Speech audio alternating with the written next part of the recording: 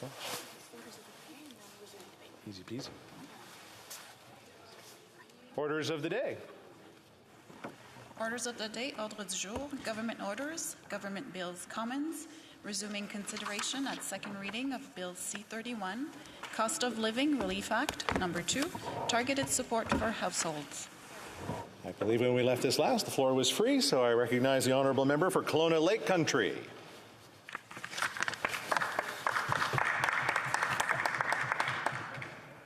Thank you, Mr. Speaker. I'll be splitting my time with a member from Red Deer Lacombe.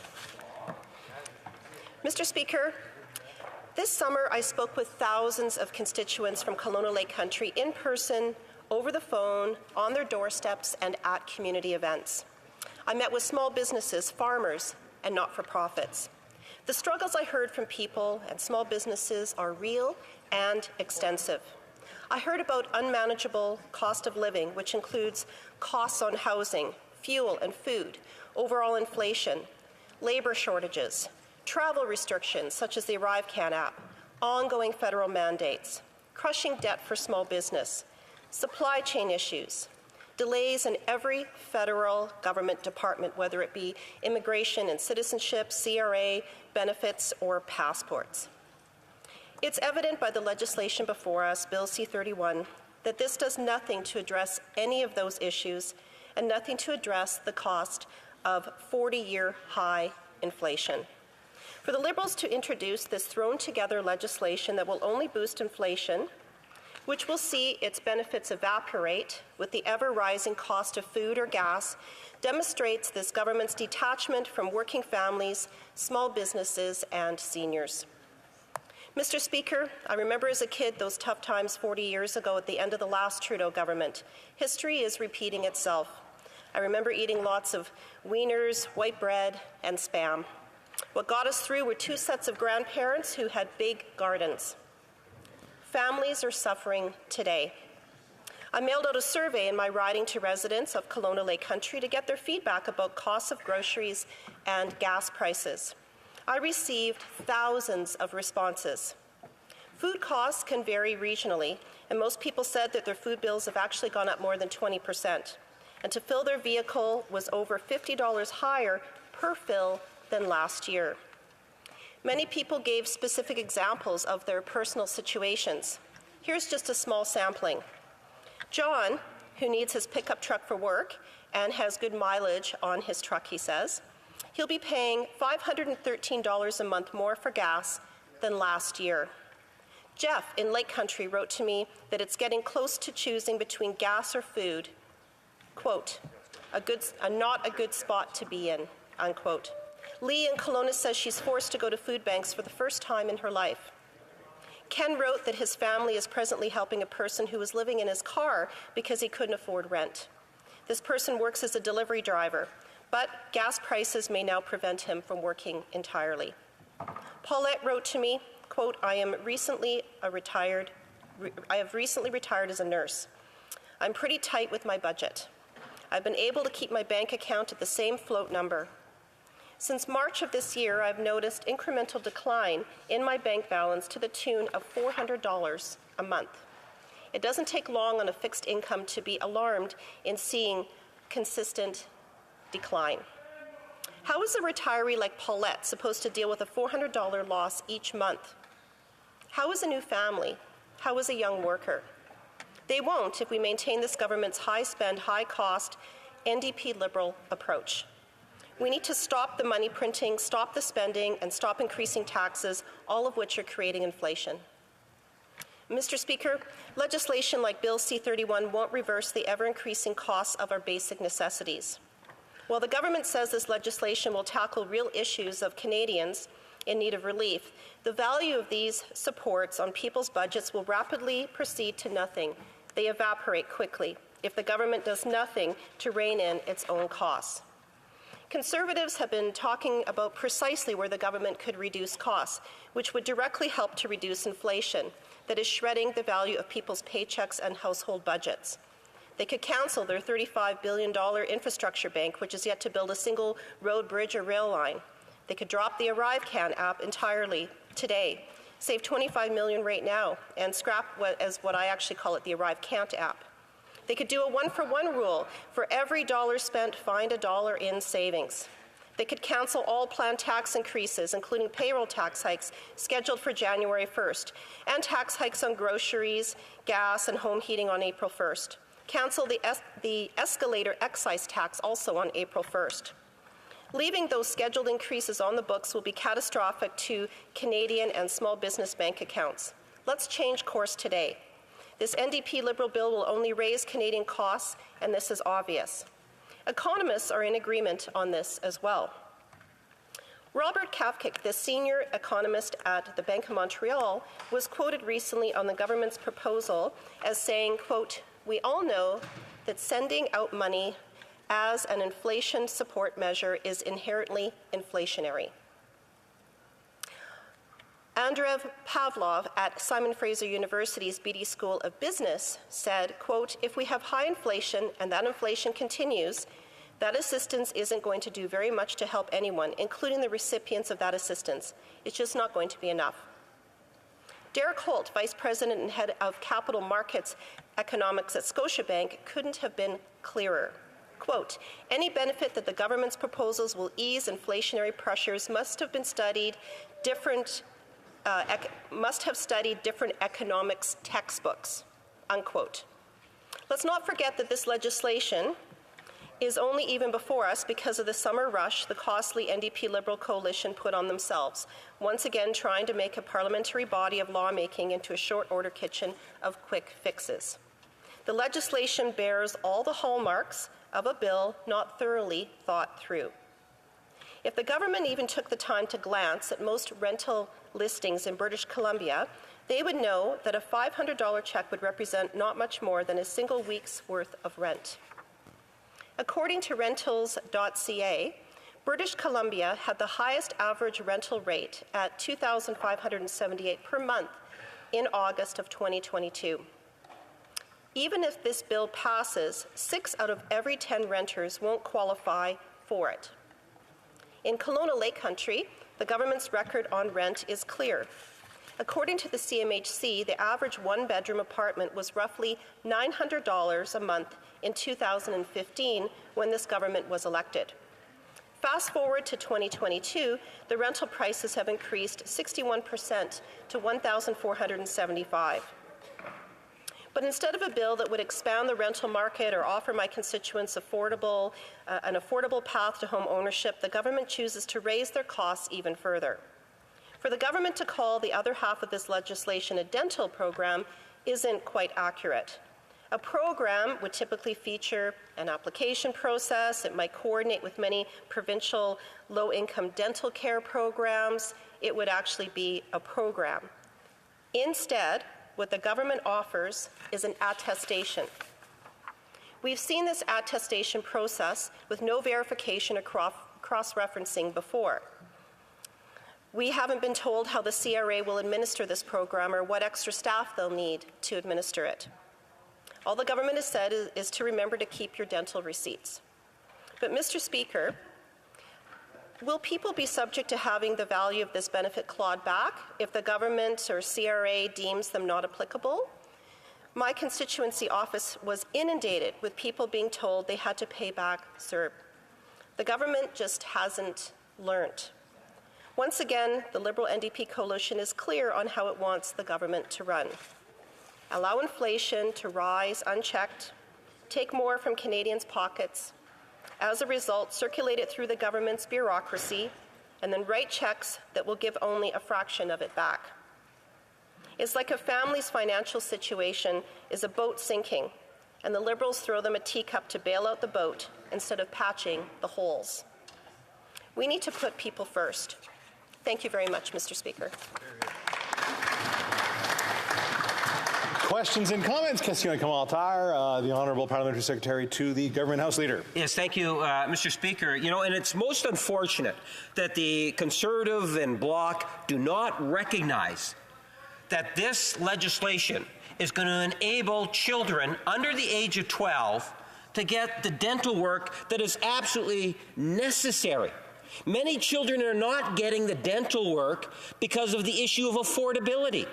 Many of those children end up going into hospitals at great cost, Mr. Speaker, because they didn't get the dental work that's required. Now you have a government that's recognizing the importance of getting the job done in serving our young children in Canada. We're talking about hundreds of thousands of children that are going to be eligible in every region of our country. Yet the Conservatives feel the federal government plays no role. My question is, why does this member feel that the children that she represents that do not have dental insurance, why is she not standing up for those children? The honourable member for Kelowna Lake Country. Thank you, Mr. Speaker, and I thank the member for his question. Well, I guess the better question is why can't people afford to spend money on certain things? And the reason is because their paychecks are evaporating. The reason is because we have 40-year high inflation where people can't even afford to buy food, they can't buy medicine, they can't put gas in their vehicle. So it's because of the policies of this government that are leaving people to be short every month. I gave several examples in my statement here today. So people are hurting, and the reason is because of the policies of this government. Question commentaire, questions and comments. L'honorable député. The honourable member for Longueuil-Saint-Hubert. Thank you, Mr. Speaker. Listening to my Conservative friends talking about the housing crisis, you always get the feeling that they're against anything the Liberal government might do. But there are other solutions. Last week, I met someone, an economist, who said that if we do nothing in the next 10 years, in Quebec alone, we're building 500,000 units, but the needs to deal with this crisis are 1.1 million units. That's what we need to build in the next 10 years in Quebec alone to deal with this crisis. What solutions do the Conservatives have to the housing crisis? The honourable member for Kelowna Lake Country. Thank you, Mr. Speaker, and I thank the member for the question. Well, we have given a number of suggestions. One of the suggestions is we do have a lot of these federal buildings that are empty, and to use those to build housing. We have a capacity problem. We have some of the least amount of houses in the world when you look percentage-wise, and so we absolutely need to build more supply. The other part as well is the costs are going up. So when we have supply chain issues, when we have inflation the way that it is, it makes for construction and builders, it makes it a lot more difficult for them to build affordable housing. So if we don't get this inflation crisis under control, it's not going to help with the affordability of building houses either. Questions and comments. Question commentaire. The honourable member for Courtenay Alberni. Well, thank you, Mr. Speaker, to my colleague for her speech. A constituent of mine, Ted, he's a senior. He lost his teeth. He can't get dental care coverage. I raised this in the House, and my colleagues, one of her members of her party, suggested that Ted should go back to work. He's 77. He shouldn't have to go back to work to get his teeth fixed, and he shouldn't have to, eat soup all the time, Mr. Speaker. She talked about payroll taxes. CPP is not a tax. It is retirement income. It's deferred wages, Mr. Speaker. It's critical. We're hearing from seniors that haven't saved. They need help. They need help with dental care. They need to make sure that they can retire with more income. Now, Conservative premiers and premiers right across this country worked out a deal with the government to increase CPP. And that's both for workers, their contributions, and their employers' contributions, so that seniors can actually have enough money to get the things done they need. Through you, Mr. Speaker, to my colleague, does she not agree that investments in CPP are deferred wages and they're meant for retirement income? They are not payroll taxes, Mr. Speaker. The honourable member for Kelowna Lake Country. Thank you, Mr. Speaker, and I thank the member for his question. Well, first of all, I'll address the comments that he had made about the senior in his riding, and of course I hear stories like that as well. And seniors are among some of the hardest hit because they're on fixed income. So as this inflation continues to be at record levels, they, as I had mentioned in my intervention, giving some examples, they're some of the hardest hit because they're not able to have more income. So that's the first thing. The second thing, with regards to people's paychecks, what the CPP and the EI increases will do, it's going to reduce their paychecks that they're taking home. It's also going to be more costly for businesses. And at a time like this, when we are at record-breaking inflation, this is not the time to be increasing any costs on people. Thank you, Mr. Speaker. Continuing debate, reprise du débat, the honourable member for Red Deer Lacombe. Well, thank you very much, Mr. Speaker. And I want to thank my colleague for her eloquent speech and her articulate thoughts in this House this morning. She is exactly right. The government is proposing to be the solution, but the government is actually the problem. And the problem can never be the solution. As we witness coming out of COVID and the massive inflation-induced problems that Canadians are facing, making their paycheck shorter, there is more month now left than there is money on those paychecks. Canadians didn't need the government to do anything at all for them. They were business owners. They were working in the private sector. They had the ability to earn a living and make their paycheck cover their cost of living, paying for their home, paying for their energy, paying for their food, raising their children, putting them through school, and even saving enough for their retirement. These are Canadians that just want their government to provide them with services that only the government can provide and get out of their way. This is the mentality of the people that I represent in the constituency of Red Deer Lacombe. This is why in Alberta, my home province, is one of the lowest tax jurisdictions and one of the provinces in this confederation that creates wealth and abundance, or at least it used to create wealth and abundance for everybody to share in. And the problem is the philosophy of this government. In their rush to make everybody equal, they're making everybody equally miserable. This is the problem with the philosophy and the socialist bent and the NDP Liberal coalition. It doesn't work. History has shown us throughout time that this kind of thinking only actually leads to everybody being worse off. And I want to talk about this. Well, this bill specifically talks about the rent and the dental program.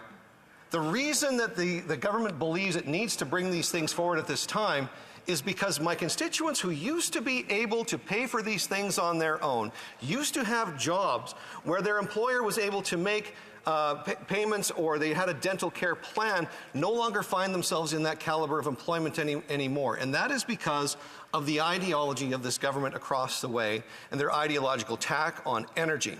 I want Canadians at home to realize that everything that you have, if you take a look around your home, was either made from, brought to you by, or manufactured with energy.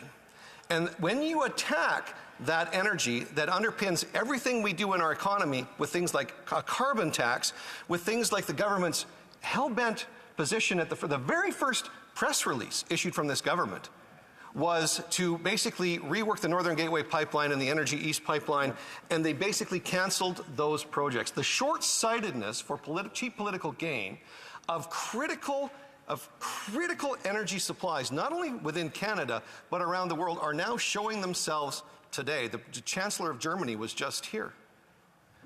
And our government was too dim-witted to even know that the Chancellor of Germany came here asking for help in the way that he could without embarrassing himself to his own people. And what did our government say in response to our ally and our friend, our NATO ally and our economic trading partner? He basically gave him the bums rush out of town and said, we'll have some renewables for you in 3 to 5 years. Meanwhile, the good people, our friends, our Western liberal democracy philosophical allies are going to be left in the dark by this government that can't see past the end of its nose in its ideological crusade against oil and natural gas. 14 to 18, I think, LNG proposals were canceled or shelved and tabled because of this government. That is the legacy that we have. And I want to get back to how that's relevant to the citizens of my province and the citizens that I represent in the constituency of Red Deer Lacombe. Central Alberta is a hub of the service industry of the oil and gas sector in Alberta. We have numerous pipeline companies, service rig companies, drilling rig companies. We even have a hopefully formerly owned Russian oligarch steel pipe company that was providing these services to the oil and gas sector. These were good paying jobs.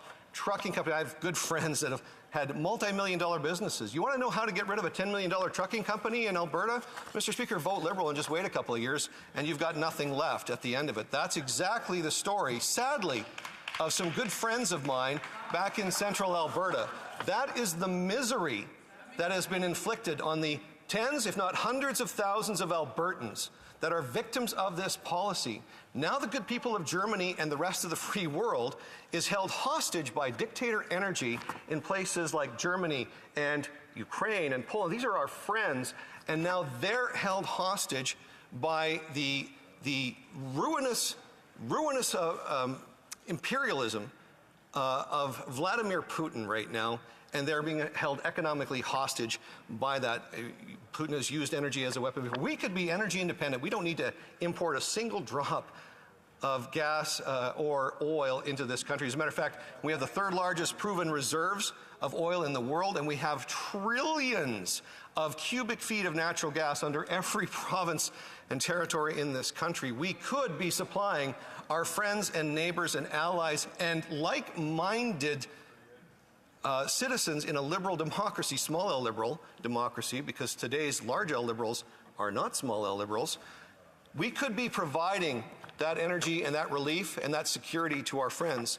But the reason my constituents don't have the buying power that they used to have, the reason my constituents are now in the same boat as many other Canadians find themselves in, is because they don't have the security of that job that they used to have, that well-paying energy sector job, a job with a company that actually could provide a benefits plan for them. I've watched it happen.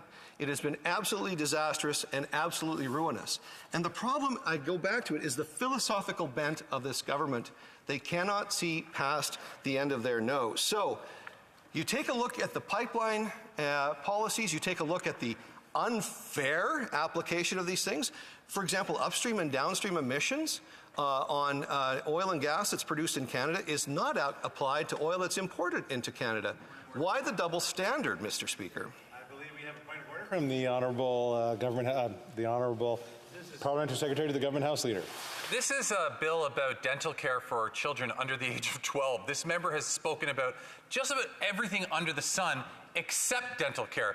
I'm wondering if you could encourage him to get back to the topic of discussion, Mr. Speaker. You say dentist every so I will. I appreciate the point of order, and I will maybe ask the member to maybe try to tie it in, because there's 2 minutes and 35 seconds left. My next door neighbor back home, Mr. Speaker, is the dentist, and he noticed a sharp decline in his business shortly after this government took office, because nobody had the money that they used to have in their pockets because of the policies of this government. And that's the whole point. And I know they're cheering for that loudly over there because they actually don't care about Canadians who don't vote for them. And that's the issue. They actually don't care about the Canadians who don't vote for them. So I'll be happy to bring all of my friends who happen to be dentists to talk about the decline in business once the oil and gas sector workers no longer had any disposable income. So this is the problem, and I'll get to that, Mr. Speaker. When your family is spending all of its money, and if the people that used to be able to easily provide for their families no longer have the resources that they need, that's what puts them into this situation. That's what makes them desperate and dependent on government, and that's actually what this government wants. I'll go back to a great quote. Ronald Reagan, President of the United States, once famously said, "Government does not solve problems, it subsidizes them." And that is exactly what is happening with this piece of legislation.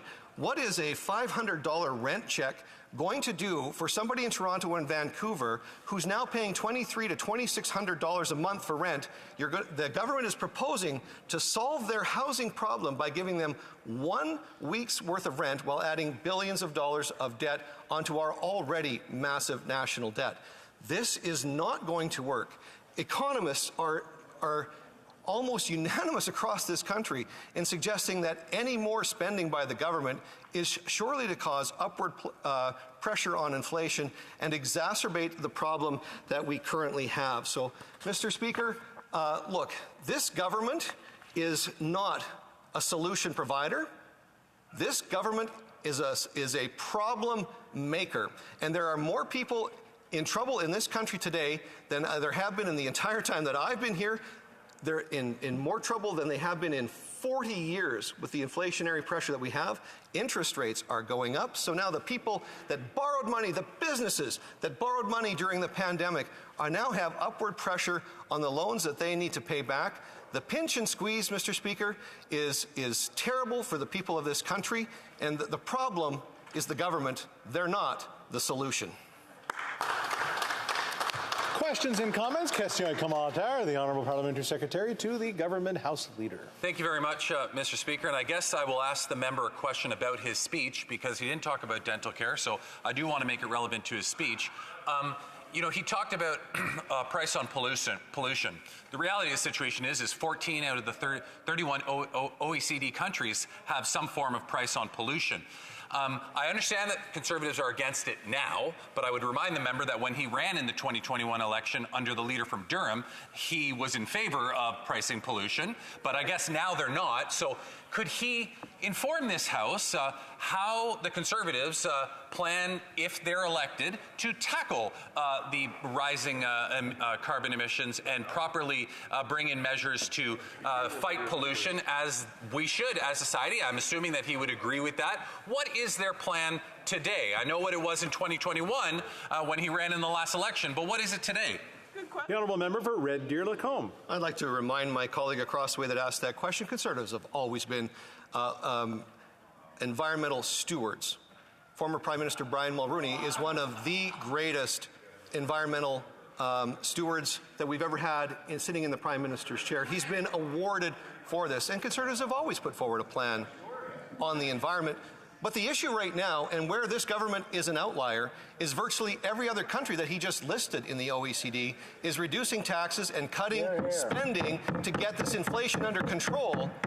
And these guys are always late to the game. Just look at the border measures. Just look at everything that they're doing when it comes to getting past the COVID restrictions. These guys wouldn't know a good idea if it bit them. Question et commentaire. L'Honorable Député de Saint-Jean. The Honourable Member for Saint-Jean. I'd like to thank my colleague for his speech. Now, something I took away from his speech is the importance of reducing inflation by reducing costs. And one area where I suggest that is in subsidies to oil companies that are raking in the profits during the current crisis. I know that on the Conservative side, they absolutely do not want to reduce oil subsidies. And yet they don't seem to want to support people with their rent. So I'd like to ask him why these rich oil companies deserve more help than someone who can't make ends meet. Honourable Député de Red Deer Lacombe. Well, Madam Speaker, I'm spoken like a member of Parliament from an area that doesn't have energy workers in it. I represent a part of the country that actually has a large number, or at least used to have a large number of energy workers in it. And I know, for example, that the GDP alone of Fort McMurray is almost 6% of the national GDP. All of the money that's collected from the businesses that operate there, the subcontractors that operate there, and the employees that work for those companies all pay taxes into the general revenue of this country, which is then distributed across the country. It's particularity to places like the province of Quebec. I would appreciate a thank you instead of the rhetoric that I just heard. Questions and comments? Question et commentaire. The Honourable Member for Courtenay Alberni. Well, thank you, Mr. Speaker. I want to thank my colleague for his speech. Now, since COVID, our 25-member NDP caucus has pushed hard to increase CERB, wage subsidy from 10 to 75%, a commercial rent assistance program, paid sick leave, all things that protected jobs and saved businesses through COVID. Now we're proposing the doubling of the GST, increasing housing benefit, dental care for children and seniors that can't afford it, an excess tax on banks, Mr. Speaker. Now, his caucus, the Conservative caucus of 118, Mr. Speaker, I can't think of a single thing that they brought forward to help people through these most difficult times. So my question through you, Mr. Speaker, is does the member support any of these new ideas that we're bringing forward to help Canadians at these difficult times? The honourable member for Red Deer Lacombe. Mr. Speaker, another quote that I would like to leave with this House comes from Winston Churchill. Socialism is a philosophy of failure, the creed of ignorance, and the gospel of envy. Its inherent virtue is the equal sharing of misery. Canadians don't need a rent subsidy. They need a place to rent. Our plan is to actually convert government buildings that are underutilized right now into accommodations so people have a home. That is the approach that you need to take. You need to cut taxes and put people back in charge of their lives so that they can take care of themselves and not be dependent on a government program or a government plan. Most Canadians have the ability to work for themselves, pay their own bills. All they're asking is this government get out of the way. And the NDP, by propping up this tired Liberal government, is the problem. They are not the solution. Before we proceed to the next speaker, I just wanted to maybe ask on my behalf that anyone that knows somebody from Nova Scotia, because of the storm that's coming up in the next couple of days, to maybe give them a call, see how they're doing, make sure that everything's okay. So please do reach out to your friends in Nova Scotia and PEI and New Brunswick and Newfoundland and a little bit of Quebec. L'île Madeleine pour sûr. So just reach out to those folks who might be feeling the effects of Fiona over the next few days. Resuming debate. The honourable member for Whitby. Well, thank you, Mr. Speaker. It's a great pleasure to rise today and speak to Bill C-31. Before I begin, I just want to let you know that I'll be sharing my time with the member for London Fanshawe. And I must say I was entertained by the previous speaker, the member for Red Deer Lacombe. I think brought some great rhetoric to this House that was quite entertaining, although not much substance. If we searched for any truth or grain of truth in what he was saying, I think we'd be hard-pressed to find much. But I would just say, Mr. Speaker, I talk to my constituents every week, really, try to connect with them and listen to what their concerns are. And certainly there are a segment of our population and a growing segment that I think are struggling with the cost of housing, specifically renters. And our government... I believe we have a point of order from the honourable member from Caribou Prince George. Far be it from me, Mr. Speaker, to tell you your job, but I believe that our honourable colleague in his opening statement just called our colleague from Red Deer Lacombe a liar, and whether indirectly or directly, you, as I know, and our honourable colleague knows that we are not able to do that, should not do that. Thank the member for the intervention. Unfortunately, I was still talking about the hurricane, so I did not pay attention. We'll go back and look at the answer to see that happen, and maybe give the opportunity to the member that if he did say that, to retract it, if not, to continue along. The honourable member for Whitby. Quite the opposite, Mr. Speaker. I said the member's rhetorical speech was quite entertaining. Our government understands that times have been tough in many households across Canada, which is exactly why our government has been introducing new measures to lessen the financial burdens that Canadians are facing due to the effects of global inflation impacting our country. We know that we're faring quite a bit better in many respects than many other countries, many of our peer countries around the world. Nonetheless, global inflation is impacting Canadians, and we are seeing it have an effect on the rising cost of living. And I've been hearing this in my home riding of Whitby, that many are worried about paying their rent and being able to put food on the table for their families. Making life more affordable Canadians has indeed been a top priority of this government since day one, and I'm so very pleased that we are tabling new legislation to help families pay their rent, make sure they can afford the dental care they need, and to put hundreds of dollars back in the pockets of Canadians.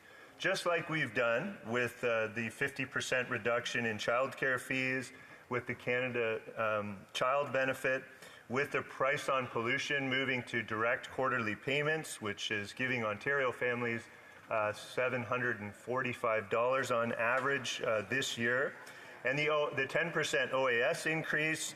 We're doubling the GST tax credit. There are so many aspects of our government's efforts and measures that are targeted to help people that need it most and that are feeling the crunch of the cost of living pressures. Housing affordability is absolutely crucial, and as a government, we've remained committed to helping Canadians at this difficult time with immediate relief and putting us on a path to a better and brighter future with many of the medium and longer term strategies that we've been implementing for several years. That's why we've tabled new legislation to help families pay their rent, make sure they can afford the dental care they need, and put hundreds of dollars back in their pockets. This bill will provide a one-time top-up to the housing benefit. It will deliver $500 to 1.8 million Canadian renters who are struggling with the cost of housing. This is intended for families making below $35,000 a year or individuals with an adjusted net income below $20,000 a year who pay at least 30% of their income on rent.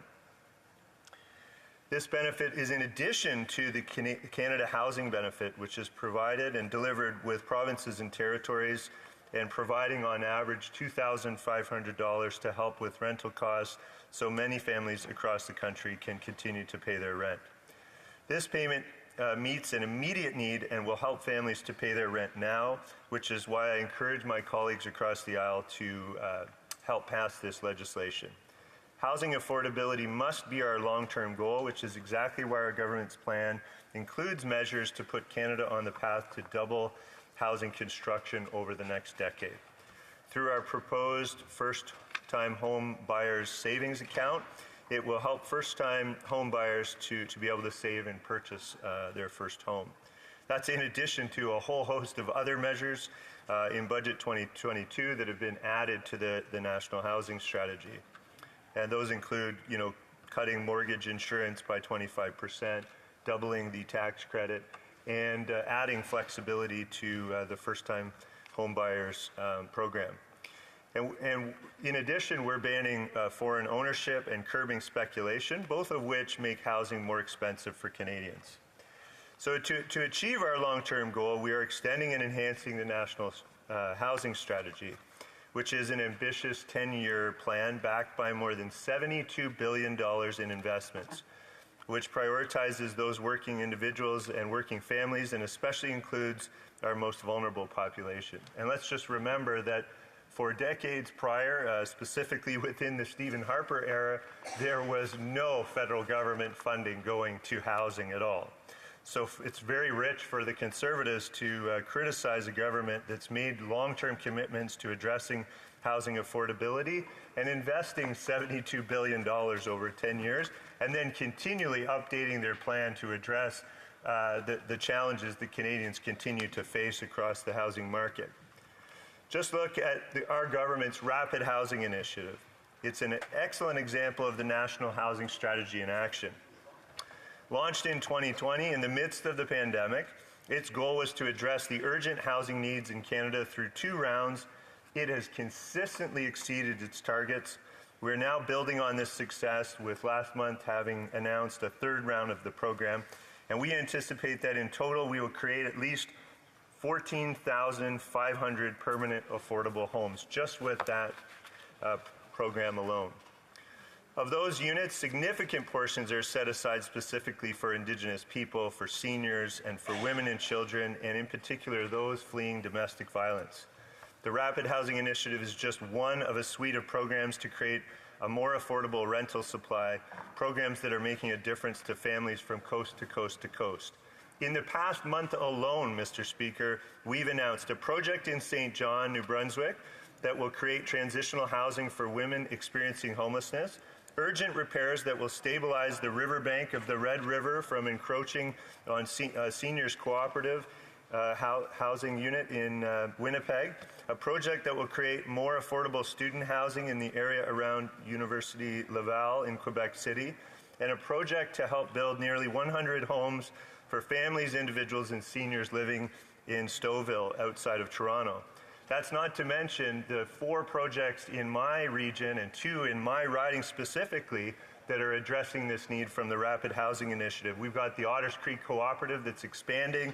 Our government supported that project, and the Muslim Welfare Center, which has purchased an old motel on Dundas Street in Whitby and is turning it into affordable housing units for those that are at risk of homelessness.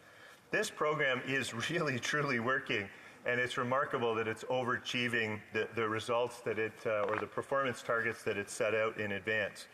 These are just a few of hundreds of stories of the National Housing Strategy's impact and its success in creating affordable rental housing. But, Mr. Speaker, we also know how important the dream of home ownership is for so many Canadians. That's why we recently announced a 5-year stream under the Affordable Housing Innovation Fund to help housing providers develop and test rent-to-own models and projects and help renters get on the path to home ownership. We've seen significant progress, but we know we must do more. With Budget 2022, we committed to a suite of measures that represent $6.3 billion in funding over 7 years. The majority of this will go to improve and expand housing in First Nations, Inuit, and Métis communities. And we know that many Indigenous people live in the North where housing needs are extremely dire, and that makes this an important consideration for all of our housing initiatives moving forward. So, Mr. Speaker, this government is committed to making life more affordable for workers, families, and the most vulnerable. A major part of that priority means making housing more affordable. Our plan recognizes that everyone deserves a place where they can thrive and be part of a resilient economy that leaves no one behind. We must support workers, families, and the most vulnerable who really need our help. I urge members on all sides of this House to support the legislation to provide a one-time top-up to the Canada Housing Benefit. This is a necessary step in putting money in the pockets of Canadians who need it now, and help us take one more step towards ensuring everyone has a safe and affordable place to call home. And I couldn't think, when I reflected on this, how can anyone that is empathetic to the cost of living pressures that families are facing today not support a top-up $500 payment to help renters afford their rent? That's 1.8 million Canadians that will be thanking us for this House's work to get that money out the door. And so I urge everyone to step up and support this important legislation. Thank you. Question et commentaires, questions and comments. The Honourable Member for Cariboo Prince George. Well, thank you, Mr. Speaker, and I commend our honourable colleague for reading that speech. So, Mr. Speaker, it's not a plan, it's a stimulus check. It'll help Canadians for 1 month. That's great. But what do they do for the 11 other months? What do they do for each and every day? Canadians are paying more on taxes than they do on the necessities of life. And this government is planning to tax their paychecks further now. So what Conservatives are saying is come up with a real plan. Help Canadians each and every day, rather than just a stimulus check. Yeah. What's their plan to really get Canadians, put Canadians ahead and get off Canadians' backs? Hear, hear. The Honourable Member for Whitby. Well, thank you, Mr. Speaker, and thank you to the member opposite for his question. As usual, there seems to be a real confusion on the other side that somehow CPP contributions and EI contributions are a tax, which is utterly preposterous of anyone to suggest. What our government is doing to help Canadians that are struggling with the cost of living, we're reducing childcare fees by 50%. We're increasing the Canada Child Benefit. We're doubling the GST tax credit. We're helping renters with a $500 payment. The list goes on and on. Dental care support. I mean, how many more things can a government do to support the average Canadian family? I believe that we're reaching out with targeted supports, helping people that need it the most. I firmly believe that that's the right thing to do. Thank you. Question et commentaire, l'honorable député de Joliette. Merci, Monsieur le Président. Thank you, Mr. Speaker, and I'd like to thank my colleague for his speech. I'd like to know if he agrees with me to say that in C-31, when it was being drafted, the government had a bit of a hard time. We agree with the principles, but it's badly written. For instance, when it comes to rent assistance, it goes through the Canada Housing Benefit, but in Quebec, nobody receives that because Quebec has its own program. Not a single line in C31 to ensure that these programs line up. Same thing for dental care. It's for 11 years and under, but in Quebec, we already have a program for children 9 and under, and not a word of that is in the bill. Is it that the government has forgotten that Quebec exists? Or have they forgotten how to perhaps transfer their principles into legislation that makes sense? Thank you, Mr. Speaker, and thank you to my honourable colleague for the question. So my understanding is that this support is a direct support from the federal government. It does not go through the Canada Housing Benefit that is partnered with provinces and territories. So it's a direct benefit that Canadians can apply for. I think the terms of eligibility are very succinct and clearly laid out in the bill. So I can't understand why the member opposite would have trouble understanding how that would work for Quebec. If you have a specific concern, be happy to hear it. Thank you. Question et commentaires, questions and comments. The honourable member for Saanich Gulf Islands. I know she's tried a few times. And I'm pleased to rise to, as if the camera view was wider, you could see as I extend my hand, I can nearly hold hands with the member for Whitby. He is in a different party. I sit here because I'm assigned to sit here, but he is a friend. And as he was speaking, I really did want to say that the chance to support this bill is important for me as a member of the Green Party, because we are the first party, and we have been the first party in this place to call for dental care to be included in our public health system, and specifically to start with low-income children, because it's an expensive package. We had it costed by the Parliamentary Budget Officer. We know it's not something anyone can put in the first budget up. So I thank my friends in the New Democratic Party and the Liberal Party for getting this in front of us. But I wanted to ask him, in the context of the health care crisis, yes, we definitely need to understand that dental care is health care. And when people can't afford dental care, it causes larger problems throughout the body. But by the way, I don't have a family doctor. I'm 68. My husband's 74. He doesn't have a family doctor either. We haven't been able to get a checkup. I'm a little worried about the state of health care writ large in this country. I'm worried about the threat of privatization. And I just wonder if the honourable member for Whitby has thoughts about what we should be doing to ensure the wheels don't fall off the bus on health care across Canada. The honourable member for Whitby, and a short answer. Well, thank you, Mr. Speaker, and thank you to my honourable colleague who I get to sit very close to here in the House every day, and have shared many, many good conversations with over the last few years, mostly about climate change. But I'm happy to hear her advocacy work on dental care, and I think we couldn't be more supportive of that. Also acknowledge the NDP's advocacy on that topic, and it's good to see this piece of legislation come forward and include support for those in need for dental care. With regards to healthcare in general, I could see the Speaker signaling that my time is up, but I'd be happy to speak about that at a later date. Thank you.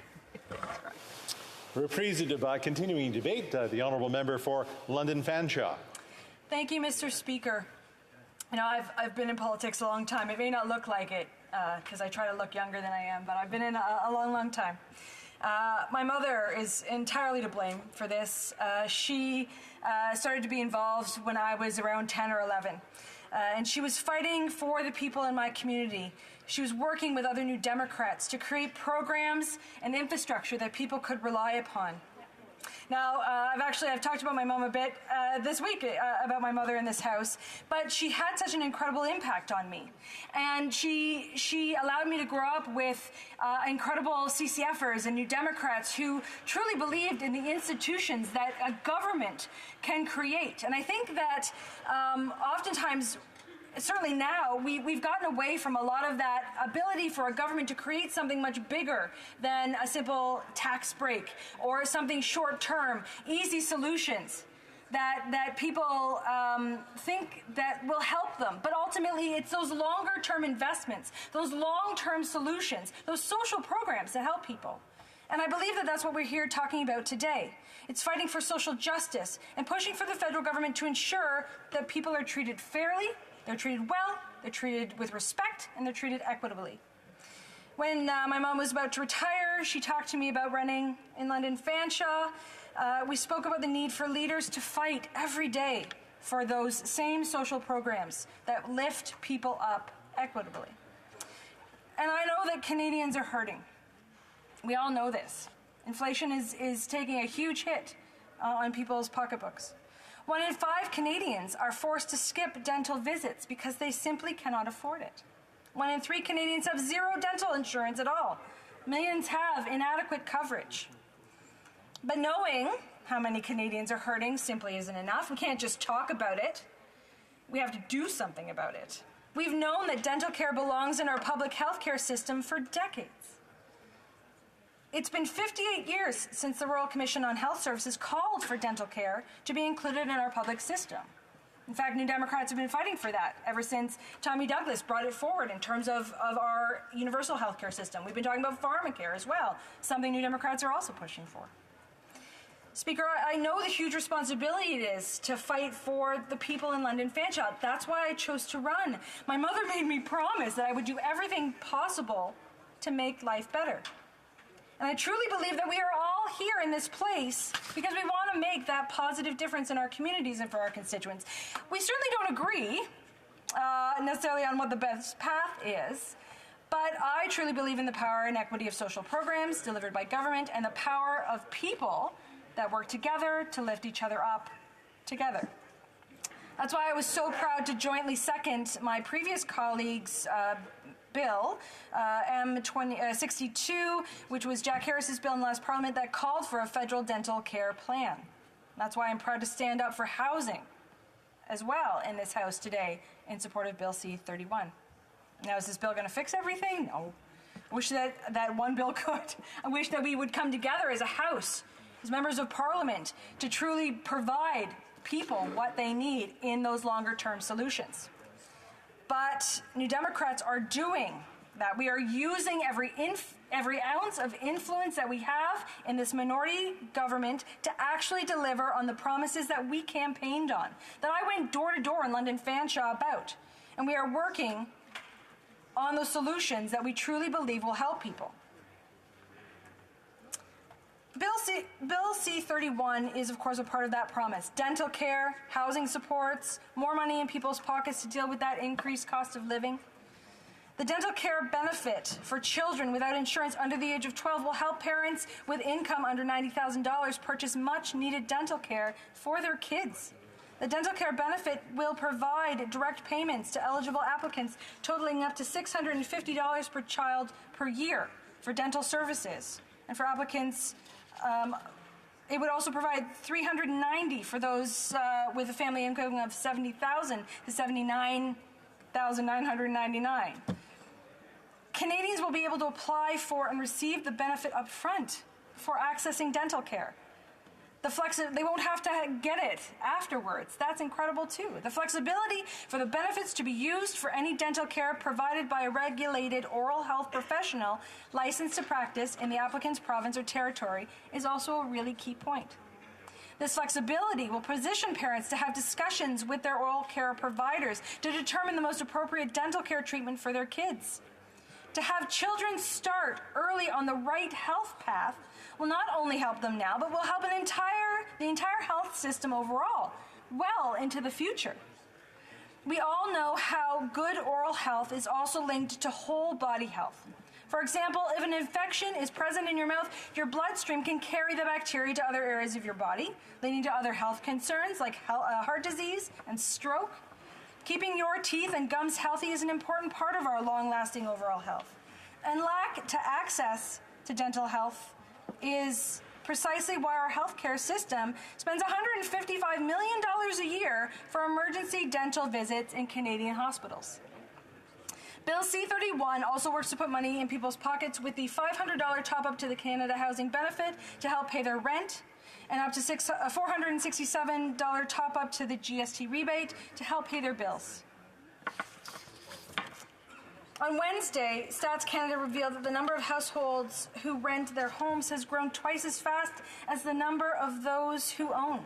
The number of Canadians who rent their homes has grown by 21% in the last decade. Meanwhile, the average cost of rent grew by 17.6% in the last 5 years. And we know it's grown even faster in so many other parts of Canada. My constituents in London Fanshawe have seen some of the highest increases of rent, of up to 26.5% increase. Canadian renters are struggling to make ends meet with rising inflation. And the Canadian Housing Benefit and GST rebate top-up are a first step to providing real supports for Canadians. Now, it's clear that left to their own devices, this Liberal government wasn't going to act. And the Conservatives think that they should fend for themselves. These three life-changing measures for families are only because of the efforts of the NDP. Hear, hear. And we're not going to stop there.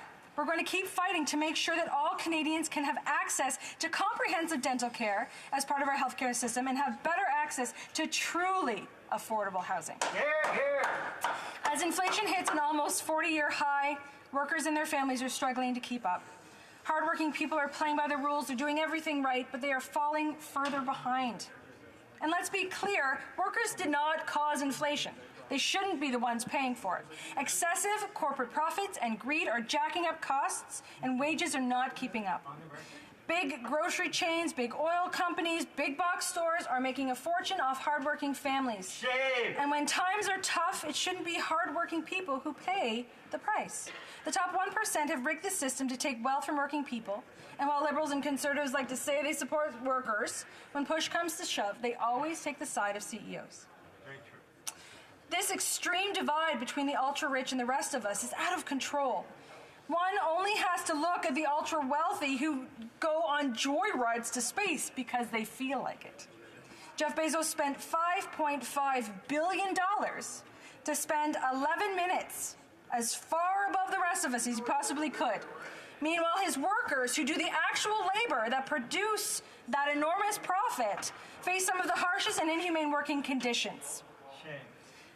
Of course, we know the story about Galen Weston, the owner of Loblaws, that center of the bread price-fixing scandal, using the time of inflation to further increase his profits. He raked in the largest amount of excess profits during the pandemic and then argued to cut off workers in his grocery stores from their additional pandemic pay. A man who is worth almost $10 billion US argued that he couldn't pay more than minimum wage and they shouldn't get an extra $2 an hour even though they're on the front lines. So while it's easy to blame and point at the richest people on earth and say that they're bad, it's the governments that allow them to get away with this. And we have to look at ourselves in this chamber to take responsibility for that.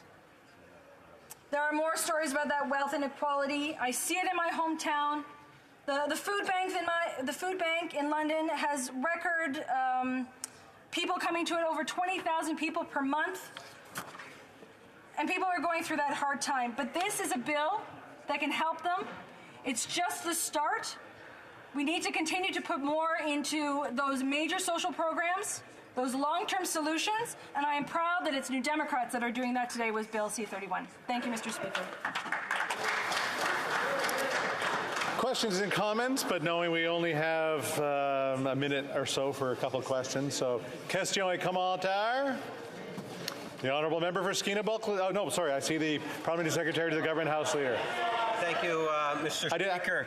And I very much appreciate many of the comments that the member has stated. And one of the aspects of the legislation, ultimately the most important from my perspective, and I know the member shares, is the area of the dental care for children under the age of 12.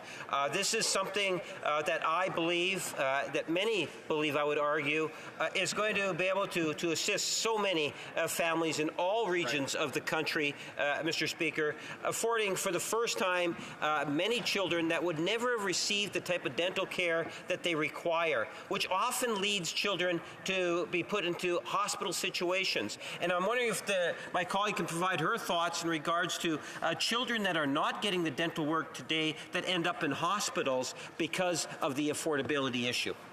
The Honourable Member for London Fanshawe.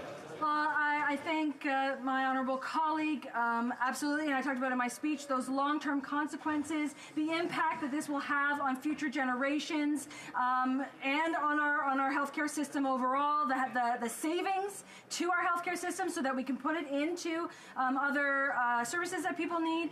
I'm just grateful that the honourable member has seen the light, because I remember about a year ago him actually voting against this.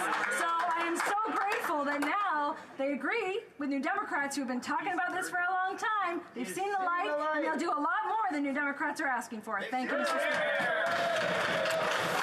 Now, when we return to this debate, there'll be 3 minutes and 30 seconds left, and I'll make sure that I call the member for Skeena-Bulkley Valley up when that time comes. Statements by members. Déclaration de député, the honourable member for Kitchener-Conestoga. Thank you, Mr. Speaker. I'm happy to share that in Kitchener-Conestoga this year our fall fairs are back. Our communities welcome back the Wellesley Fall Fair, the New Hamburg Fall Fair, and the Wellesley Apple Butter and Cheese Festival. Events like these are not only entertaining and fun for everyone, but they also showcase the important role of farmers and our agricultural center and the effect they have on our rural communities. Thank you to the Wilmot Agricultural Society, the Wellesley Northeast Hope Agricultural Society, and the Wellesley Apple Butter and Cheese Festival for your dedication and your perseverance. And we appreciate the volunteers who make these events happen. I'll be joining friends in flipping pancakes tomorrow morning in Wellesley at the Apple Butter and Cheese Festival. Everyone's welcome to attend all of our great events in Kitchener-Conestoga. Hope to see you there. The honourable member for Calgary-Shepherd. I rise today to remember the life of Gina Mahsa Amini, a 22-year-old Kurdish woman from Sakuz, murdered by Iran's morality police, kickstarting mass protests and demonstrations across Rojhelat and Iran. Her only crime was not wearing a hijab the right way, and of course, being a Kurd. Kurds in Iran are banned from giving kids Kurdish first names. Their language is banned, as is their culture. Gina could have been any of our daughters or friends. We all have a Gina in our life. The government of Canada must stand in solidarity with Kurds and Iranians calling for justice for Gina. Canada needs to get tough with Tehran and list the Islamic Revolutionary Guard Corps as a terrorist organization. Her name was Gina Mahsa Amini. Say her name in solidarity with Kurds and Iranians fighting their oppressors in Tehran.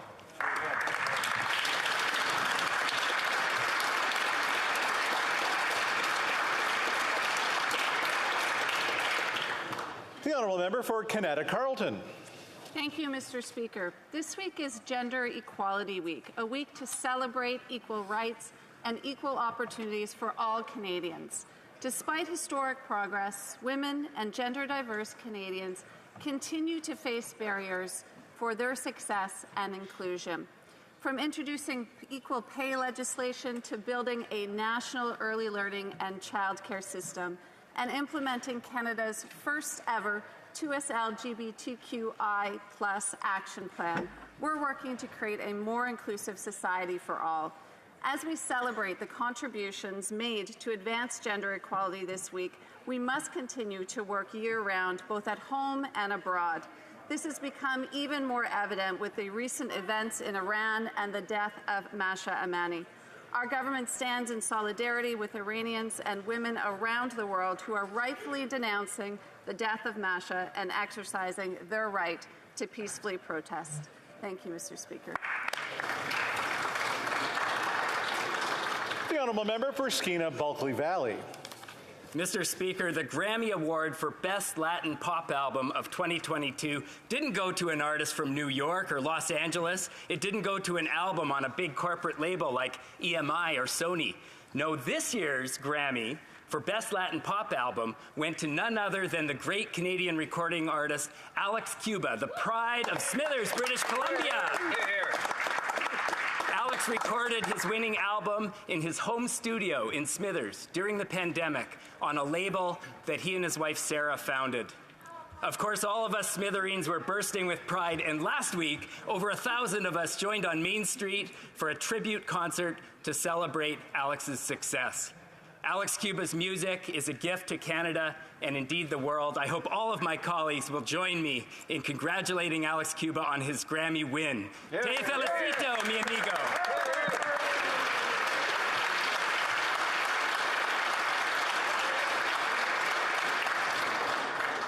The Honourable Member for Hochelaga. Thank you, Mr. Speaker. I'd like to highlight the 50th anniversary of a flagship institution in Hochelaga, the Pavillon d'Éducation Communautaire, commonly known as the PEC. Since 1972, the PEC has been a public education centre that helps neighbourhood residents learn and do something about their living conditions.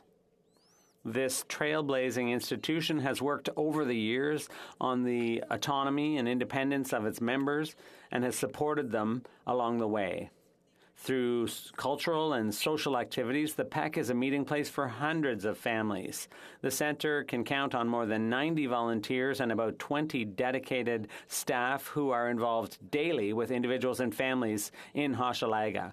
Today, more than 1,000 people attend the centre every week. For me, the PEC has a special place because it was there that my family and I started our French enculturation courses.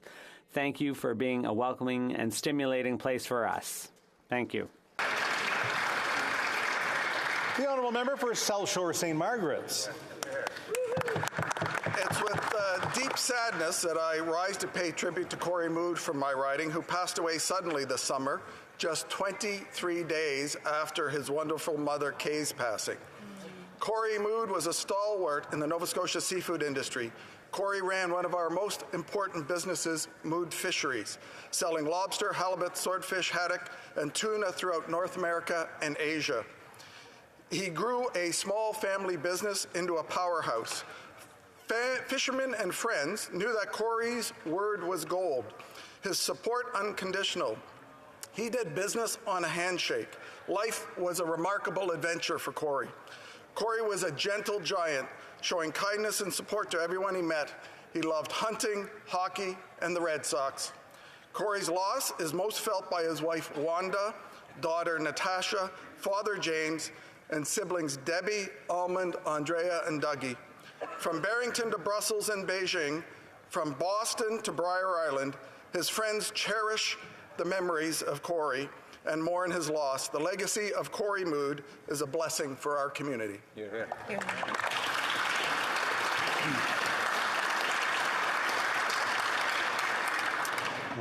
And when I'm not supposed to put words in, I put words in. And Corey was a friend of mine as well, so my condolences as well. So, the Honourable Member for Windsor-Tecumseh.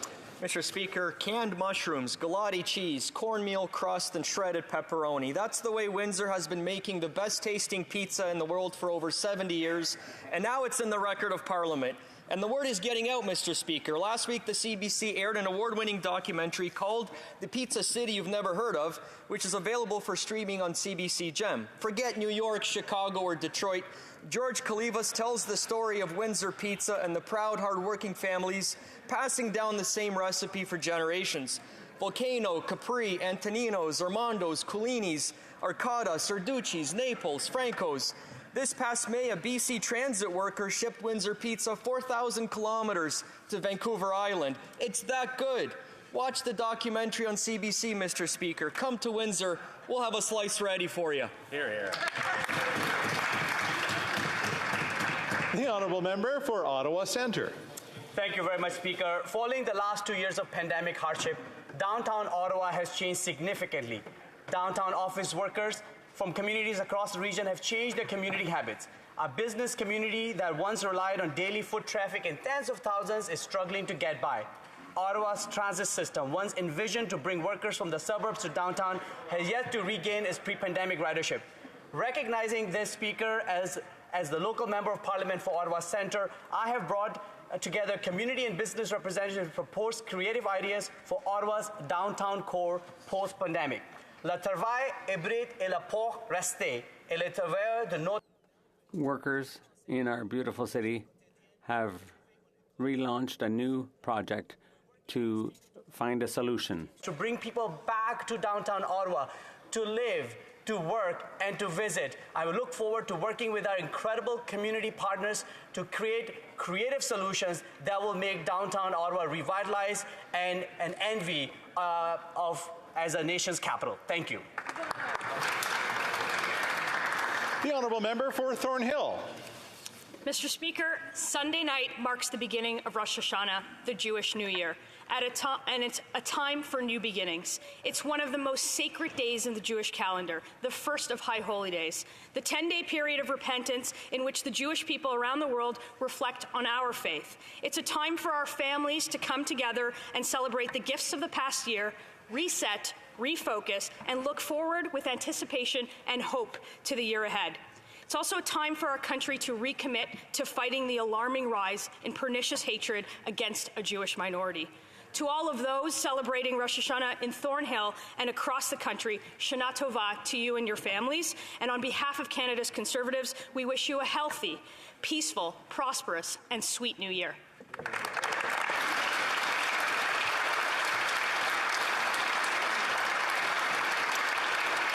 The Honourable Member for York Centre. Thank you, Mr. Speaker. Sunday evening at sundown will mark Rosh Hashanah, the Jewish New Year. It's a time of celebration and renewal as families and loved ones come together around the world to rejoice in the year ahead. On Rosh Hashanah, we're asked as a community to prepare to build a new year. The 10 days leading to Yom Kippur allow us to reflect on how we'll instill the coming year with life, goodness, and to fashion a new and different year with kindness and compassion. A year that allows us to stand up for one another and to protect those who are most vulnerable among us. As we start this new season in Parliament, the spirit of Rosh Hashanah is one we can all reflect on as members of the House to shape a year and a country that looks out for all Canadians. From myself and my family to our community in York Centre and Jewish families from coast to coast to coast, Shana Tova u'Metuka, a sweet year to all.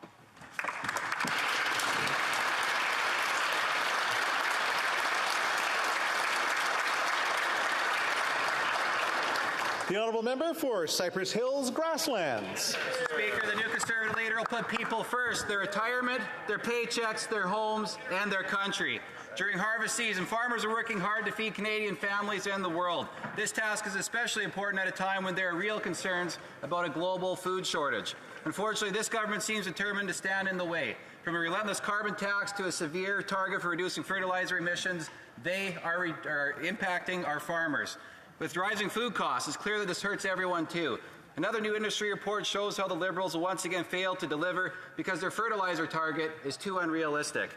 So will the Liberals restrict fertilizer use after all, like other countries around the world are trying to do? When I've raised the issue many times in the House, they stop short from ruling it out. Yet they also can't explain what else they're going to do. As one of Saskatchewan's producers said this week, we need to feed the world. And another one said that their biggest threat to their operation is government policy. Mr. Speaker, the government needs to leave farmers alone and just let them do their job.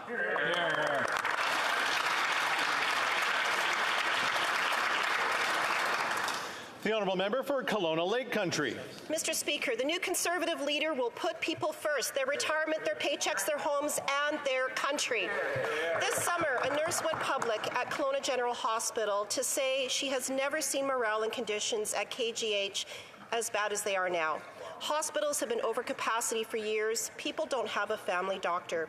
1 in 4 new Canadians named their international education not being recognized as the top barrier to employment.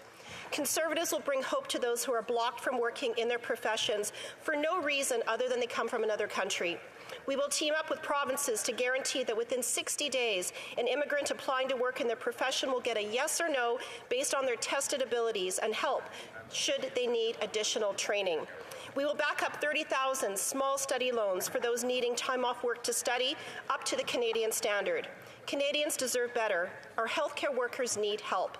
Enough talking. Remove the gatekeepers to get more doctors, more nurses, more engineers, and more inflation-proof paychecks for our brilliant and valuable immigrants.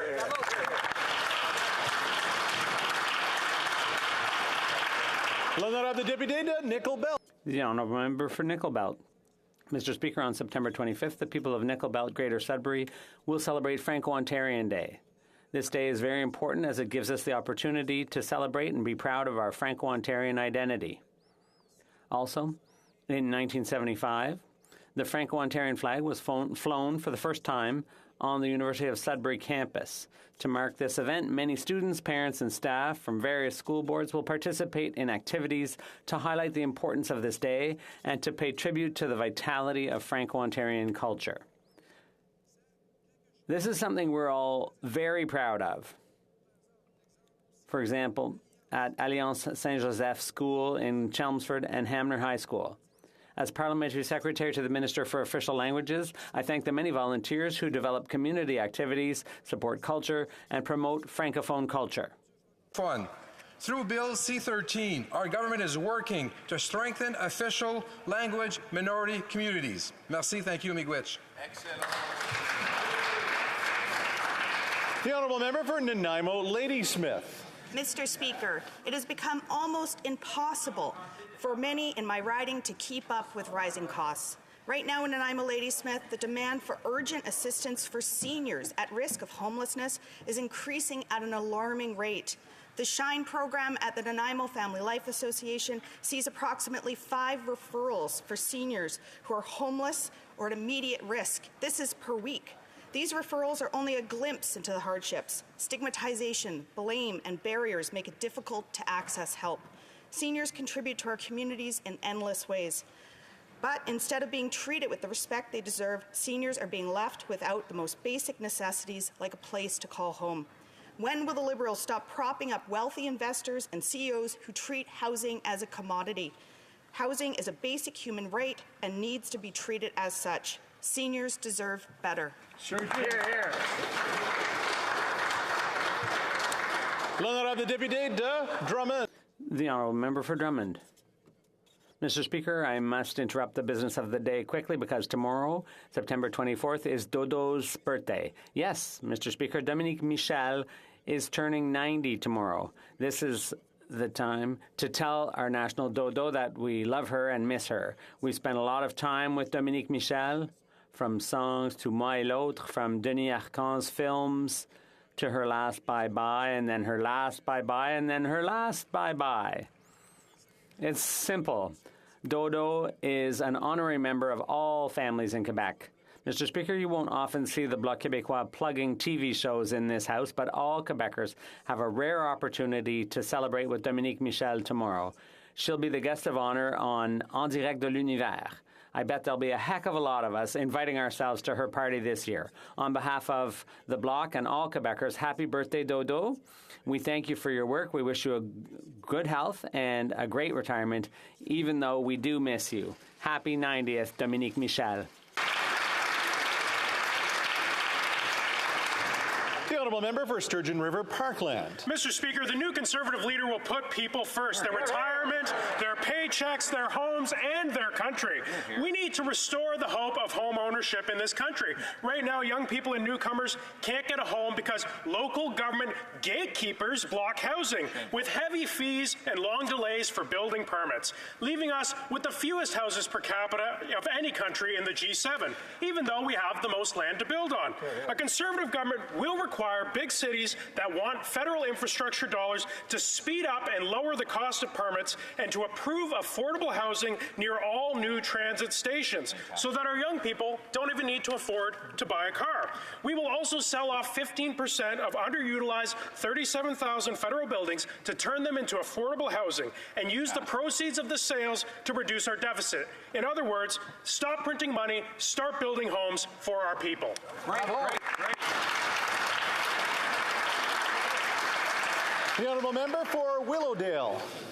For the last week, Iran has descended into mourning following the death of Mahsa Amini, an innocent 22-year-old murdered while she was detained by the Iranian morality police for simply not having displayed a proper head covering.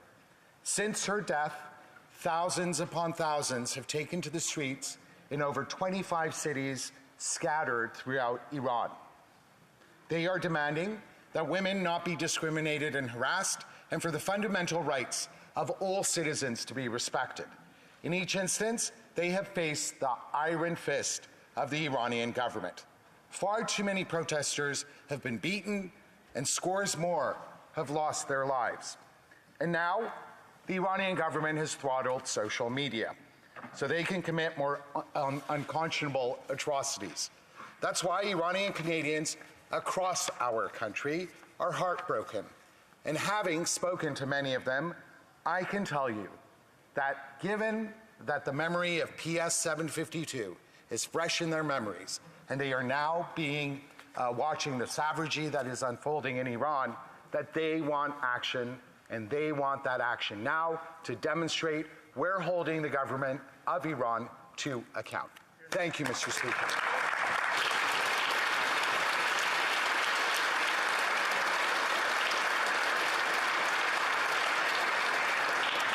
Oral questions, question orale, l'honorable chef de l'opposition. Merci. Cette semaine, This week, a Fraser Institute report showed that Canadians are spending more on taxes than on housing, groceries, and clothing combined. And yet the government wants to raise taxes even further, at a time when housing prices have doubled and when groceries inflation is at its highest level in 40 years. Will the government freeze these tax hikes on paychecks, gas, heating, and food? Secretary. Monsieur le Président. Mr. Speaker, I'm very pleased to reply to the New Conservative leader's question. But I'd like to start by saying that our thoughts are with Atlantic Canadians at a time when they are facing Hurricane Fiona. Now, this government is ready to help. And our message to people in the Atlantic area, be careful, we will stand by you, follow local authorities' guidelines.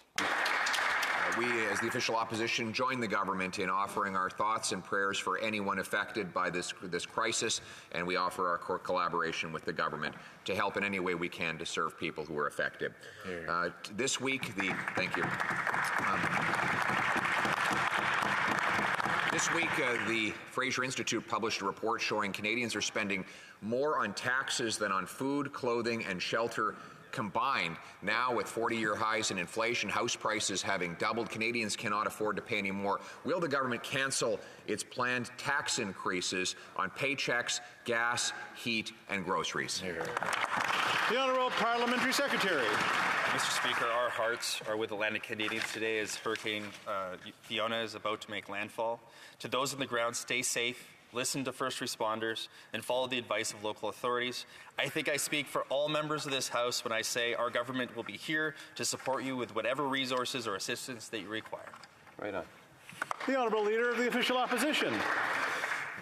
With Canadians now spending more on taxes than on food, clothing, and shelter combined, and with this coinciding with 40-year highs in inflation, 40-year highs in food price increases, with reports of students in Toronto forced to live in homeless shelters. The government's plan is to raise taxes on paychecks, on gas, on heat, and on other essentials. In fact, they want to triple the carbon tax. Now is not the time for a tax hike. Will the government cancel these planned tax increases? The Honourable Parliamentary Secretary. Mr. Speaker, it is incredibly unfortunate that the leader of the Conservative Party has tried to tackle inflation and tackle affordability by giving investment advice on highly speculative assets. For those Canadians who did follow the advice of the Leader of the Opposition, I am truly sorry that you lost your life savings. Yeah. But as long as he's giving that investment advice, I think Canadians should ask, if we can't trust him to be our stockbroker, why would we want him to be our Prime Minister? That's right. L'Honourable Député Louis Saint-Laurent. The Honourable Member for Louis Saint-Laurent. Well, Mr. Speaker, if there's something that everyone agrees on, it's that food is essential. But currently, unfortunately, inflation is directly affecting food with an 11% increase. We need to do something. For months, we, the Conservatives, have been asking the government to lower taxes, like all the other countries in the G7, but the government has refused to do so. At the very least, could the Liberals commit to not increasing taxes, as they are planning to do in the next few months? The Honourable Parliamentary Secretary. Mr. Speaker, I completely agree. Canadians need us right now.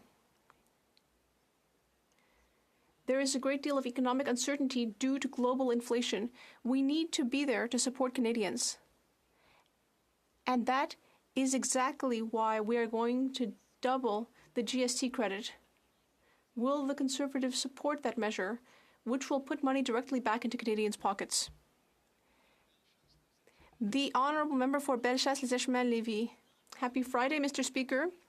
The riding I represent goes all the way from the St. Lawrence to the border. There is a large rural area there. And with the current high prices of gas, it's very hard for my constituents who need to get in the car to get to work, buy groceries, or access health care. This government could do something to help them. Cancel the planned tax hikes. Will this government have the courage to do so?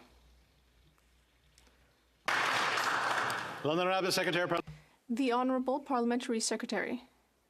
Mr. Speaker, thank you very much.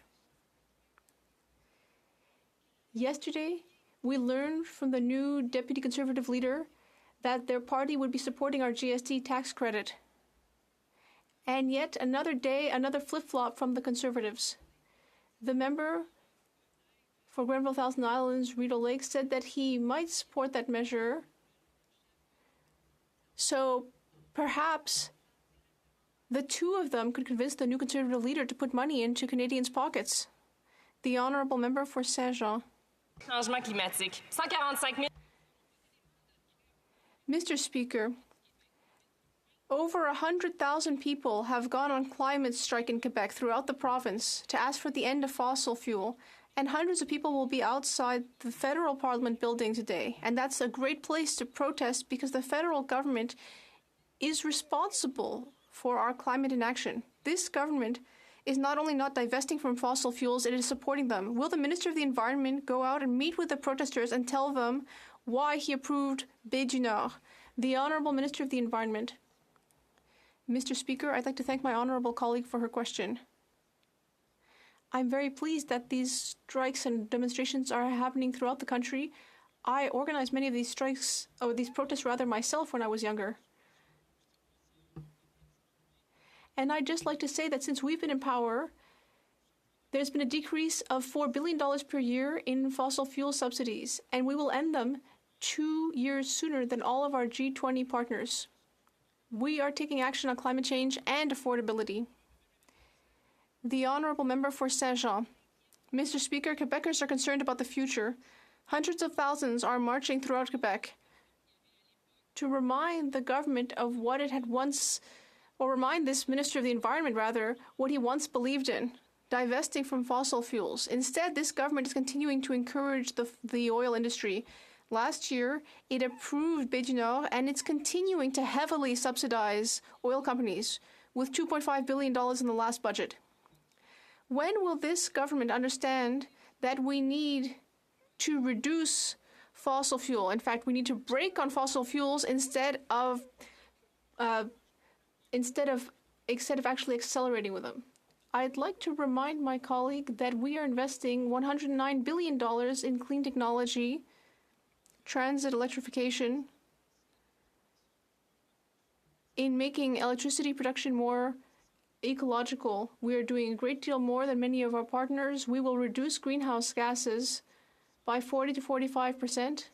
And I'm not talking about doing that by 2030. I'm talking about the next 3 years. Without cost for business, we have a plan that will work to fight pollution and to help Canadians. Member for Windsor West. Mr. Speaker, in the middle of a cost of living crisis, through no fault of their own, Syncreon auto workers are going to lose their jobs. The Liberals have known this for months, and they knew it was coming, but they refused to reform the Employment Insurance Act, leaving them out in the cold. Shockingly, instead of making things better, tomorrow the Liberals are changing the EI rules to make things tougher for people just trying to feed their families. This government seems to forget that money belongs to the workers, not them. To those families that they are responsible to. They have been paying for EI into years, and now the Syncreon auto workers are going to be robbed. Why are the Liberals being so cruel when they could fix this today? It's not too late. Justice should be served for these workers. They're due this respect. The Honourable Parliamentary Secretary to the Deputy Prime Minister.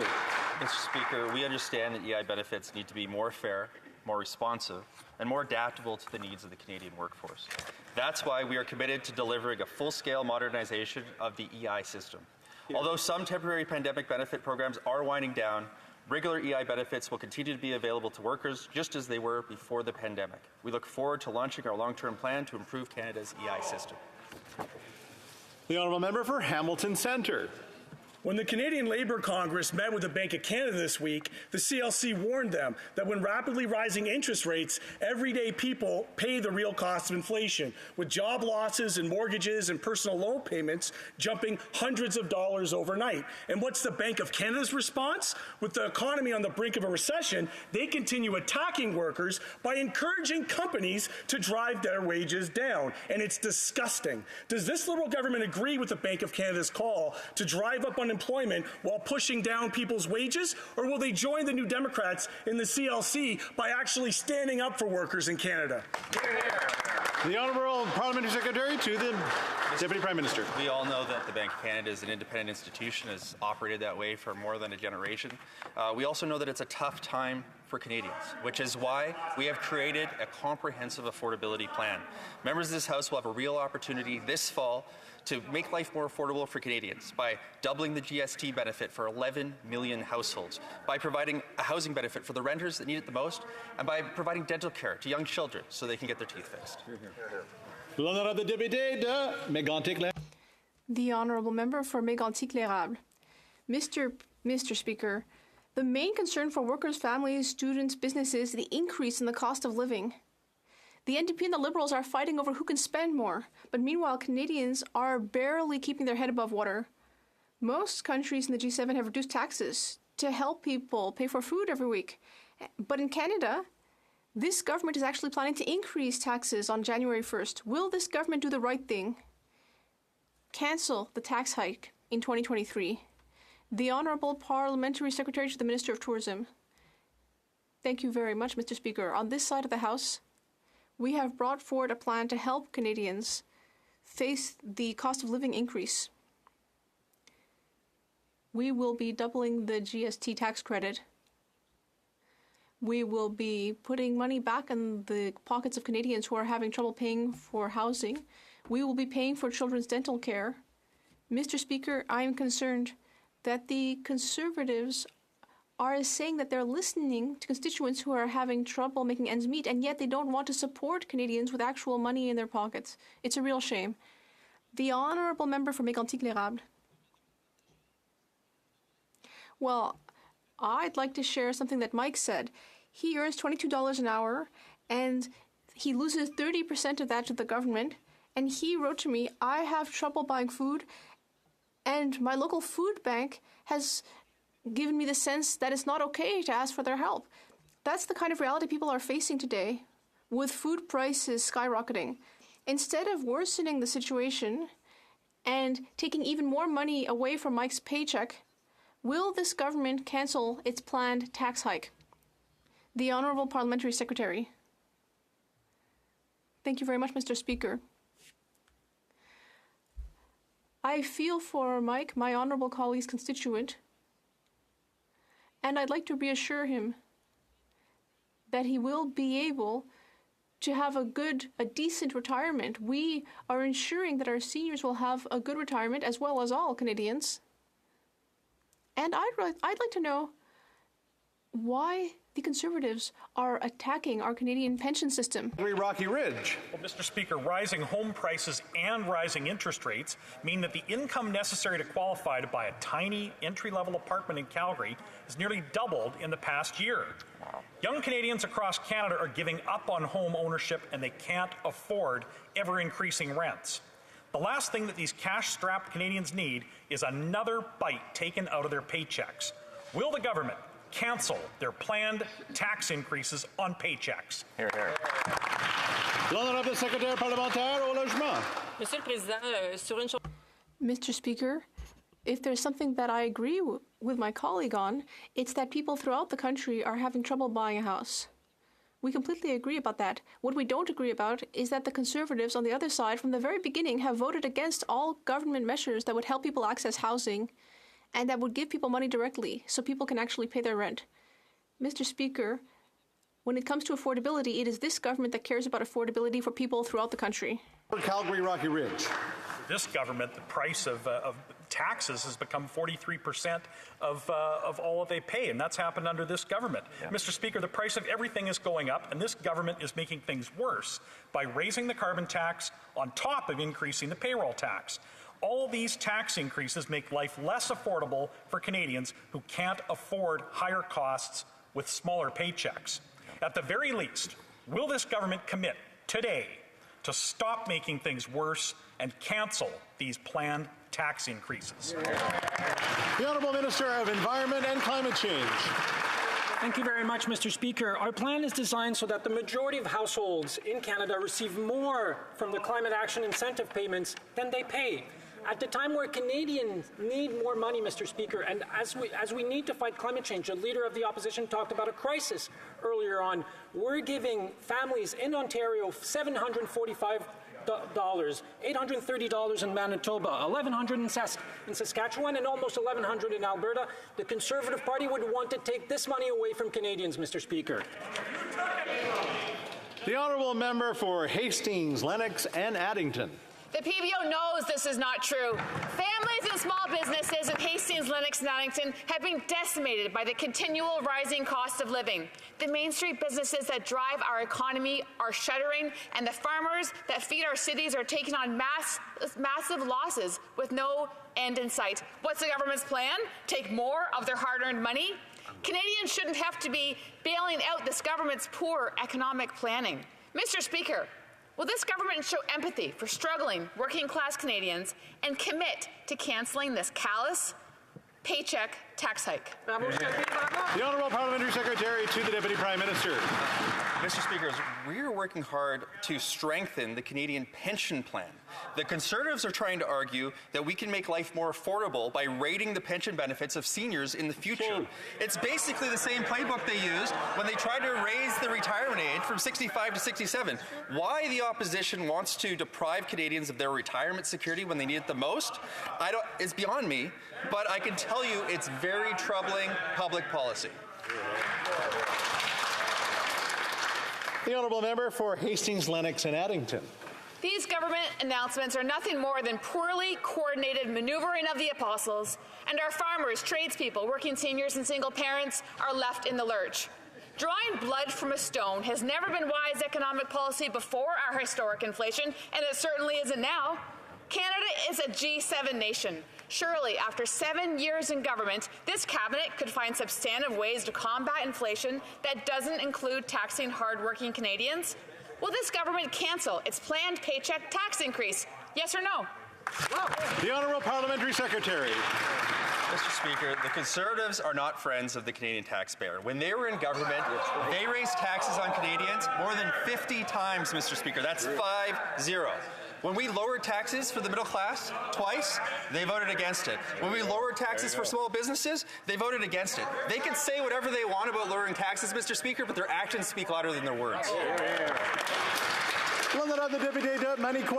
The Honourable Member for Manicouagan. Mr. Speaker, less than 2 days left. On Sunday, the temporary EI measures will end. If the federal government doesn't do something, we'll be back in the black hole on Sunday. Back into a nightmare for seasonal workers throughout the country, but especially in Eastern Quebec. In less than 2 days, we're going to be back to an EI system where 60% of workers will not be able to access it, even if they've paid in all their lives. Mr. Speaker, we need in-depth reform, but now we have less than 2 days to take action. Will this government extend the temporary measures? Mr. Speaker, we understand that EI benefits need to be more fair, more responsive, and more adaptable to the needs of Canada's evolving workforce. And that's why we are committed to delivering a full-scale modernization of Canada's EI system. Although some temporary pandemic benefit programs are winding down, regular EI benefits will continue to be available to workers just as they were before the pandemic. We look forward to launching our long-term plan to improve Canada's EI system. Thank you, Mr. Speaker. The Honourable Member. Mr. Speaker, clearly the federal government just doesn't understand. By raising the eligibility threshold from 420 hours to 700, it's going to plunge entire families into a precarious situation. It just doesn't understand the sacrifices they're going to have to make. Seasonal workers will not be getting benefits at a time of year when there's no work for them, which means they'll be pushed out of the industry, and even, in many cases, they'll have to leave their regions. Entire families will be pushed into poverty. Our seasonal industries, which are already suffering a labor shortage, will be sabotaged, and this policy is encouraging the decline of the regions. When will the government finally understand? Thank you, Mr. Speaker, and I appreciate the question from my honourable colleague. We have been there for workers throughout the pandemic. We will continue to be there for workers. And although some temporary pandemic benefit programs are winding down, as I mentioned, regular EI benefits will continue to be available to workers. We look forward to launching our long-term plan to improve Canada's EI system long-term. Thank you, Mr. Speaker. The honourable member for Caribou Prince George. Mr. Speaker, the cost of this government continues to drive up the cost of living for my constituents. Canadians living in rural, remote communities already are disproportionately impacted for higher gas prices, higher food prices. Now this government is hitting them once again with a tax increase on their paycheck.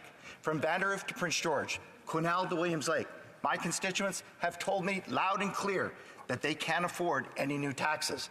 Will this Liberal government show some compassion, listen to our new Conservative leader, and cancel their planned tax increase on Canadians' paychecks? The Honourable Parliamentary Secretary to the Deputy Prime Minister. Speaker, this summer we presented a comprehensive plan to make life more affordable for Canadians.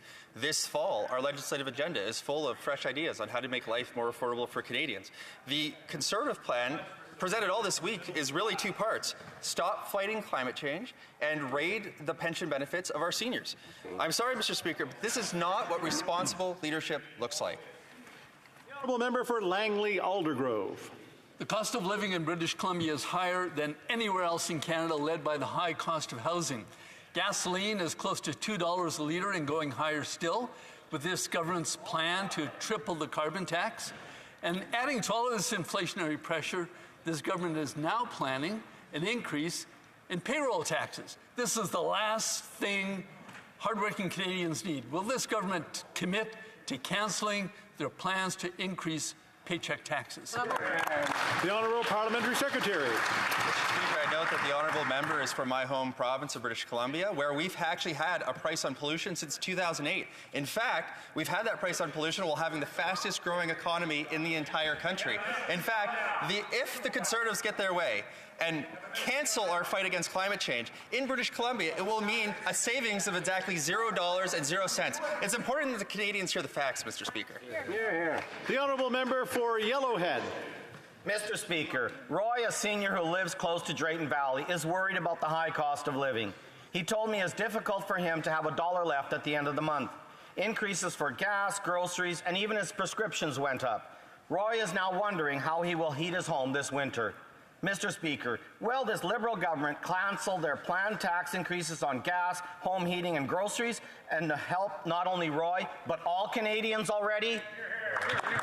The Honourable Minister of Seniors. Mr. Speaker, we recognize the challenges that seniors are facing, and our government has been there for them. And now to help seniors who are struggling, Mr. Speaker, we're doubling the GST tax credit. That means seniors will receive $700 back in their pockets. Nearly 2 million low-income renters who are struggling with their rent, Mr. Speaker, will receive $500. We also increased the old age security for seniors age 75 by 10%. Mr. Speaker, for seniors, for a full pensioner, that means $800 in their pocket. Mr. Speaker, while the Conservatives oppose every affordability measure, we will remain focused on delivering for seniors. Thank you.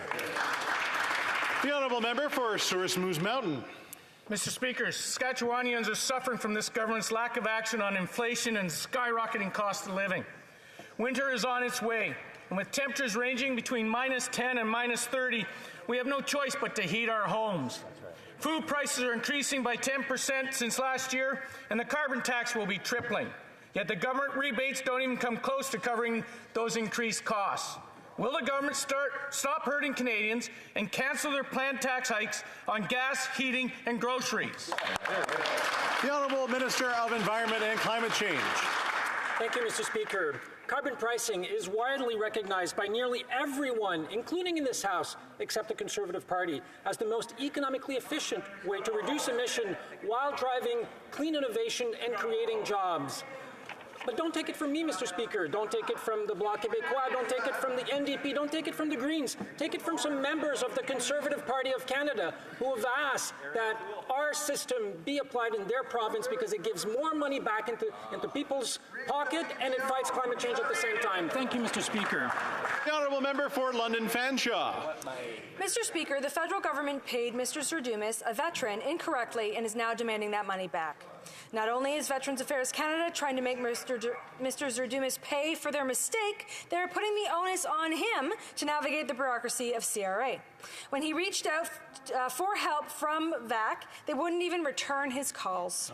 Will the minister apologize and take steps to ensure that this never happens again? Hear, hear.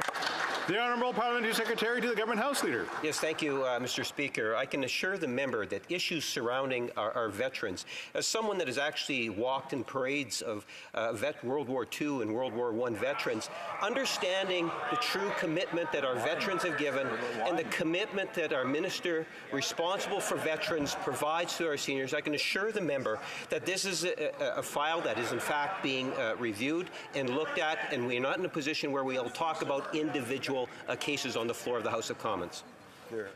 The Honourable Member for Nunavut. It is clear Nunavut communities are the last priority for this federal government, as they tell me they struggle to access Service Canada. When Nunavut attempt to call Service Canada, they are expected to wait, speak with a different language, or have their phone call dropped. It is unacceptable that 22 of my communities have to fly out to access a Service Canada office. When will this federal government finally ensure Nunavut communities have any access to basic services they deserve? Hear, hear. The Honourable Parliamentary Secretary. Thank you, Mr. Speaker, and I want to thank the member for her continued advocacy for the territory of Nunavut. Mr. Speaker, just this summer, myself and the minister have taken a deep look into the territories and understanding the needs of rural and remote communities when it comes to Service Canada. We know that there is much work to be done in making sure that we meet Canadians where they are every single day. That's why pilot programs like the Reaching All Canadians project is doing exactly that, to meet Canadians and their needs, to make sure they get the services and benefits they deserve. Thank you, Mr. Speaker. The Honourable Member for Don Valley North. Thank you very much, Mr. Speaker. With the world reopening after the pandemic, we've seen more people are traveling to Canada to visit, to work, to study, and some are starting their new lives here. We know immigration is critically important to Canada's economic recovery and future prosperity. In my riding of Don Valley North, there are newcomers contributing so much to our local economy and local community. Could the Parliamentary Secretary to the Minister of Immigration, Refugees, and Citizenship update this House? What is the government doing to welcome more visitors to Canada? The Honourable Parliamentary Secretary. Thank you. I want to say thank you to the member from Don Valley North for the question. And Mr. Speaker, we are making every effort to reduce wait times and return to service standards. We've hired 600 staff this year, but we know that more needs to be done. And that's why we're adding 650 more staff. We're making progress. We've processed 394,000 work permits between January and August of this year, more than doubling the number processed the same period last year. Mr. Speaker, modernizing our immigration system is more than about putting things online. It's about putting the people at the heart of everything we do. The Honourable Leader of the Official Opposition. We're happy that the government has backed down from requiring people to use the disastrous ArriveCAN app or follow the unscientific vaccine mandates just across the border. But the inconsistency remains. The government now admits that it is safe for an unvaccinated person to get on an airplane, to work in a government office, but unsafe for that same person to serve in the Canadian Armed Forces. This is obviously unscientific and contradictory. Will the government follow scientific consistency and give our brave men and women their jobs back? L'Honorable Ministre. Thank you, Mr. Speaker. I'm glad to hear the members speak about science. 200,000, Mr. Speaker. That's a number of deaths of people who unnecessarily died in the United States because of the relatively lower vaccination rate that they had compared to Canada. 200,000 people died unnecessarily in the US. That's an outcome which we didn't see in Canada, which we can be very proud of. Thank you. The honourable member for Niagara Falls. Mr. Speaker, because of this government's actions, the workers in my riding have been left suffering with an affordability crisis. If 3 years of COVID were not bad enough, Liberal policies have only added to their pain. From the disastrous ArriveCan app driving down tourism visits to new taxes and higher spending, driving up inflation. The hardworking residents of Niagara are now earning less when they deserve so much more. When will this government finally realize the error of its ways and end their planned tax increases on Canadians' hard-earned paychecks? The Honourable Parliamentary Secretary to the Deputy Prime Minister. Mr. Speaker, on this side of the House, we continue to be incredibly focused on making life more affordable for Canadians and really building an economy that works for everyone. That's why we introduced the Canada Child Benefit. We stopped sending checks to millionaires like the Conservatives had proposed for so long, and we gave it to the families that needed it the most. We've increased support for OAS and GIS, and combined, these measures have helped lift hundreds of thousands of children and seniors out of poverty. That's good public policy, Mr. Speaker. Right. That's right. The honourable member for Calgary Shepherd. Recently, I learned about the struggles of three brothers trying to earn a living in Calgary. Everything is going up. Food, gasoline, the very basics of living. Now their landlord has told them that next month he needs to raise the rent from $1,900 to $2,600 just to keep up with the interest rate hikes. So when will the government give these three brothers a chance and cancel these planned tax increases on gas, home heating, and groceries so they can make ends meet? The Honourable Parliamentary Secretary to the Deputy Prime Minister. Mr. Speaker, as I've said often today, our government is focused on making life more affordable. I have plenty of measures that we've taken on to do just that. We've implemented an early learning and childcare program. By the end of this year, Mr. Speaker, families are going to see a 50% reduction in their childcare costs, and it's going to go to $10 a day by 2025. We're providing more money for 8 out of 10 Canadian families through the Climate Action Incentive, and we've lowered taxes in the middle class twice by raising taxes on the wealthiest 1%. We're going to keep making sure that life is more affordable for Canadians, Mr. Speaker. The honourable member for Leeds, Grenville, Thousand Islands, Rideau Lakes. This made-in-Canada liberal inflationary crisis that is crushing Canadians is costing the average Canadian family more than $1,200 per year more in groceries than they paid last year. Food inflation at nearly 11% is higher than it has been in more than my entire life. Canadians are struggling. And what's the response that we're hearing from these Liberals? They're going to raise taxes on their paychecks, and they're going to raise taxes on their ability to heat their homes in one of the world's harshest climates. Will these Liberals finally give Canadians a break and cut their planned tax hikes? The Honourable Parliamentary Secretary. Speaker, I've outlined a number of measures that our government has taken on to make life more affordable. I think the member knows that inflation is a global phenomenon, and while it's 7% in Canada, it is higher at 8.3% in America. It's 9.1% in the euro area. But one thing that we know for certain is that you cannot fight inflation by investing in speculative assets. For any Canadian who took the Leader of the Opposition's advice and lost their life savings, we are very sorry. It is not responsible policy. Hear, hear. L'honorable député de Beauport-Limoilou. Mr. Speaker, strange but true, the Phoenix fiasco continues. For 2 years, 60,000 more workers have had payroll problems. The fiasco's not over, but one thing that is over, the program to compensate victims, which ended in 2020. Not only is Ottawa not paying its employees correctly, it's no longer compensating them for its mistakes. Mr. Speaker, the Phoenix fiasco must end. But since it's still going on, will the minister at least compensate all the victims who have been added to that list since 2020? The Honourable Parliamentary Secretary. Mr. Speaker, we all understand that Canada's public servants deserve to be paid correctly and on time.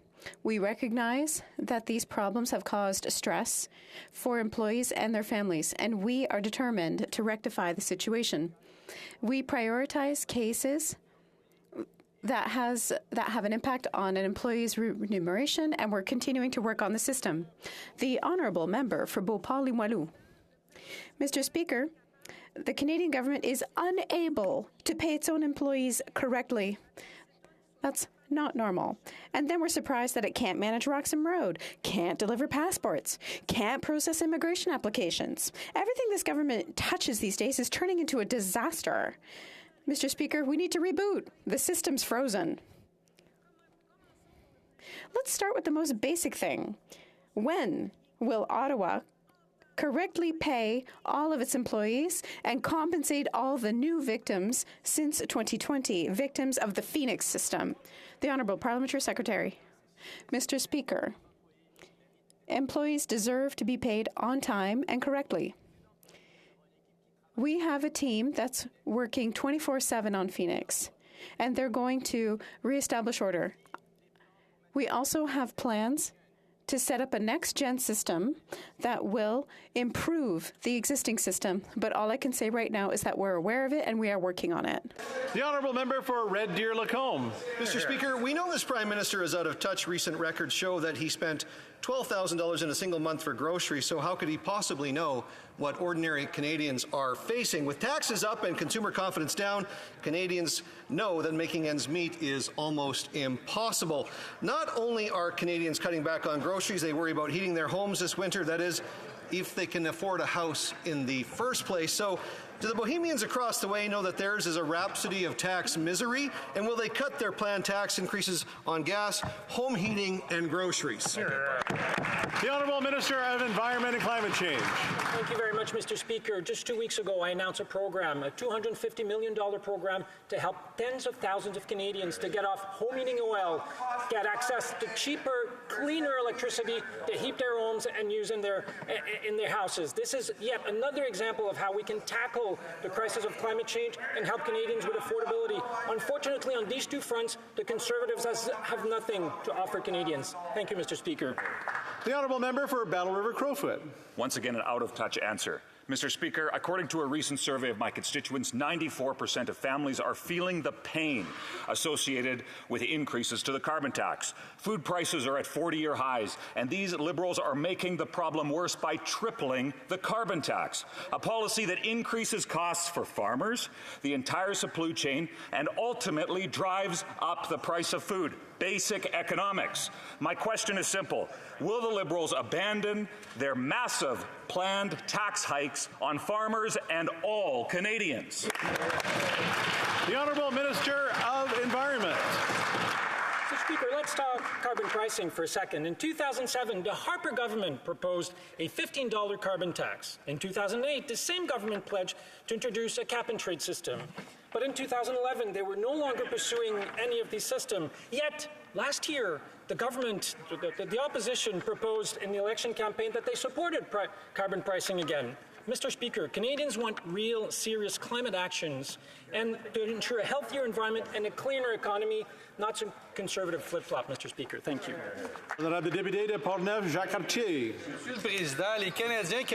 Mr. Speaker, Canadians are affected by inflation every single day.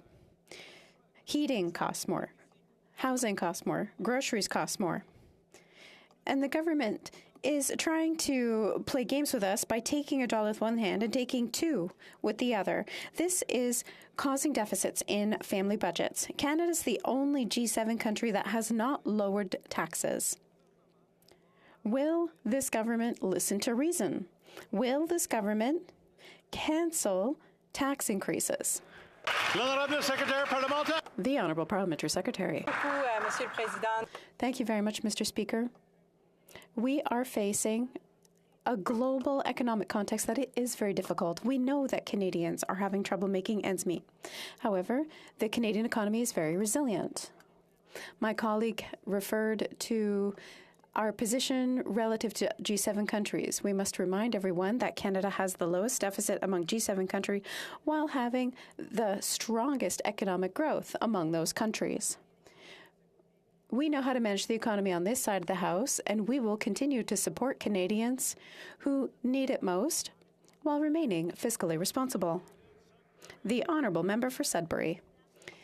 Mr. Speaker, today, all throughout Canada and the world, young people are in the streets demanding climate justice. The leaders of tomorrow are clearly expressing their hopes for the future. A future in which we all take responsibility for the damage to our natural world and the climate costs we're imposing on future generations. Can the minister tell us what this government is doing about climate change? The Honourable Minister of the Environment and Climate Change. Thank you, Mr. Speaker. I'd like to thank the member for Sudbury for the question. In my younger life, I would have been at the front of today's climate protest carrying a banner or a bullhorn. My heart is with all of these protesters. Today, I can tell this House that my department and this government are fully and equally committed to taking action on all fronts. $100 million, over 100 measures for electrifying and conservation in partnership with Indigenous peoples. Unlike what the Conservatives would like us to believe, we are acting on climate change, and we will do so to support every young Canadian. Ms. Nippy, Churchill River. Speaker, are you surprised that the cost of living in northern Saskatchewan is skyrocketing? Record high gas prices and an ever-increasing carbon tax have led to unprecedented freight costs. Everything, and I mean everything, costs more under this coalition government. In some communities, 4 liters of milk, nearly $14. A dozen eggs, $9. And a kilogram of apples, $12. Speaker, the people in northern communities cannot afford more taxes. Will the government cancel today their planned increases on Northerners' gas, groceries, and heating fuel? The Honourable Parliamentary Secretary to the Deputy. We appreciate that the cost of living has become an issue for many Canadians, especially in the north of our country. But yesterday, we learned that the newly appointed Deputy Leader of the Conservatives, the member for Thornhill, is going to support GST tax relief for 11 million Canadian households. Well done, well done. It's another day, another Conservative that supports our plan to make life more affordable. Well done. Perhaps since the member for Leeds, Granville, Thousand Islands, and Rideau Lakes may support the bill, they can get together and convince the Conservative leader to support the bill as well. Good idea. Honourable Member for Dauphin, Swan River, Nipawin. Mr. Speaker, the Prime Minister's ineffective carbon tax is increasing the cost of everything. Canadians are paying more to drive to work, to feed their family, and to heat their homes. But this Prime Minister doesn't care because he's actually planning to triple the carbon tax. Canadians shouldn't have to choose between eating and heating. So, when will this government cancel their planned tax hikes on Canadians? The Honourable Minister of Environment and Climate Change. Thank you, Mr. Speaker. Climate change and the cost of inaction is enormous. In fact, it's in the billions of dollars. And we have a practical and affordable way to lower pollution. Let's look at the fact. The revenue from pricing pollution in Canada will go back to the provinces where the money was raised. 90% of families directly and 10% to businesses, municipalities, school, hospital, and Indigenous communities to help them become more energy efficient and save money. Under our plan, 8 out of 10 families will have more money in their pockets, and all the revenue from pricing pollution will stay in the province where it came from. Thank you, Mr. Speaker. The Honourable Member for Northumberland, Peterborough South. Mr. Speaker, this government's tax and spend policies have created an affordability crisis in our country. According to recent inflation numbers, food is increasing by an unbelievable amount of over 10%, which will leave many Canadians deciding this winter, is it eating or is it heating this month? When will this government stop fueling inflation and start helping Canadians by reversing their planned tax increases on gas, groceries, home heating, and paychecks? The Honourable Parliamentary Secretary. We are helping Canadians by making life more affordable. We're doing that in many ways. It's why we've increased the Canada Workers Benefit, which now helps 3 million Canadians. We've reduced the retirement age from 67 to 65, putting thousands of dollars back into the pockets of our seniors. We've saved students $3,000 by getting rid of interest rates on student loans. We'll continue to build an economy that works for everyone, and I look forward to working with that member to do the same. The Honourable Member for Whitby. Russia has announced plans for sham referendums in the Ukrainian territories it has invaded. It is clear that Russia's war is only about Vladimir Putin's desire to redraw the map using force. This is also an admission of Russia's failure as Ukrainians are bravely retaking territory with the help of the aid provided by Canada and our allies. Ukrainians' territory must remain Ukraine's. Can the Parliamentary Secretary to the Minister of Foreign Affairs inform this House of the government's position on these latest Russian escalations? The Honourable Parliamentary Secretary to the Minister of Foreign Affairs. Thank you, Mr. Speaker. And I want to thank my colleague from Whitby for his question and also for his, like every member of this House, continued support and commitment to the people of Ukraine. Canada strongly condemns the sham so-called referendums that Russia has planned in the occupied regions of Ukraine. They're completely illegitimate. Canada will never recognize them, and we're urging other countries to join with us in rejecting Russia's attempts to steal Ukrainian territory through deceit, violence, and terror. Canada has always stood with Ukraine. This House has always stood with Ukraine. We will continue to do that and do it well and passionately. The Honourable Member for Courtenay Alberni. Mr. Speaker, every day 10 Canadians die by suicide and 21 more to overdose. Canada was already facing a mental health crisis. Now, with rising costs, everyday Canadians can't afford to pay out of pocket for the help they need. Waitlists for public services are months or years long. The Liberals promised to spend $4.5 billion over 5 years to expand mental health services. Yet this funding wasn't even in this year's budget. When will this government deliver on its promise to help Canadians who are struggling?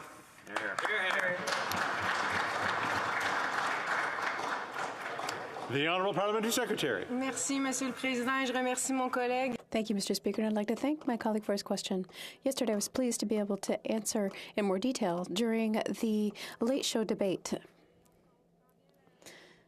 We fully understand that the current crisis is complex and it's important to act. That's why we remain committed to investing $4.5 billion over 5 years, namely through the new transfer. This is in addition to historic investments we've made up until now in mental health. The Honourable Member for Spadina Fort York. Mr. Speaker, in 2021, the Liberals campaigned on the promise to eliminate interest on Canada's student loans. Today, the government is poised to increase interest rates in April, adding an average of $600 to student loan payments.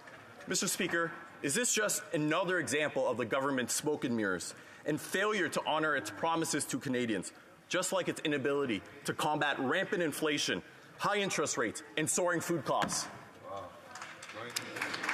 The Honourable Parliamentary Secretary. Thank you, Mr. Speaker. Young Canadians and students are the future of Canada. With Budget 2022, we are investing $26 million over 4 years to increase the amount of forgivable Canada student loans by 50% for healthcare workers in rural, remote communities. But we've had students' backs every step of the way. Through Budget 2021, we made federal student loans interest-free until March 2023. We also doubled Canada student grants and extended the Skills Boost top-up to help young Canadians afford education during the pandemic. We remain committed to permanently eliminating the federal interest on Canada student loans and Canada Apprentice loans. We will help young Canadians transition into the workforce. Thank you, Mr. Speaker. And that's all the time we have for question period today. I want to wish everyone a good weekend. And again, to remind folks, if you do know somebody from Nova Scotia, from New Brunswick, from PEI, from Newfoundland, from Labrador, to be able to Quebec, Eastern Quebec, to give them a call to find out how they're doing with the storm happening over the weekend. Daily routine of business, affaires courantes ordinaires, tabling of documents, dépôt de projet de loi. Introduction of government bills. Déclaration de ministres. Statements by ministers. Reports from interparliamentary delegations. Presenting reports from committees. Introduction of private members' bills. Mr. Blakely, seconded by Mr. Johns, moves for leave to introduce a bill entitled An Act to Amend the Income Tax Act, Economic Substance. The motion is deemed adopted. The Honourable Member for Elmwood, Transcona. Thank you very much, Mr. Speaker. At the moment, companies can put money in a Canadian-based investment corporation, then legally create a subsidiary corporation in a tax haven like the Cayman Islands, transfer their money into that corporation, and then pay tax in the other jurisdiction. Now, the official line is that this is supposed to prevent double taxation, but in fact, it prevents taxation altogether because these tax havens have an effective tax rate of 0%. Then that money can be brought back into Canada without the company ever having paid any tax at all. Canada is losing in the neighborhood of $25 billion of legitimate tax revenue every year that could be used to fund public service. It's part of a culture of avarice that includes the low capital gains exemption, a corporate tax rate that's been slashed in half. It's something that calls for action. This bill would require those shell companies to actually have some real economic substance, to have offices to employ real people, instead of just being a post office box in a tax haven that allows Canadian companies to avoid paying their legitimate fair share here in Canada. It's why I'm proud to be presenting this legislation today and grateful to the member for Courtney Alberni for having seconded it. Thank you very much, Mr. Speaker. Mr. Blakely, seconded by Mr. Johns, moves that the bill be now read a first time and be printed. This motion is deemed adopted. When shall this bill be read a second time? At the next sitting of the House. Première lecture. First reading of Senate public bills. Du Sénat. Monsieur Lametti, appuyé par... Mr. Lametti moves that Bill S4, an act to amend the criminal code and to make consequential amendments to another act, interim release and domestic violence recognizance orders, be now read a first time. This motion is deemed adopted. When shall the bill be read a second time? At the next sitting of the House. Motions. Presenting petitions. The Honourable Member for Courtney Alberni. Speaker, it's a huge honor and privilege to rise to deliver this petition signed by constituents from Courtney and Parksville and Port Alberni and Qualicum Beach in my riding. They cite that farmers markets are a key tool for COVID-19 recovery as small business incubators, domestic system and food security builders, and local economy community builders. And farmer market coupon programs are a key support for new market development and support for existing markets and their provincial associations. Farmers market nutrition programs help create food security and resiliency by giving vulnerable people access to healthy, locally grown foods, and dietary education while positively impacting the physical and mental health of participants by increasing the amount and diversity of fruits and vegetables they consume. So they're calling, Mr. Speaker, on the Government of Canada to initiate a national matching program for all provincial farmers market nutrition coupon programs across Canada that would match provinces who already contribute to their farmers market nutrition coupon programs and encourage provinces that don't have one to implement one by offering such a program. Thank you. Presenting petitions, présentation pétition, the Honourable Member for Saanich Gulf Islands. Monsieur le Président, c'est un honneur. Mr. Speaker, it's an honor to take the floor today to present a petition to the House of Commons. It's a petition signed by residents of my riding and others about the climate crisis.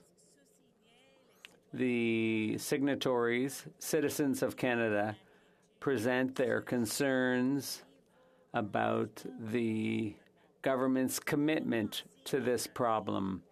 Our government signed the Paris Agreement, but it's clear that we haven't actually and currently made the commitments to reach the Paris targets, particularly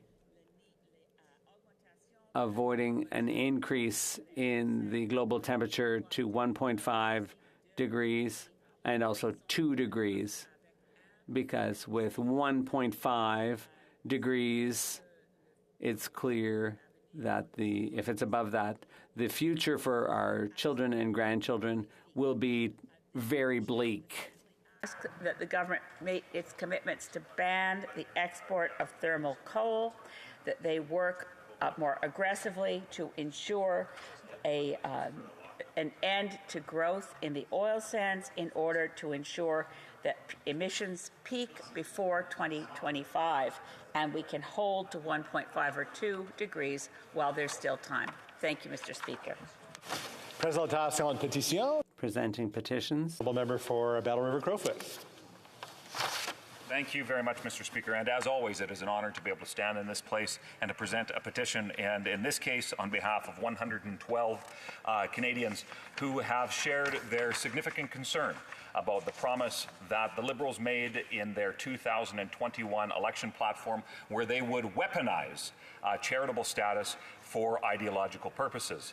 Mr. Speaker, these citizens therefore call upon the House of Commons to, 1, protect and preserve the application of charitable status rules on a politically and ideologically neutral basis, without discrimination on the basis of political or religious values, and without the imposition of another, quote, values test, unquote, and 2, affirm the right of Canadians of freedom of expression. Like I said, Mr. Speaker, it is an honor to be able to table this petition in the People's House of Commons here today. Presenting petitions, présentation de pétition. Very good. Move on to questions on the order paper. The Honourable Parliamentary Secretary to the Government House Leader. Thank you, Mr. Speaker. I'd ask that all questions be allowed to stand at this time. I'll stand. Orders of the day. Government orders, government bills, commons. Second reading of Bill C-30, the Cost of Living Relief Act number 1.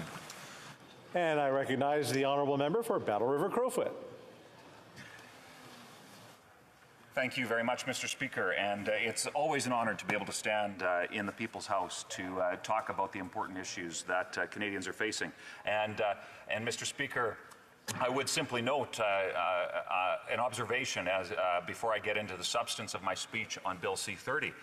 But as I was reading through both the orders of the day and having to get used to things like with this bill being introduced in the King's name, certainly something that I know will take some time to get used to after acknowledging earlier this week certainly Her Majesty's incredible 70 years rule on the throne, and now as King Charles takes the helm as monarch and king of Canada. Mr. Speaker, it has certainly been interesting to observe the governing Liberals this week. They have seemingly participated in a massive pivot, change of direction, a change of course, however it would be defined, but have finally taken the advice or heeded the warnings, I suppose, of the new Leader of the Opposition. The Leader of the Opposition, both prior to and pretty consistently since I certainly got to know him when first being elected in 2019, has talked a lot about the economy, the impacts of government policy on the economy, and ultimately how that affects Canadians. And certainly over the last 8 or 9 months that the Leader of the Opposition was running to be Leader of the Conservative Party, he talked a lot with Canadians about how economic policy has a direct impact in their lives. And all of a sudden, once the Leader of the Opposition was elected Leader of the Conservative Party, the Liberals decided that they needed to do something about it.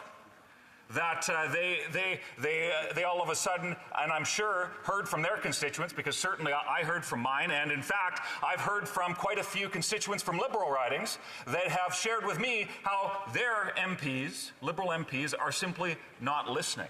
And Mr. Speaker, it's interesting how now all of a sudden they, being the Liberal Party and this Prime Minister, who has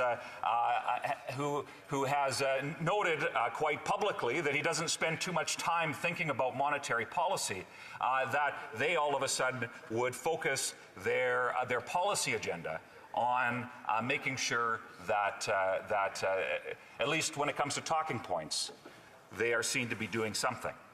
Now, I would note, Mr. Speaker, that I will be splitting my time with my honourable friend and colleague from the constituency of South Shore and St. Margaret's. So, Mr. Speaker, let's build a foundation of the current circumstances we face. The average Canadian family is facing the devastating consequences of inflation. I recently sent out a householder survey, and I referenced this in question period earlier, and it asked a number of questions. And one was on the carbon tax. of those who responded, 94% of constituents are facing challenges related to the costs of increased costs related to the carbon tax. And further, Mr. Speaker, 96% of respondents are facing challenges and struggles. And on my householder surveys, I always give an opportunity for constituents to share stories, to leave comments, and to give me feedback as their representative. And those 96% that said inflation, the cost and increases associated with the cost of living, are having negative impacts on their life. And Mr. Speaker, it was heartbreaking to hear the stories of people having to choose between heating their homes and purchasing groceries, families having to change their grocery buying habits, the amount of food bank usage that has increased dramatically. And Mr. Speaker, this is at a time when and I represent a area of the country, thankfully, that has two, what I call my legacy industries, very, very proud of them both. One is agriculture and one is energy.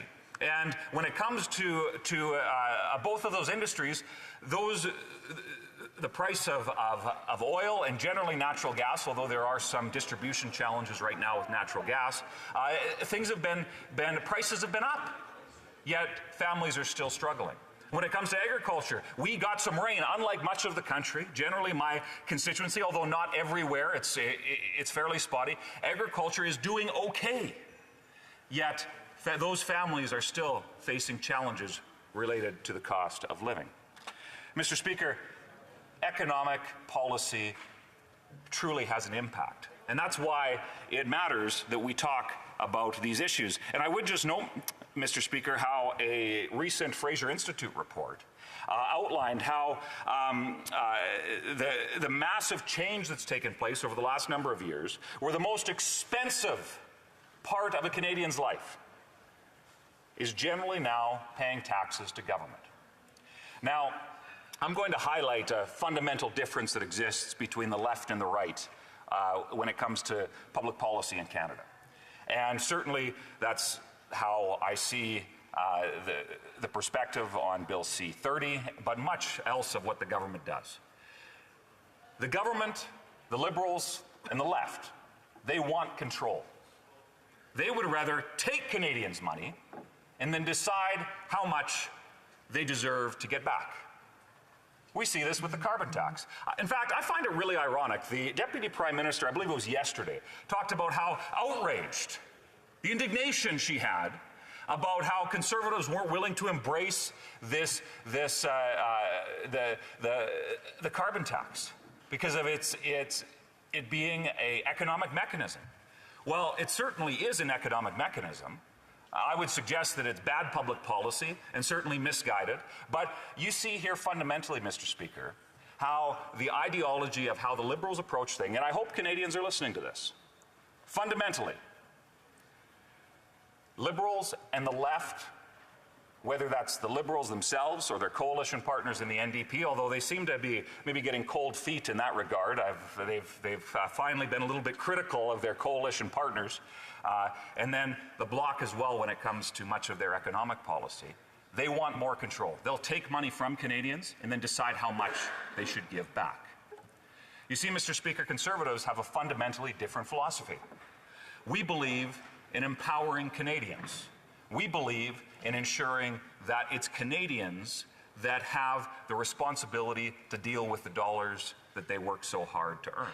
Now, before the Liberals jump up and say somehow that we're heartless and whatnot, Conservatives believe that we need a strong social safety net, believe in an efficient, compassionate social safety net. But that fundamental difference defines much of the debate that we're having. The fact that the Liberals will more or less, and although a little bit of a strong word, they will bribe Canadians with their own money and claim it as a solution to the challenges associated with the rise in costs. Well, Mr. Speaker, fundamentally, that is a short-term solution that economists generally agree will actually exacerbate the challenge. But it's also not going to help in the long term. Conservatives this past week made it very, very clear we're happy to work with the government, but we have some guidelines that we've certainly heard. I've heard from constituents, and I know my colleagues from across the country have as well, that we have to put a hard line on stop, Mr. Speaker, the massive increases in taxes, the eating away of of Canadians' paychecks. These economic principles and philosophies matter. So, Mr. Speaker, while C30 does give some relief and will give some relief to Canadians that are facing the challenges associated with inflation, it is temporary, and it is a continuation of a trend of damaging economic policies that ultimately are making our economy weaker and is causing Canadians great, great pain. Mr. Speaker, action needs to be taken.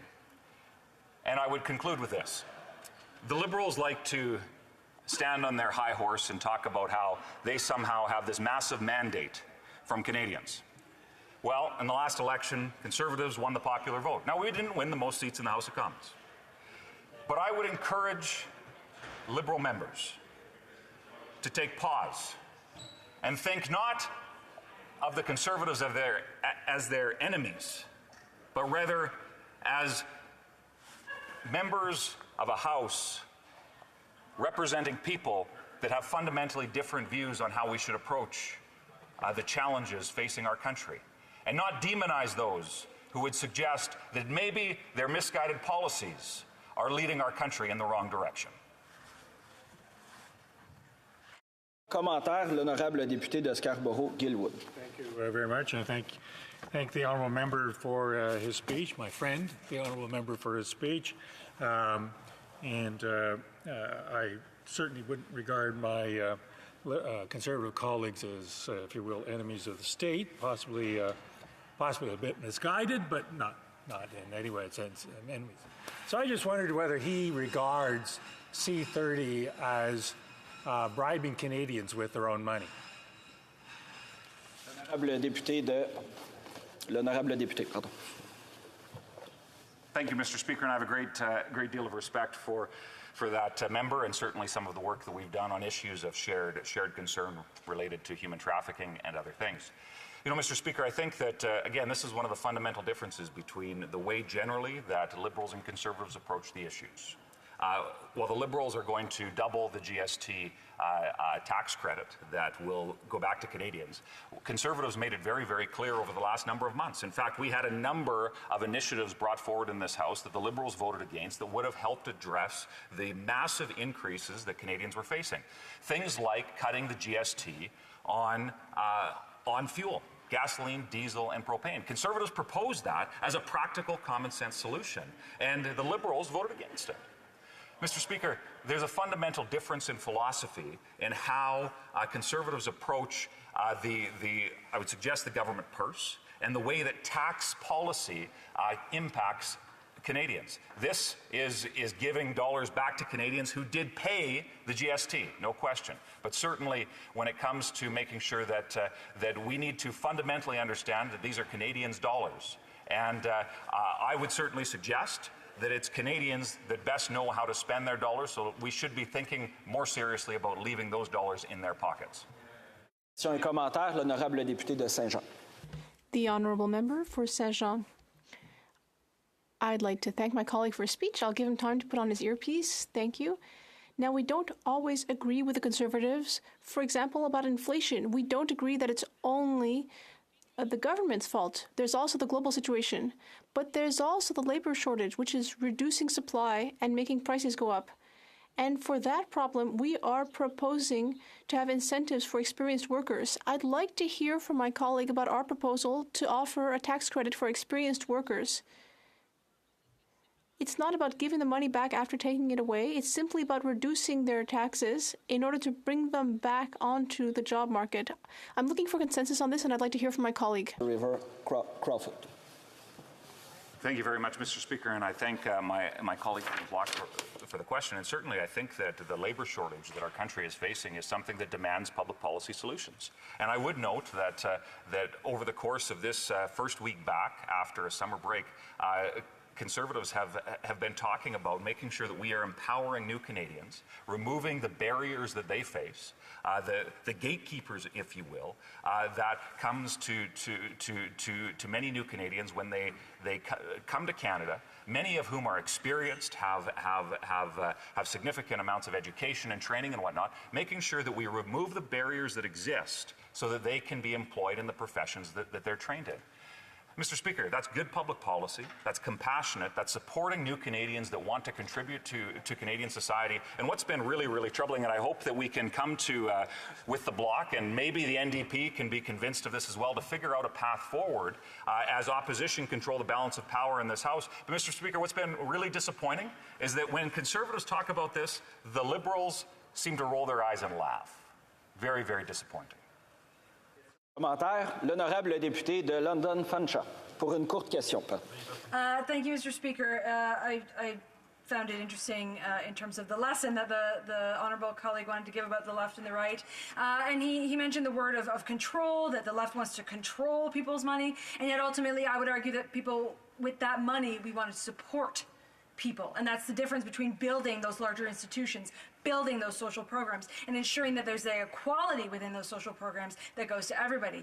Ultimately, within the corporate, like these tax cuts that they're talking about, that goes to a very specific group of people. And so in terms of that corporate greed, and not sharing that money for it to go into offshore accounts, to go into their own pockets, how does he expect a government to govern and provide those social programs if you don't have a fair tax policy?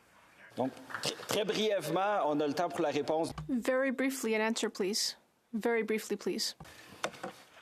Thank you very much, Mr. Speaker. And certainly to respond to the question from the member from the NDP, the best way to make sure that we have strong social programs is a prosperous economy, because when Canadians prosper, they are able to pay the taxes. When businesses prosper, they're able to pay taxes. When ultimately our nation prospers, that's the best way to ensure that we have a strong social safety net to absolutely protect those who need supports. But I find it so unfortunate that the policies of the NDP specifically were devastating in my province of Alberta, and certainly we're seeing the devastation that left-leaning policies are having on the economy in our nation. That needs to change. Reprise du débat, l'honorable député de South Shore St. Margaret's. Thank you, Mr. Speaker. Thank you. Let me begin by taking this opportunity to share my concern for my constituents and all Atlantic Canadians who are preparing for Hurricane Fiona's landfall this weekend. Reports are suggesting that Hurricane Fiona could be Canada's strongest ever storm, and the peak winds and rain may arrive early Saturday morning at high tide. The arrival of this generational storm at high tide poses a strong risk for coastal communities throughout my riding and the province. I encourage everyone to take advice of public safety officials, stay indoors, and wait out the storm.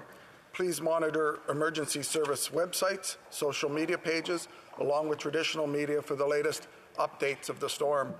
This historic storm has potential to cause massive destruction, and I am in constant contact with local, municipal, provincial, along with federal government officials to ensure all support to my constituents that my constituents may need are in place. So today I rise to speak on behalf of my community as well on Bill C-30. This bill provides a doubling of the GST rebate in the next payment cycle. Then the rebate will go back to its current levels. The one-time payment will vaporize with Liberal inflation, costing more than the benefit. This bill is one that we shouldn't even have to have a discussion on, or shouldn't even be before the House.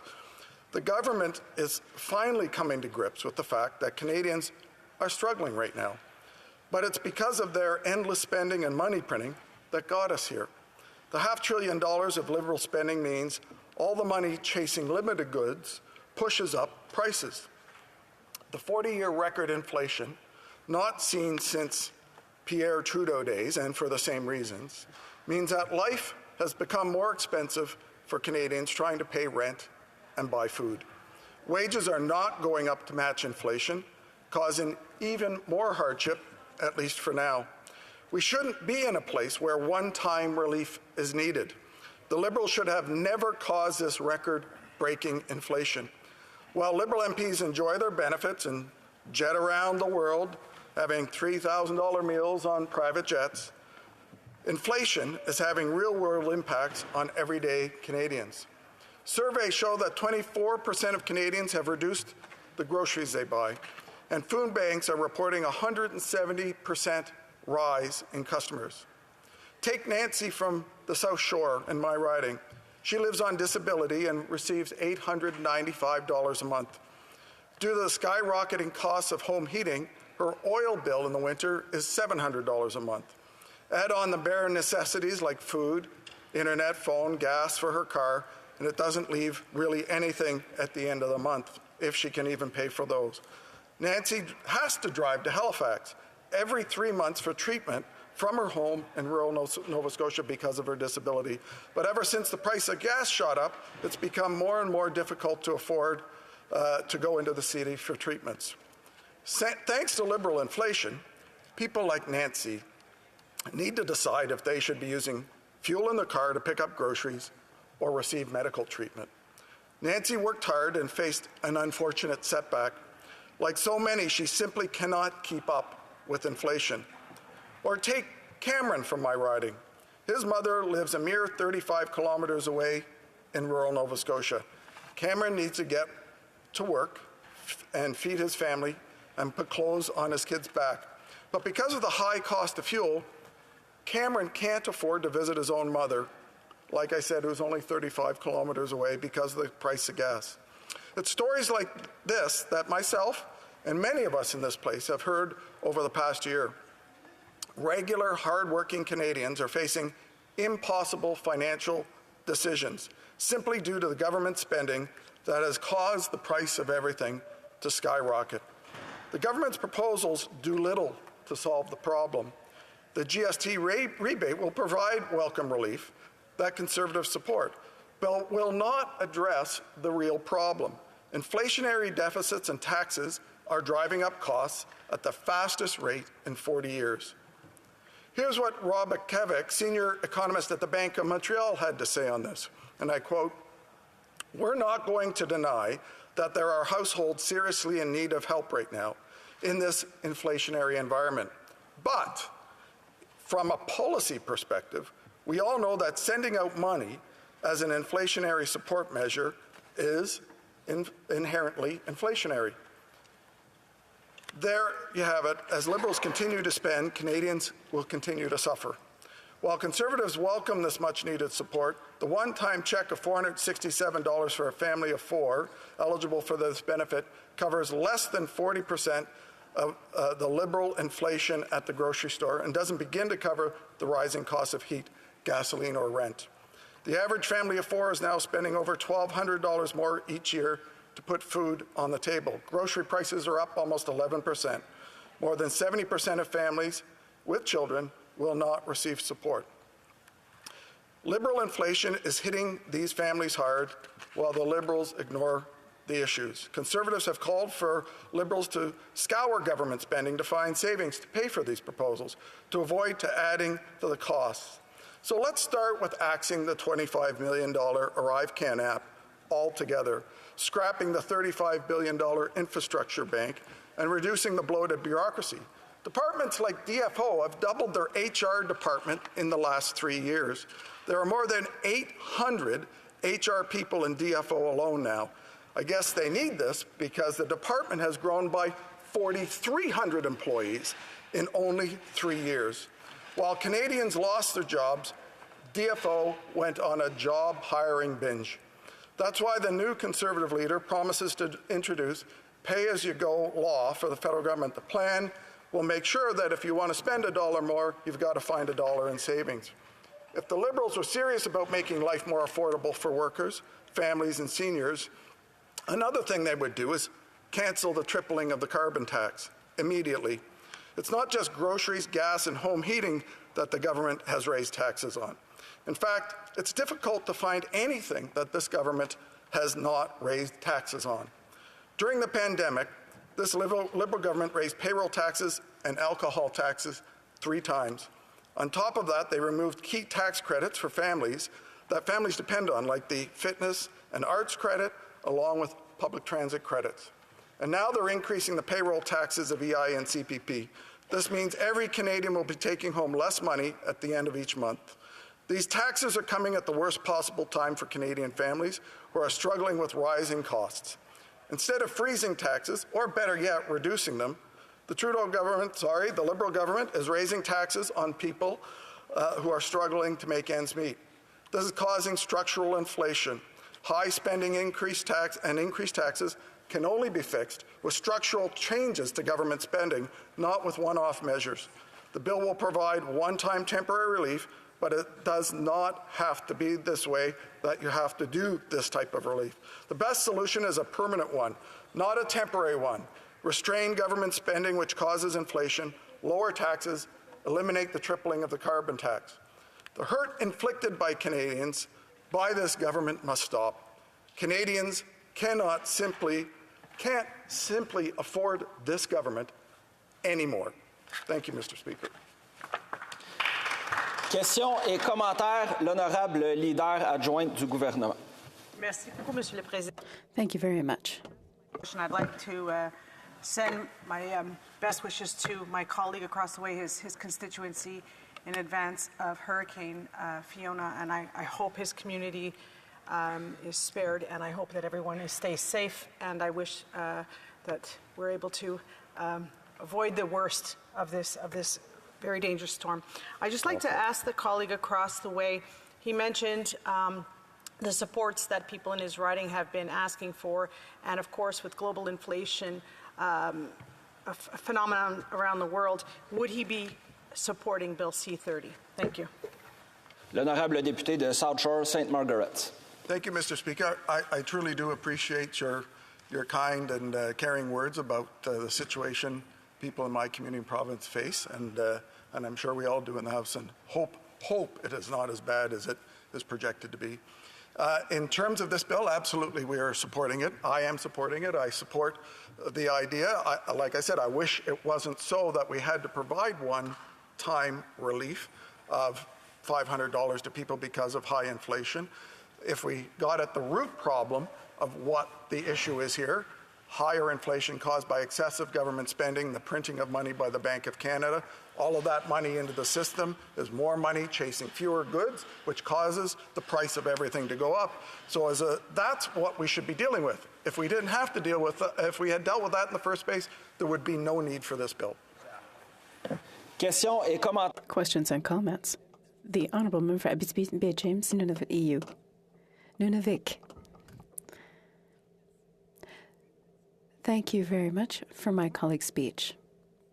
I have to say that our thoughts with those in your riding who may have to face the oncoming hurricane. My question regarding this bill is that we know that inflation is going up. It's affecting families and seniors, every citizen.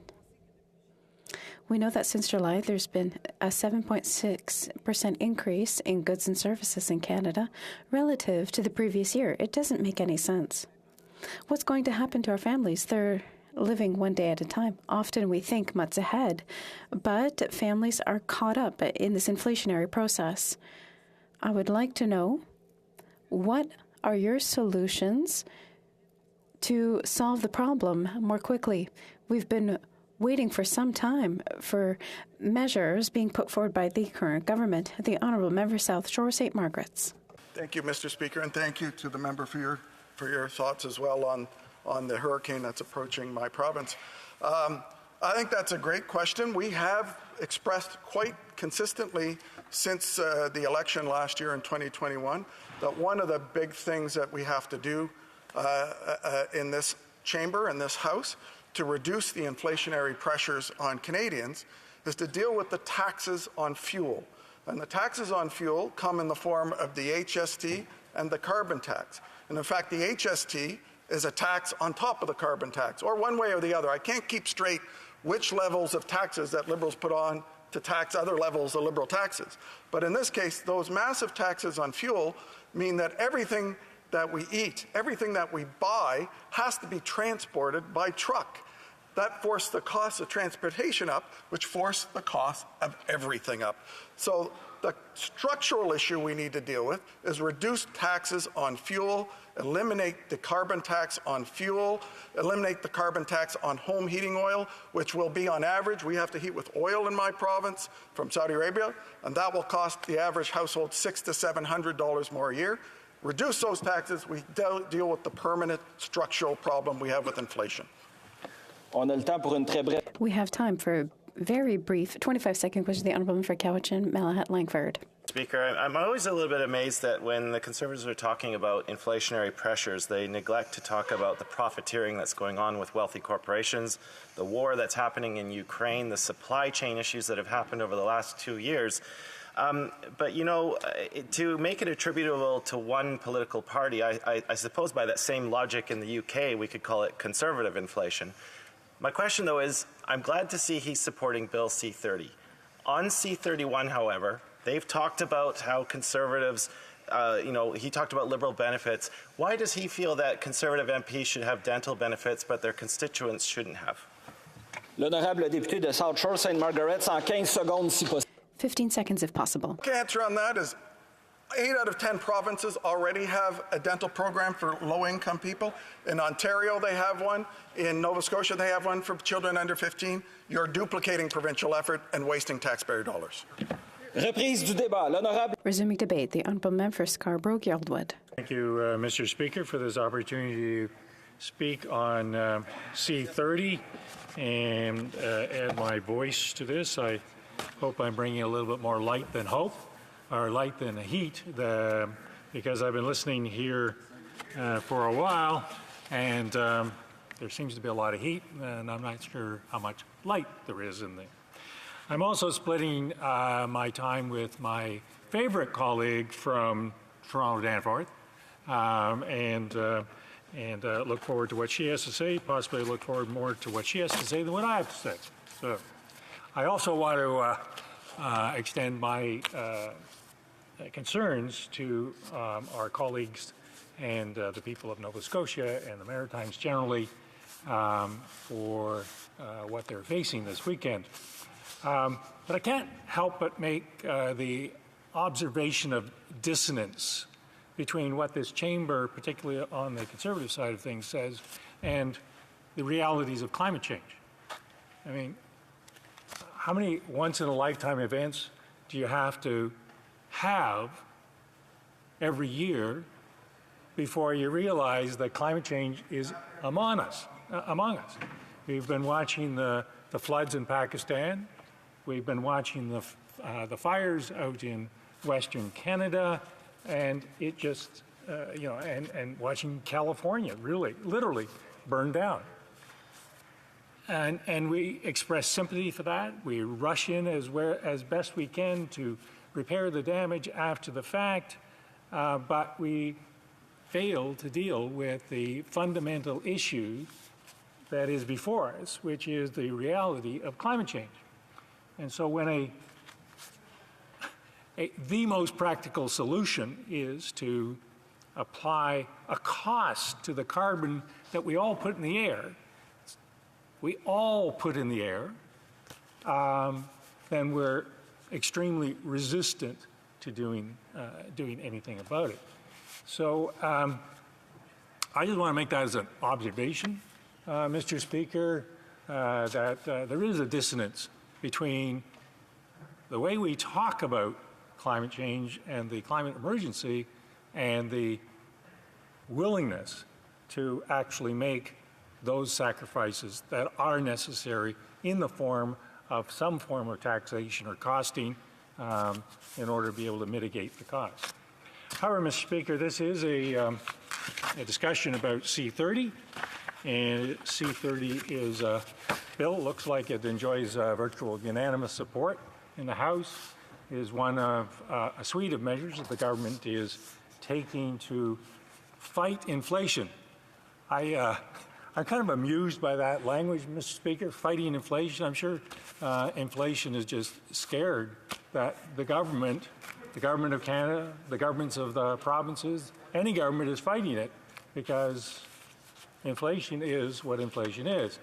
And I found, Mr. Speaker, that the members opposite are really quite elegant and eloquent in describing the problem, which is the high cost of groceries, the high cost of fuel, the high cost of rent, et cetera, and are very able to do that. I've heard it in my own writing, and I found that the answers that I give in my own writing don't resonate.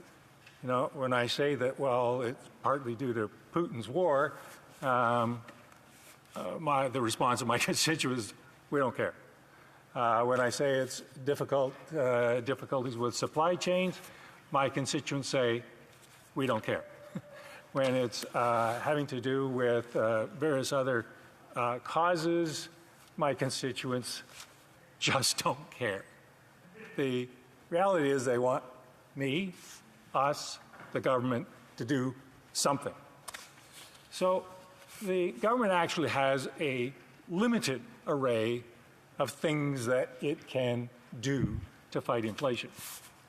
The first one, of course, is monetary policy. Now, this is generally where everyone nods off who isn't already asleep, because monetary policy is possibly the most boring thing ever. And, Mr. Speaker, I appreciate your getting an extra coffee before I rose to speak. So monetary policy is essentially run by the Government of Canada. Years ago, the governments made a very wise decision to take monetary policy out of this chamber, out of the political vicissitudes of the day by whatever the government or the parliament of the day thought should be done with monetary policy. So that's run independently. Now, some of us can criticize the Bank of Canada, and some members of the opposition in particular seem to be very enthusiastic about criticizing the operation of the monetary policy. And I could even make the argument that they started to raise interest rates a little slowly. But I think since then, certainly have done what they can do to raise interest rates and restrict the supply of money. When you do that, however, it has consequences. And the consequences are that it slows economic activity. And when you slow economic activity, then you create unemployment. That's not a very good outcome for any of us, really. So that's the consequence of monetary policy, and you have to move it forward. Now, the previous member talked about the government of Mr. Trudeau in the 70s. And I was around in the 70s, and I remember stagflation.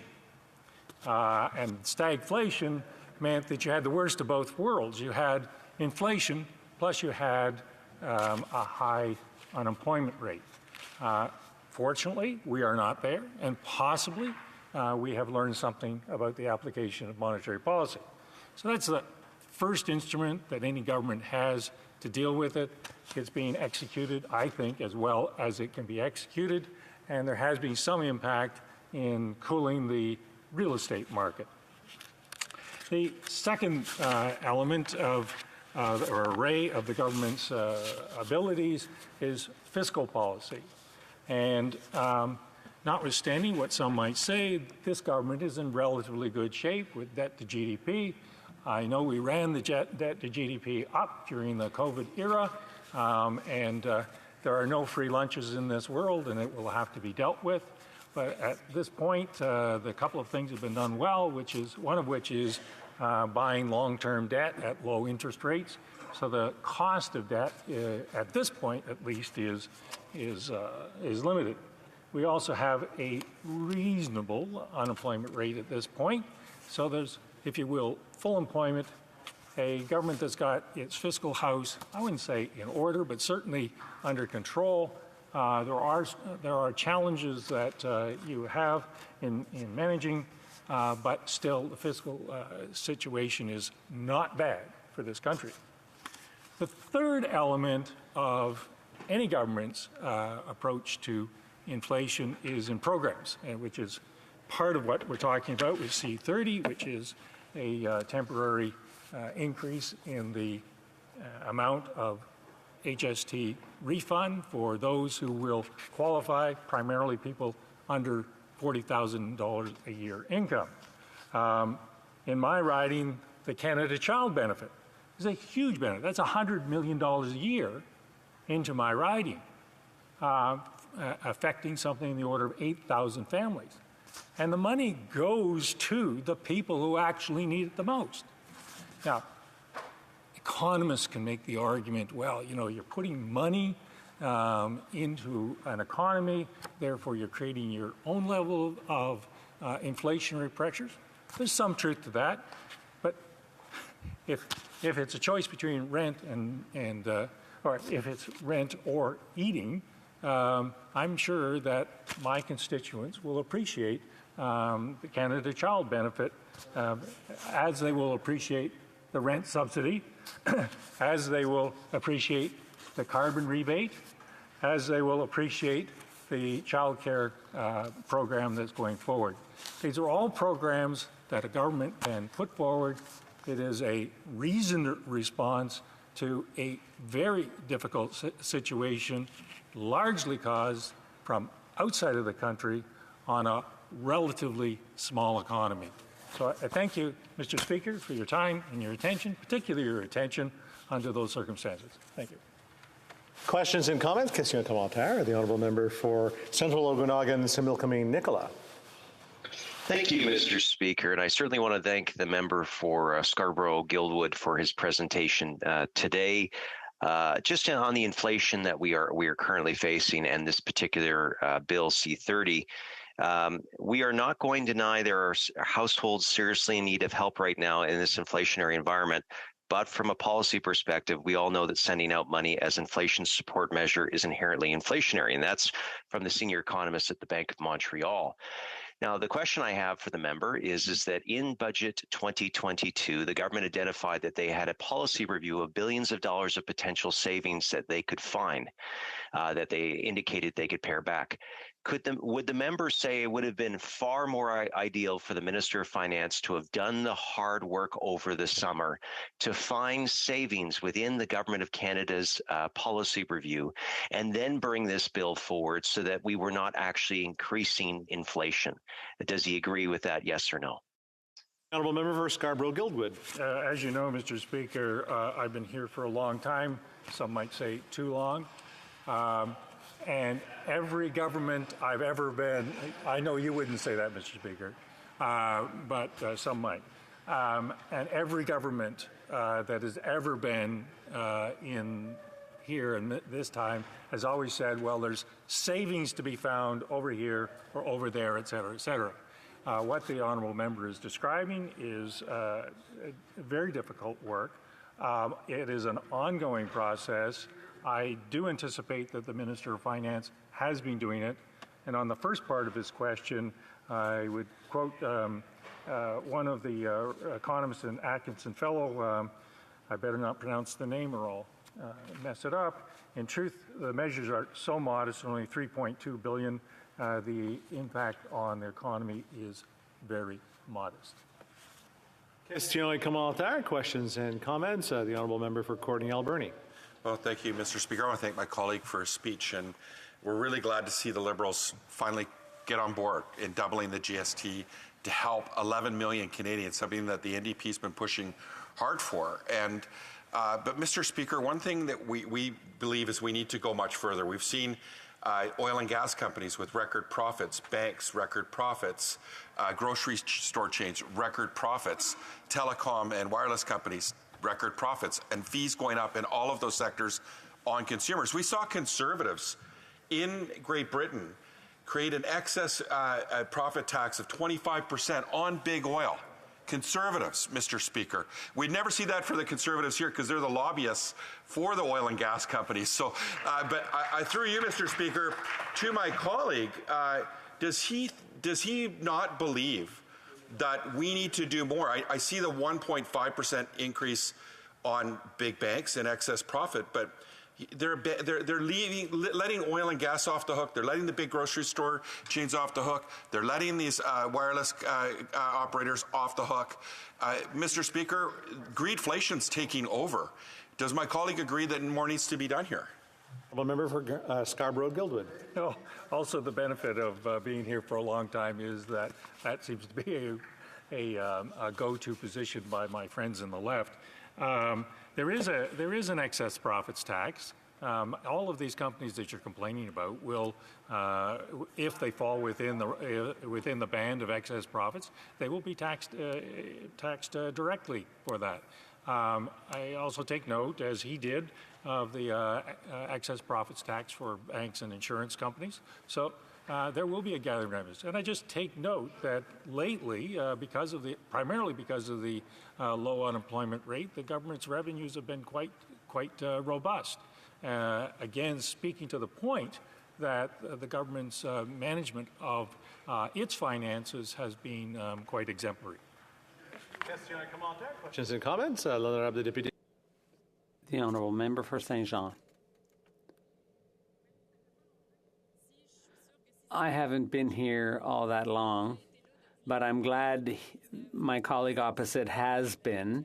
My question is about the timing of this bill. It's a pretty simple bill, not so complicated to implement, but we know since the budget in the spring, there's been inflation on the horizon. Could this bill have been tabled earlier and helped people earlier? Member for Scarborough-Guildwood, and a very short answer. Very short, yes. Thank you, Mr. Speaker. Yes, it could. Of course, it could have been tabled earlier. Whether that would have been a wise tabling, I don't really know. This is part of an array of initiatives on the part of the government of Canada to mitigate the complaints that we are all hearing. There isn't a member in this House who hasn't heard about the inflationary pressures on our constituents. So as part of an entire array, I think this is a worthy initiative. I think the fiscal policy being handled is as well as it can be handled, and maybe with a slow start on monetary policy, I still think that the Bank of Canada is moving forward on that front as well. So when taken together, I think the array of measures and initiatives on the part of the government writ large are as appropriate a response to a worldwide phenomenon on a relatively small economy, and hopefully. I hate to cut off that honourable member, but we are out of time. Reprise de débat, continuing debate. The Honourable Parliamentary Secretary to the Minister of Natural Resources and to the Minister of Environment and Climate Change. Thank you, Mr. Speaker, and I am pleased to have the opportunity today to join the debate on Bill C-30, the Cost of Living Relief Act. I have to say, Mr. Speaker, this is something that I know people in my community want to see. After a summer of being back home and having conversations with people in the community about what their needs are and what they're seeing, this is a chance to show that we are here and we're responding to what their needs are in a very, very real way. So I'm very pleased to have this opportunity to speak. Now, inflation is a global phenomenon. We've heard this, said a few times now today, and it's driven in large part by the lasting impacts of the pandemic. It's been amplified by China's COVID-0 policies. It's also been amplified by Russia's invasion of Ukraine. And, it can say all that, but I'm also going to agree with what the member right before me said from Scarborough-Guildwood. That may be what the causes are, but people want to see action, right? And this is where we get to say, we're taking that action to provide you with support. Now, inflation at the moment here, just so that we have the backdrop, is about 7%. It's less than many of our peers, like the United States, which is at 8.3%, the United Kingdom at 9.9%, and Germany at 7.9%. But it's still having a bite. right? Like, those are numbers, still having a bite. And that's why our government now has the affordability plan that is a suite of measures. It's new support here for 2022, which includes doubling the GST tax credit for 6 months. And that's just one measure that's going to be able to make life more affordable for millions of Canadians.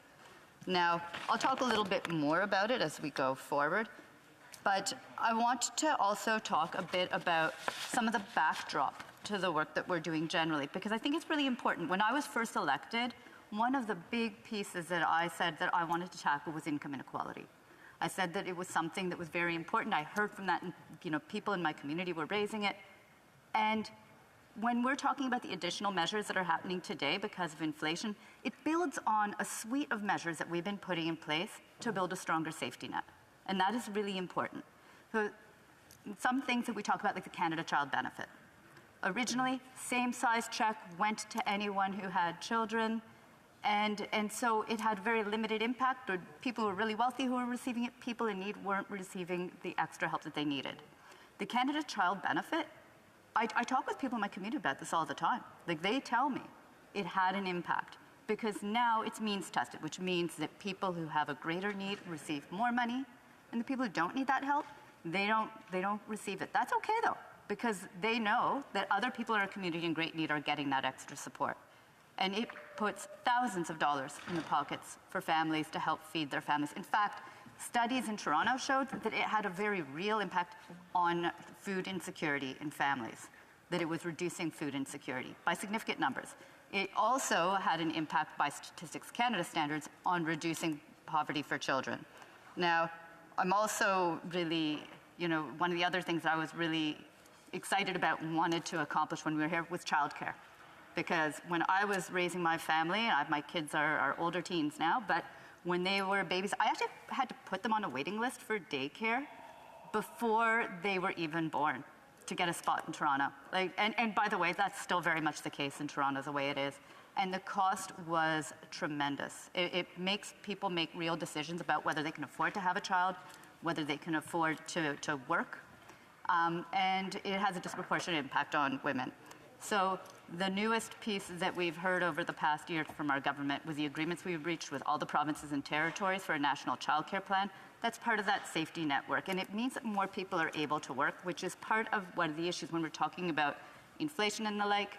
We're talking about also labor shortages helping to, being another challenge in there. Allowing more people to be able to have access to being able to work helps with the labor shortages. Now, I'm going to go back to the bill a little bit more here. We know that no single country can solve all the global problems that we've been talking about, driving higher prices, but we're taking tangible steps to get inflation under control here in Canada, make life more affordable for Canadians. I want to recognize the central role of the Bank of Canada in addressing inflation. For more than 3 decades, it's been the bank's responsibility to tackle inflation here in Canada. And our government reaffirmed that central mandate last December. And the bank has begun its work to bring inflation back to the target, and we've seen that with the monetary decisions that's been coming.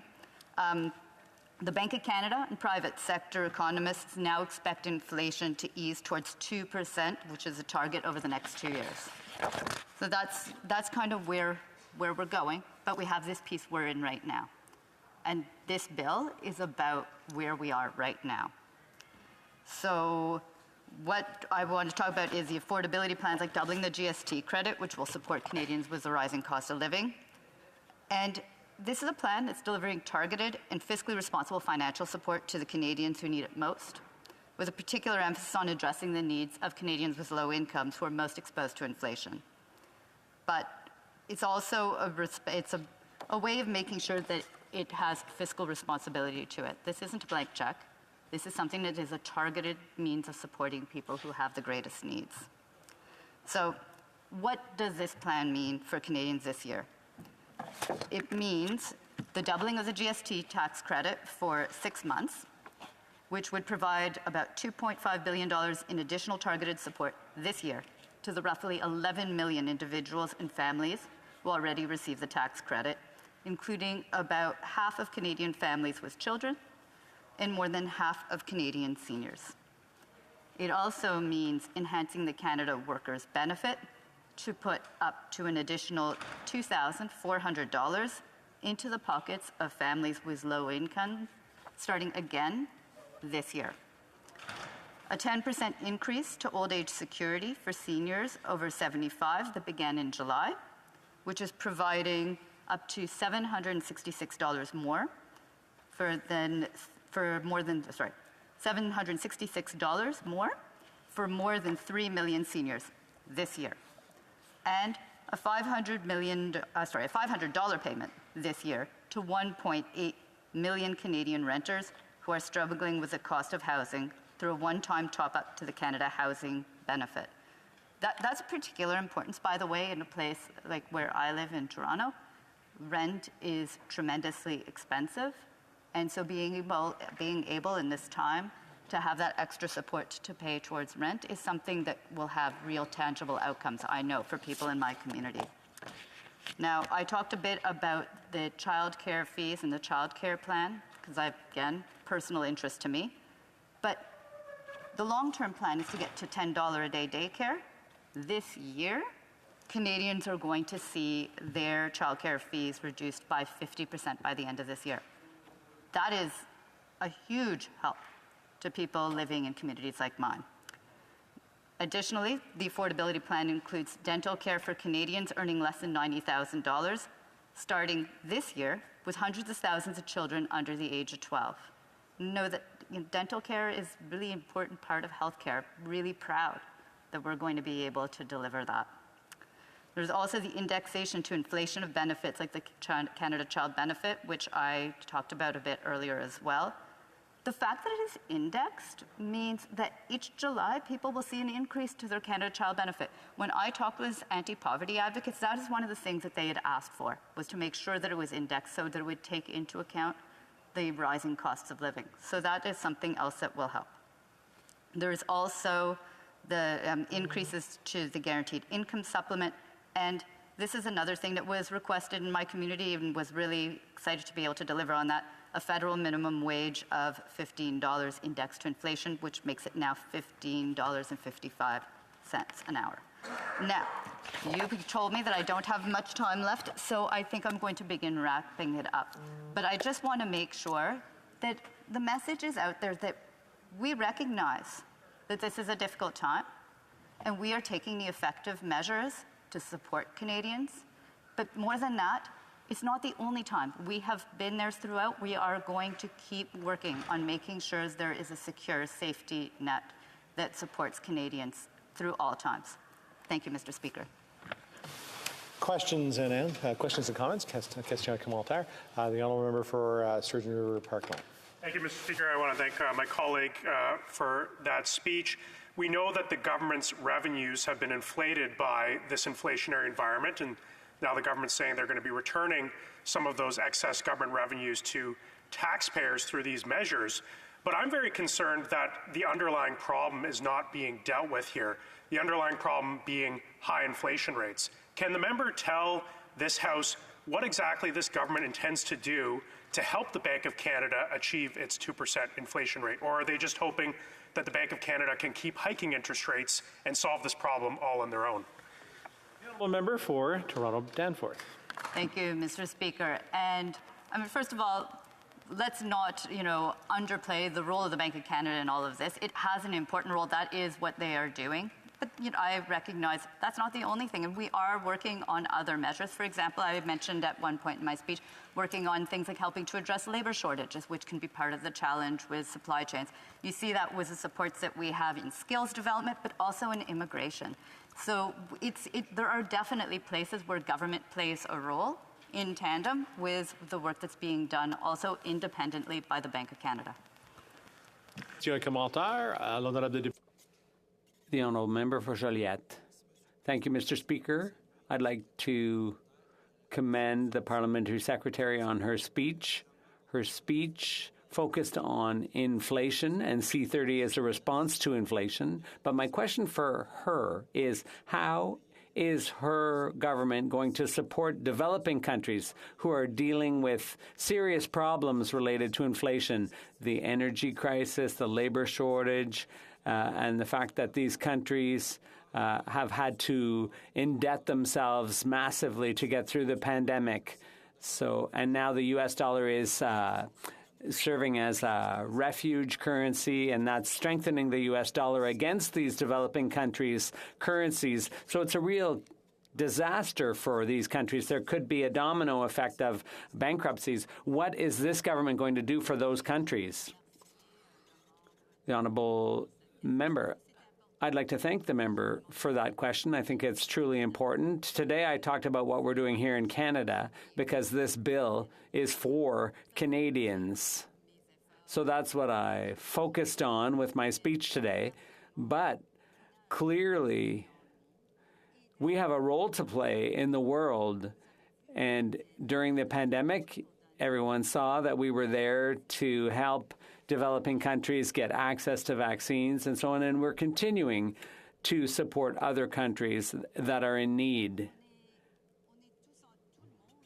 The whole world, we're all in this together. We work together, and we have to work together. So today I really wanted to talk about this bill and what we're doing here in Canada, but that is indeed something that we need to pay attention to also. Questions and comments? The honourable member for Courtenay Alberni.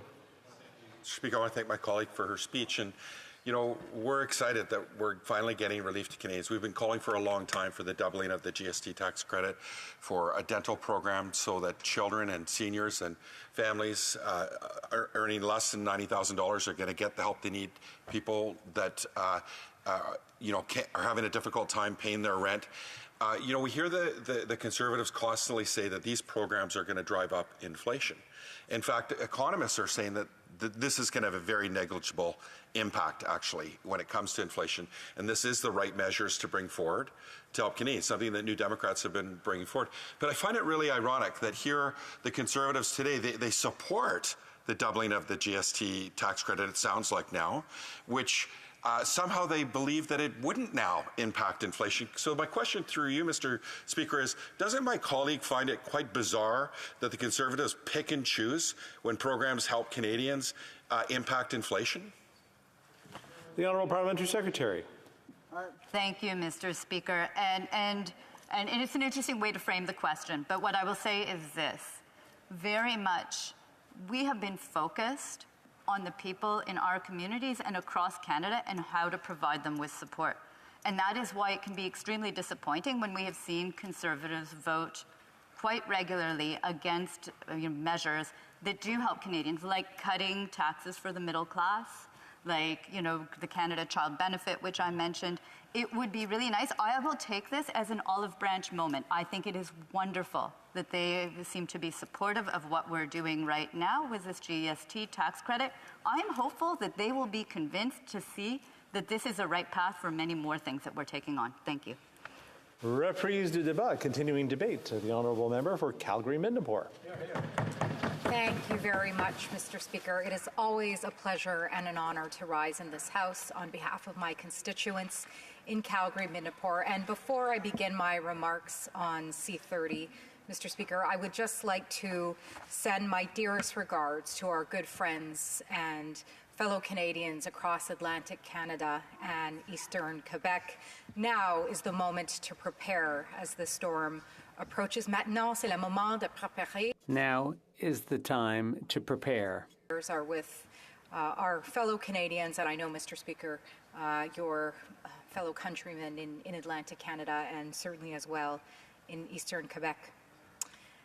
Mr. Speaker, no doubt the GST rebate will provide some welcome relief that Conservatives will support.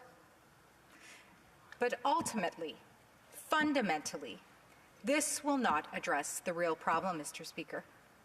And that is that, Mr. Speaker, inflationary deficits and taxes are driving up costs at the fastest rates in nearly 40 years. 40 years, Mr. Speaker. That's, my goodness, that's almost as long as I've been on Earth. I'm not going to share my age here, but that is certainly a long time. But I will tell you, Mr. Speaker, for 2 years, I would say longer than 2 years, Conservatives, and in fact our new leader, the member for Carleton, have tried as best as they can to warn this Prime Minister about the consequences of his actions and how much they hurt Canadians from coast to coast to coast, which the coasts are important to remember as we remark upon the events of today. Finally, Conservatives call on the government to cancel all planned tax increases, including payroll tax hikes planned for January 1st. And as Shadow Minister for Employment, this piece is particularly important for myself, along with tax hikes on gas, groceries, and home heating scheduled for April 1st. Another tax, Mr. Speaker, which has been an incredible burden on Canadians, has been the carbon tax. And if the Prime Minister was in fact serious about making life more affordable for workers, families, and seniors, he would cancel the carbon tax immediately. These taxes, Mr. Speaker, are coming at the worst possible time for Canadian families who are already struggling with rising costs due to the Prime Minister's inflation. And instead of freezing taxes, the Prime Minister is raising taxes on people who are already struggling to make ends meet. So with this credit, Mr. Speaker, this will be a one-time help, which, as I said, we welcome as a small piece of relief for families, is $467. But when we contrast that, Mr. Speaker, with the fact that the average family of four is now spending over $1,200 more a year to put food on the table, not to mention the rising costs of heat, gasoline, and rent. Grocery prices are up by 10.8%, rising at the fastest pace in 40 years. Fish, Mr. Speaker, is up by 10.4%, perhaps more after this dreadful weekend ahead of us. Butter is up 16.9%. Eggs are up 10.9%. Margarine is up by 37.5%. Bread, rolls, and buns are up by 17.6%. Dry or fresh pasta is up by 32.4%. Fresh fruit is up by 13.2%. Oranges are up by 18.5%. Apples are up by 11.8%. Coffee is up by 14.2%. Soup is up by 19.6%. Lettuce is up by 12.4%. And finally, Mr. Speaker, potatoes, again, perhaps more after this weekend, are up by 10.9%. So individuals without children earning more than $49,200 and a family of four earning more than $58,500 for a couple with two children will receive no benefits. Yet these food prices won't change for them, Mr. Speaker. The amount of inflation increase that they will have to pay on their food items will remain the same. Mr. Speaker, this will impact small businesses. I come from a small business family, so this is especially dear to myself. Small business insolvencies, I'm sure you know, Mr. Speaker, are on the rise, and the Canadian Federation of Independent Business reported 1 in 6 businesses are considering closing their doors, with 62% of small businesses still carrying debt from the pandemic. The Liberals have created a risky environment for small business, and small businesses can't afford to do business with these upcoming tax hikes, rising debt costs, and staggering inflation numbers. Again, if the government was serious about small businesses surviving, recovering, and growing in Canada, then they should immediately cancel all of the tax hikes that impact small businesses. Now, don't take my word for it, Mr. Speaker. There are many economists that are talking about the Prime Minister's inflation bill. And I'll add, Mr. Speaker, these are individuals from very credible institutions. I know that the government across the way certainly likes to turn their nose at some conservative-friendly institutes, such as the Fraser Institute. I heard snickering today, but they cannot argue with these sources. It is always good to help people who are in need, The problem is, what does that do for everyone else? And does it really help those on low incomes to begin with?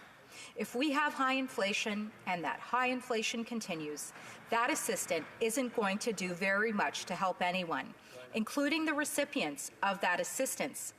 It's just not going to be enough.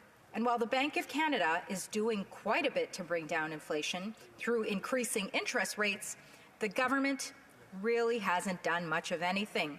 Well, I'm sure that this government would like to think it was the Fraser Institute who said that, Mr. Speaker, but it was in fact Professor Pavlov at Simon Fraser University, a very well-known university, known to not always have conservative opinions, Mr. Speaker. So we are certainly not alone in our criticism of how little, in fact here, much of anything, to quote Professor Pavlov, that this government has done in an effort to fight inflation.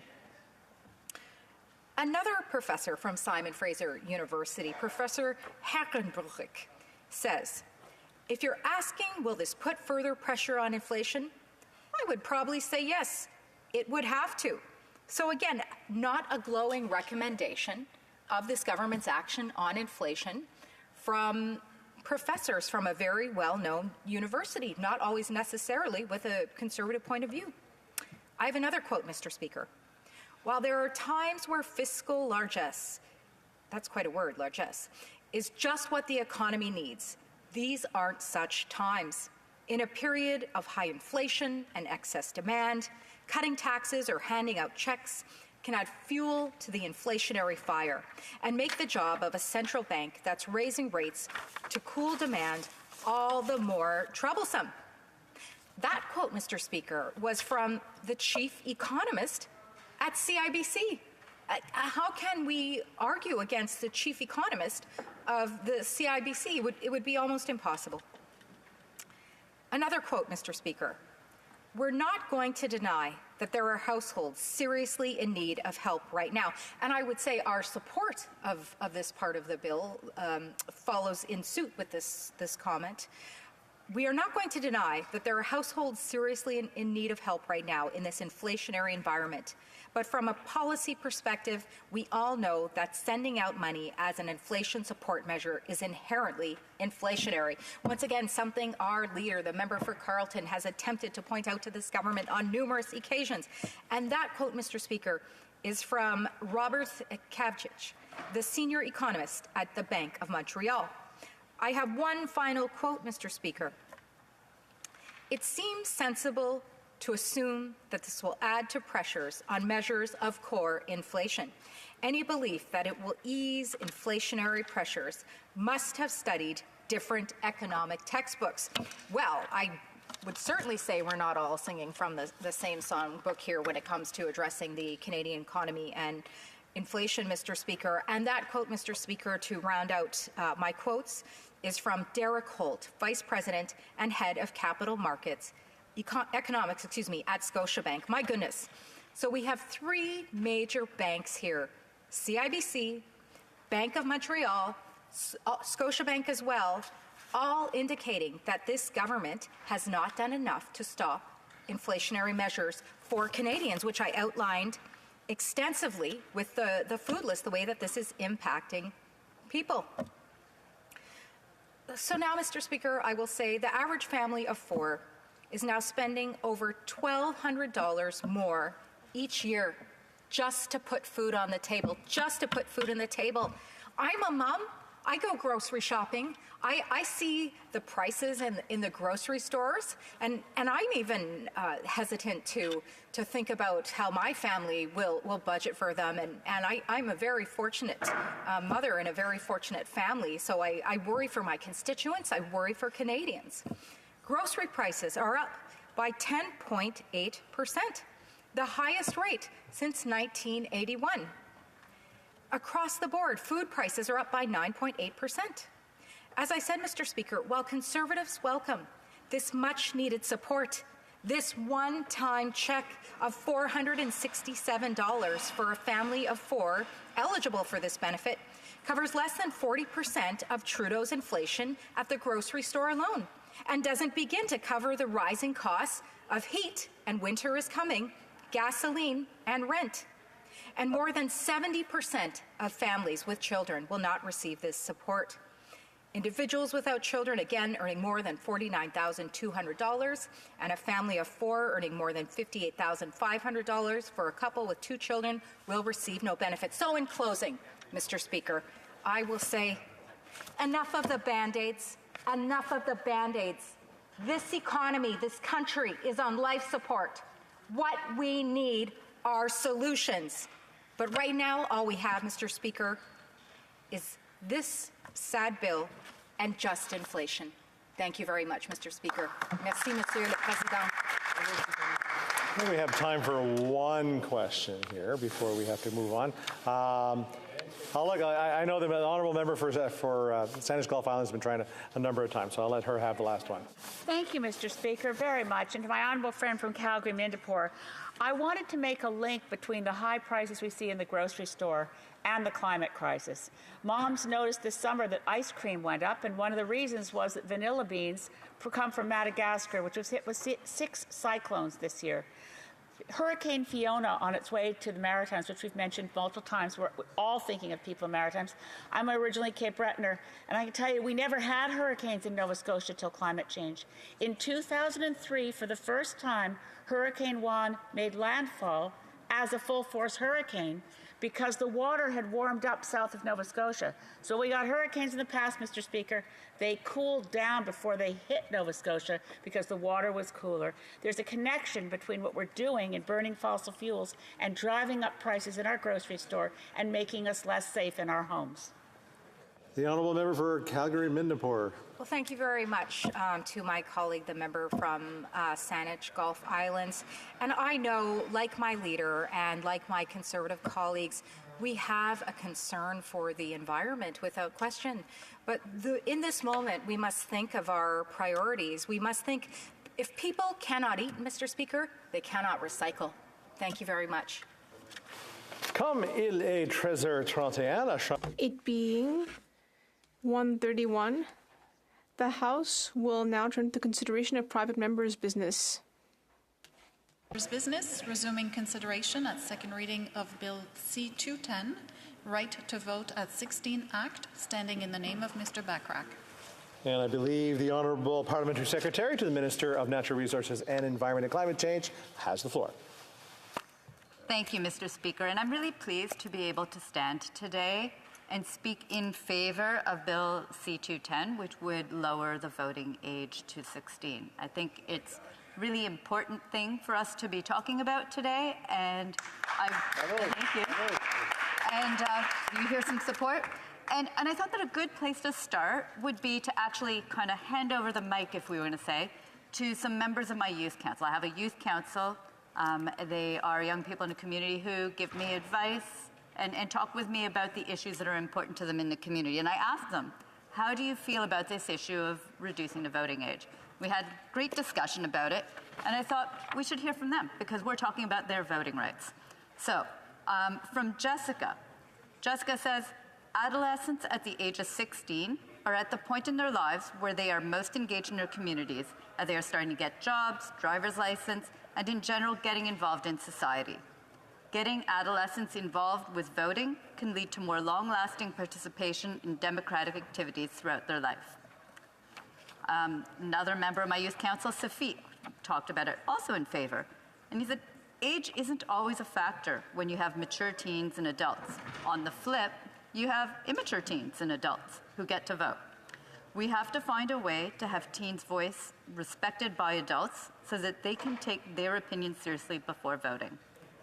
And finally, the other member of my youth council I'd like to be able to give some moment of voice is Jonah.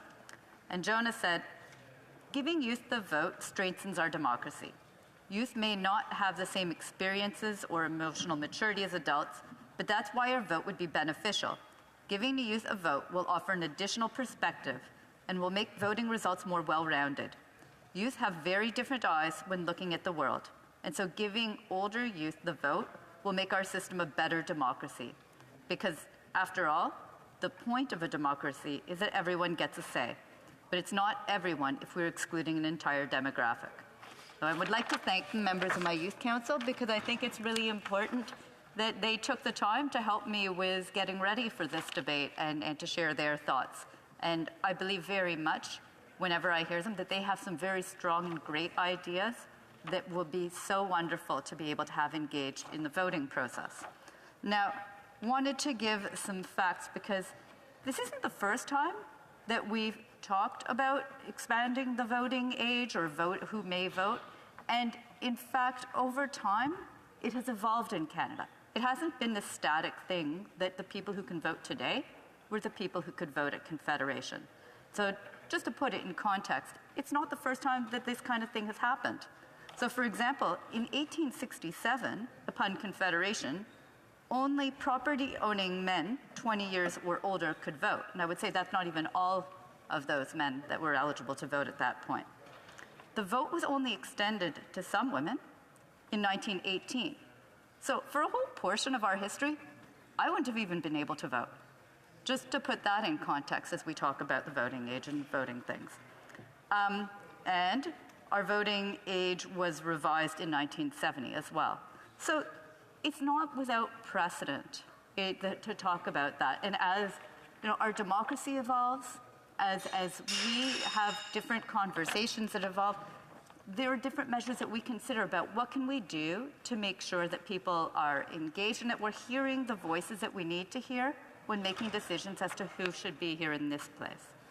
Now, I think we're also perhaps at a turning point where it's even more important than ever to think about that. How do we engage more people wanting to vote? Because there has been a downward trend in people actually showing up to vote. Certainly in my home province of Ontario in the last election, we saw a drastic reduction in the number of people who showed up to vote. So how can we make sure that people are engaged from an early time and continue to be throughout their lives? I think that in a place like in my home community, a lot of times the polling stations are actually in schools. Same place that these people, these young people who are 16 years old are learning about civics. And we walk right by them, go into their school gyms and libraries to vote. They might be having a class just down the hall about civics, but there's a bit of a disconnect. And sometimes what I hear from some young people who are just about to vote is that they actually don't know enough about the process. It's new. And that might be something that holds some people back. If it was at 16, when many of them are in school, polling stations might be close by, that might engage a whole bunch more people to say that's something that I've seen and I can relate to, and I'm talking about these issues right now in class. I'm going to walk across and vote. Now, the other part that I would want to say is we see it today. We see it with climate strikes, across our country. Young people are at the center and at the lead of many of the movements that we have in our country. They have strong ideas about the future, and the future is the one that we're going to be handing to them. When we're talking about things that we're doing right here in this place, now, it's about their future as well. And so making sure that they have that opportunity to have, get them engaged to be leaders as they are, and then to be able to translate that into being able to vote. One thing that I have found interesting is that political parties actually often have a reduced age from 18 for people to be able to get involved in the party and to become members. So there's a bit of a distinction between the people who might be able to vote to nominate the person who will be the candidate in an election for a certain party, might not actually be able to vote in the election itself.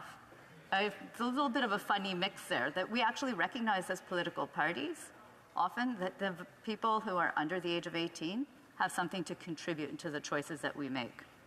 Now, I know that I don't have much more time, so I just want to focus on mentioning that we're talking about voting age today, and I think that that's very important. But we have also taken actions as a government over the past years to try and maybe assist young people in being able to vote more. So for example, the Government of Canada established the Register of Future Electors in 2019 so that young Canadians can pre-register to vote. That removes one of the barriers to people who are going to be voting for the first time. Another piece, And there are definitely a lot of groups, community-led groups, that work to try and engage more people to understand the democratic process, how to vote, those pieces. And we've been supporting youth-led projects that promote civic engagement and youth services through programs like the Youth Take Charge Through Heritage program. So as a government, we've actually recognized the importance of engaging young people and making sure that they understand how the voting process works. I say, why not take that next step and recognize that they have so much to contribute, and it'll reduce the voting age to 16. So on that note, Mr. Speaker, I just want to say I am supportive of this bill. I think it is a wonderful thing that we are considering doing it. I consider it an evolution to the way that we address voting in our country.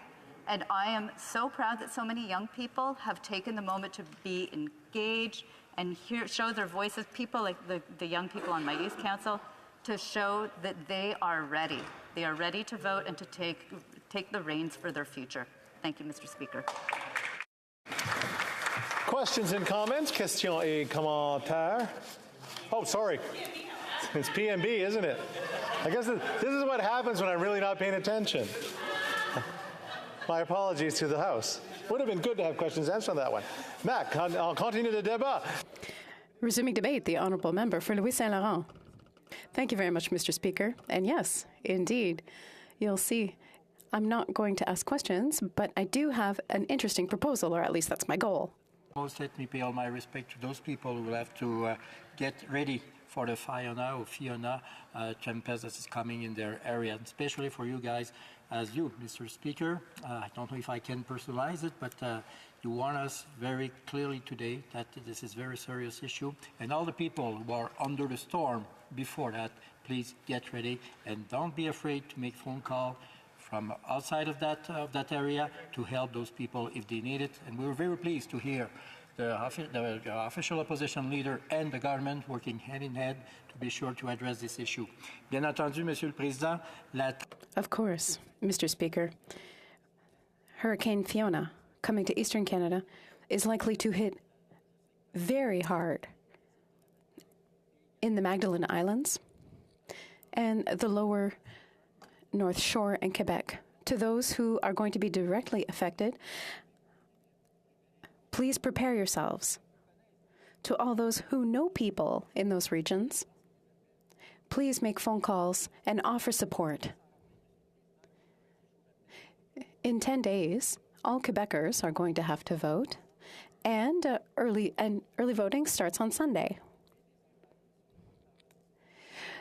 This storm may have an impact on early voters. And I do hope that the democratic exercise will still continue as it should. Now, I want to talk about the bill before us in the House, which is to change the minimum age to vote in Canada, to bring it down to 16. We are not in favor of this position.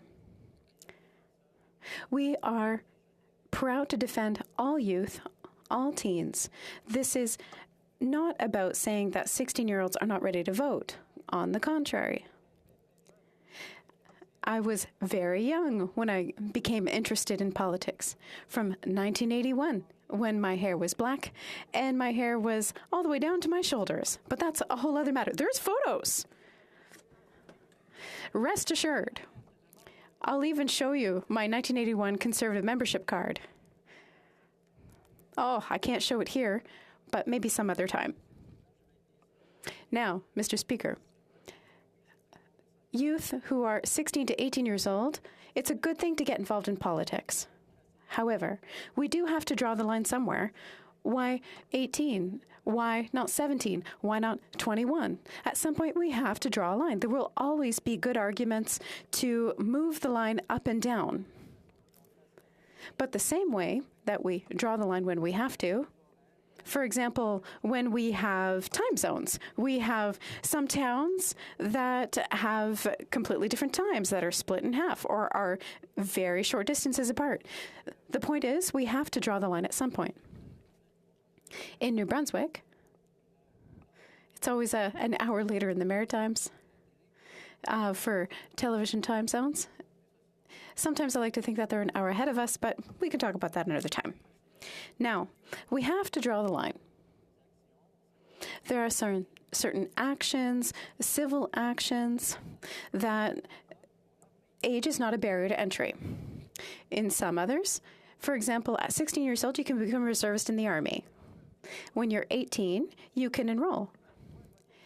If some people argue that if you're ready to give up your life at age 17 for the Army, you should have the right to vote. Well, the truth is, they have to have the consent of their parents. Imagine if we were to apply the same principle for the vote for 17-year-olds and we had to get parental consent. Imagine if parents didn't think like their kids. Would they give their kid the right to vote? That could lead to some serious arguments. So yes, at some times in civil life, we could draw a line. For example, at 18 years old. In other cases, we draw a line, but we require parental consent to overcome it. Same thing for driver's licenses. You can have a license starting at 16.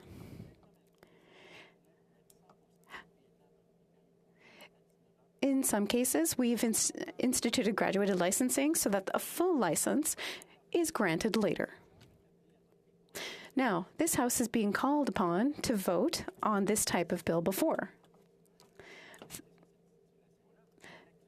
The current leader of the government, my former colleague with whom I had a great deal of enjoyment working in 2005, when he was a very young MP,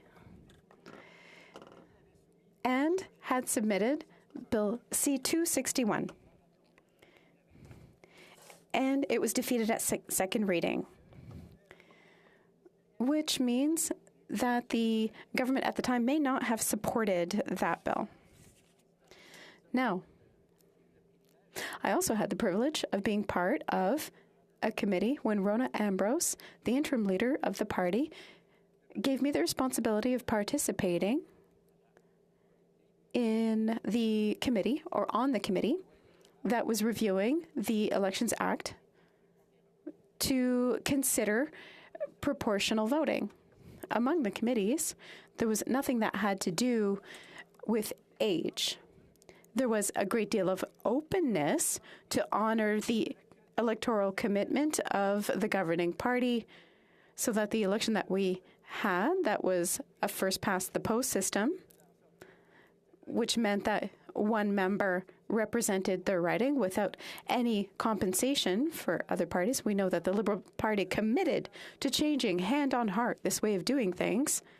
And, well, that recommendation just got swept aside because the Liberal government, the Prime Minister, decided to change its commitment along the way. So, if the Liberals were to moralize about commitment to the electoral process, I will remind them about their commitment in 2015 when they promised to set aside the system we've been using since 1867, and they threw that promise away. They threw out the commitment that they had made. So, I would like to remind you, Mr. Speaker, that in 2015, since we're on the topic, there were a lot of young people who voted, and that's great. Maybe they didn't vote for us, but the important thing is that they voted. And over the last several months, during the leadership race for our party, many young people got involved in order to support the member for Carleton, and that's great for democracy. The more young people participate, the better it is.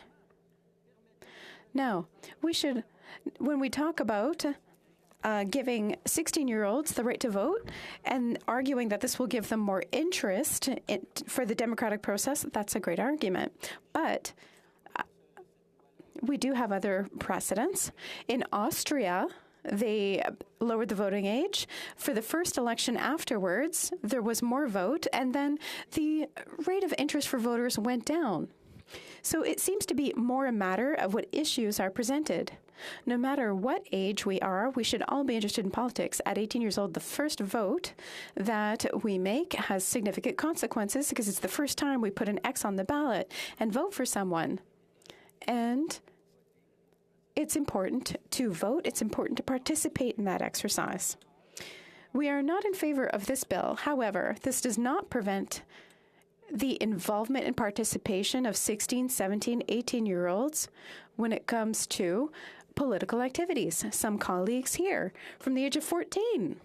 For example, the member for Edmonton St. Albert at the age of 14 started getting involved in politics, which is never a bad thing. So, Mr. Speaker, to conclude, as we speak, there's something else that's happening throughout the country, which is reviewing our electoral boundaries, which happens every 10 years. In my riding, there may be very big changes coming. This is currently being reviewed. The Wendake community and the northern sector of my riding for Château d'Eau may change ridings. I will let the experts decide on that. Personally, I am uneasy to see an elected official take part for or against changement to electoral boundaries. But I will say one thing. If I no longer have the honor of representing the people in my riding, including the Wendake, or the people from Château d'Eau, where I was born, where I grew up, where my parents are from, where they moved in 1962, I think that that would be very disheartening. We can't, however, draw an electoral map just based on our feelings. And that concludes my remarks. Continuing, the Honourable Member from Manicouagan. Thank you, Mr. Speaker. I'm very pleased to rise and speak today in this House, especially because these are questions that I'm asked at home. I have a 17-year-old boy and a 15-year-old girl. I have many points that I would like to raise, which do have some nuance to them. First of all, the issue of studies. From a scientific point of view, it was mentioned earlier that some countries did move to legislate the vote for 16-year-olds.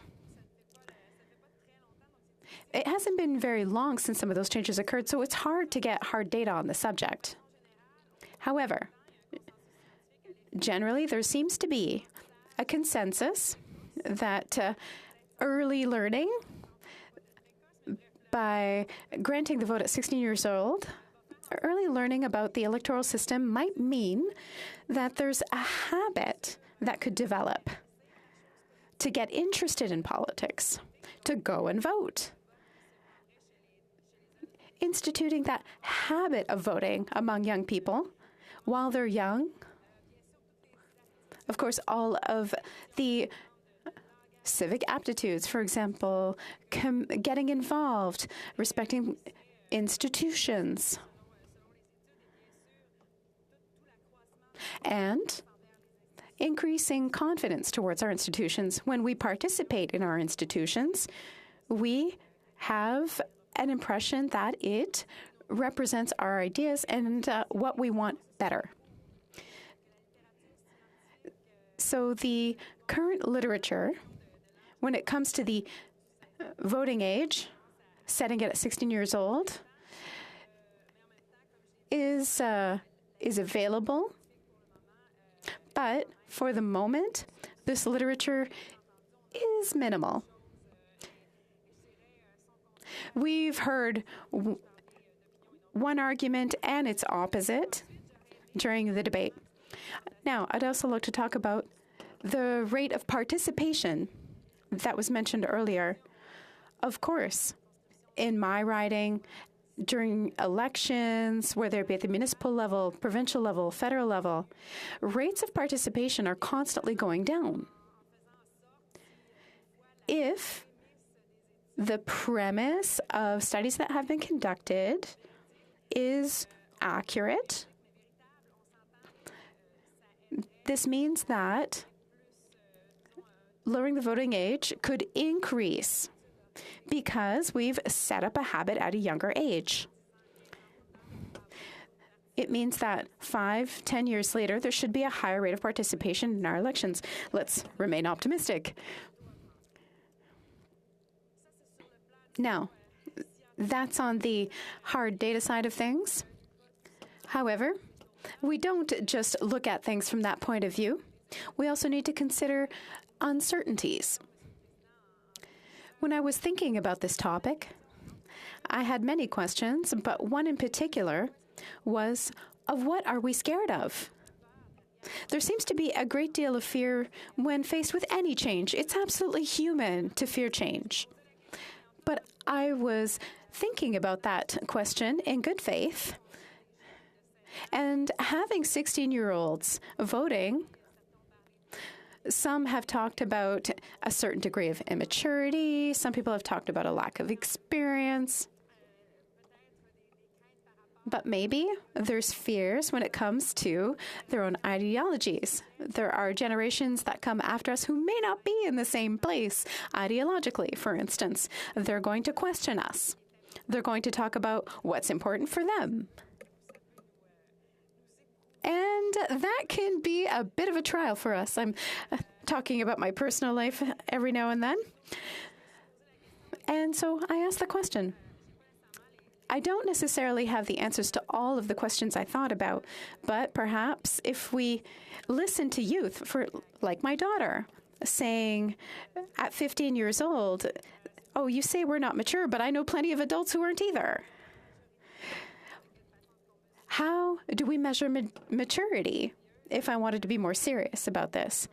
Young people, like every adult, go through different experiences, and that means they won't have the same response, whether they be 15, 20, 70 years old, when it comes to the choices that they have to make and how they might choose to vote. So, life experience. That's my reflection on life experience, but there's also knowledge. Would having the right to vote at 16 years old increase youth knowledge? Would it give them access to knowledge earlier?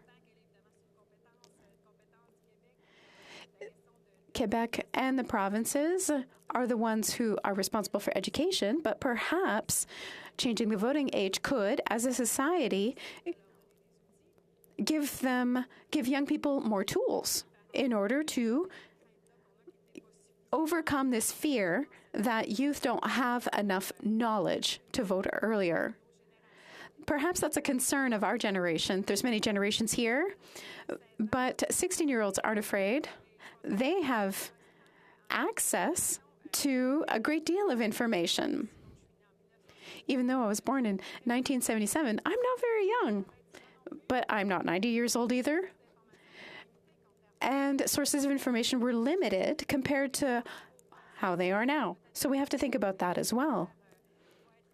Maybe we should be a bit more humble when it comes to how well informed our youth might be. Our young people do have the ability for critical thinking. I'm not sure how much time I have left, Mr. Speaker. I don't want to go over. I really want to get to my conclusion as well. I heard a sentence earlier, maybe it's a cliche, but there's the idea that the future belongs to our young people. The decisions that we make today, for example, talking about voting at 16 years old, I have to make a decision with regard to that, but our decisions have an impact on their future, the very near future. Today, we talked about the environment and climate change. It's one of the issues that young people are interested in, and the issue of representativeness, because we want to be as democratic as possible. I talked about rate of participation earlier, but there's also representativeness on the level of ideology. There are young people who think differently or may think the same way that we do, or who want to bring forward other ideas. Now, when it comes to stratification by age, young people might be able to breathe new life into our democratic process. I'll give you an example. My children fell into the magic potion, or it's not magic at all, the political potion. My son is 17 years old, and he received a card that soon he would be able to vote, and he was very proud of it. We don't always talk politics at home. We have a lot of other subjects to talk about, but I did ask the question. I asked him, what do you think about voting at 16? And he said, Of course, it was through text message. He didn't say much, but he was in favor. And I asked why, and his answer was, why 18? I think he showed just how arbitrary it is. And he said, Mom, as soon as you can make an important choice that has an impact on yourself and others, you can vote. And it's now up to us to make that kind of choice. Thank you, Mr. Speaker. Continuing debate, the honourable member for Nanaimo Ladysmith. Thank you, Mr. Speaker. I'm honoured today to speak in favour of my NDP colleague and Member of Parliament for Skeena Bulkley Valley's bill proposing a lowering of the voting age to 16. I want to also acknowledge my NDP colleague and Member of Parliament for Vancouver Kingsway, who has brought forward the same bill multiple times on this exact topic, stretching across the last 5 parliaments. Additionally, I know other parties in the House today have brought forward bills on this exact subject. I'm happy to speak today on this important bill that has once again been brought forward in Parliament. However, it is clear that it is time to go beyond debate and vote in favour of bringing this bill to committee so the work can finally be done and the changes put into place to ensure the voices of young people are heard. I'm hearing loud and clear from many young people in my riding of Nanaimo Ladysmith. They want their vote to count in the decisions that impact their futures. When I hear the argument from some that an individual is not mature enough at the age of 16 to be given the responsibility of voting, I immediately think of Nanaimo Ladysmith constituent Ava. At not quite 16 years of age, Ava has already shown maturity beyond her years. 5 years ago, she traveled to China to participate in a youth model United Nations where she researched the issues before arguing passionately for the rights of those living with disabilities, as well as the rights of Indigenous people. 2 years ago, at 14, Ava was elected student council president at her secondary school. She served 2 one-year terms as president and still maintains a role on council today. When we talked about lowering the voting age, Ava spoke eloquently about the concerns she and her classmates have. She spoke about the realities she and her peers will face as adults in just a few short years. She talked about how having the right to vote when she turned 16 would allow her to have a say in who is making the decisions for her future. Ava also talked about how important the work being done by politicians now is, and how much it will impact what her life will look like in a couple of years when she's leaving for college or entering the workforce. Like most young people, Ava is very aware that the decisions made in Parliament today by those not facing the same uncertainties will greatly impact her tomorrow. Increasingly, young people in our country are thinking and worrying about the problems they will face as they enter adulthood. But they aren't just thinking about it, they are taking action. Our young leaders are stepping up and affecting change. In British Columbia alone, young people are seeing the impacts of climate change right before their eyes. Heat domes, forest fires that wipe out entire communities, and droughts, followed by flooding, destroying crops, farms, livestock, and homes. The damages continue to build, and the number of lives impacted increases.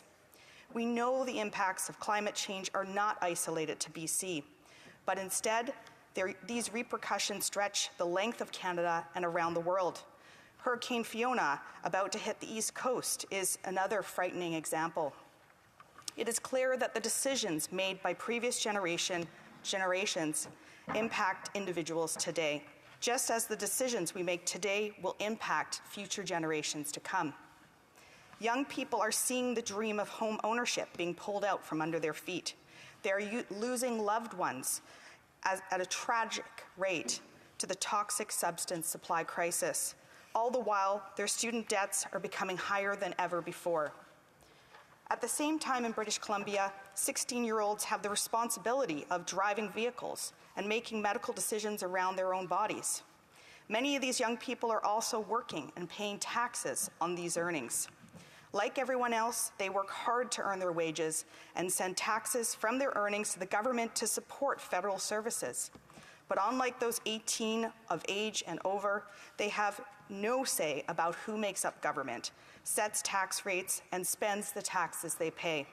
They have taxation with no representation, a situation that is inherently unjust and unfair. Despite this, young people continue to be told they are not mature enough to vote.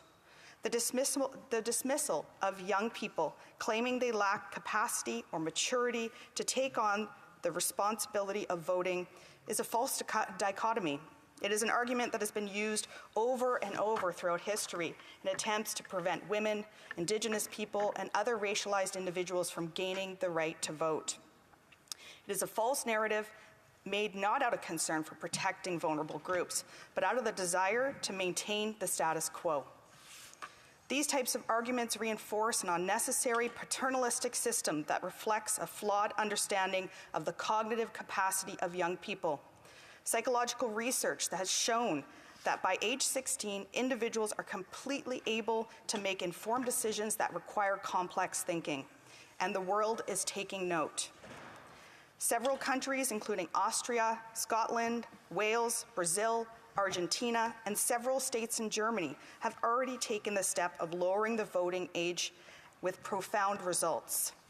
Voter turnout statistics from these countries show that 16 and 17-year-olds voted at a higher rate than their 18 and 19-year-old counterparts.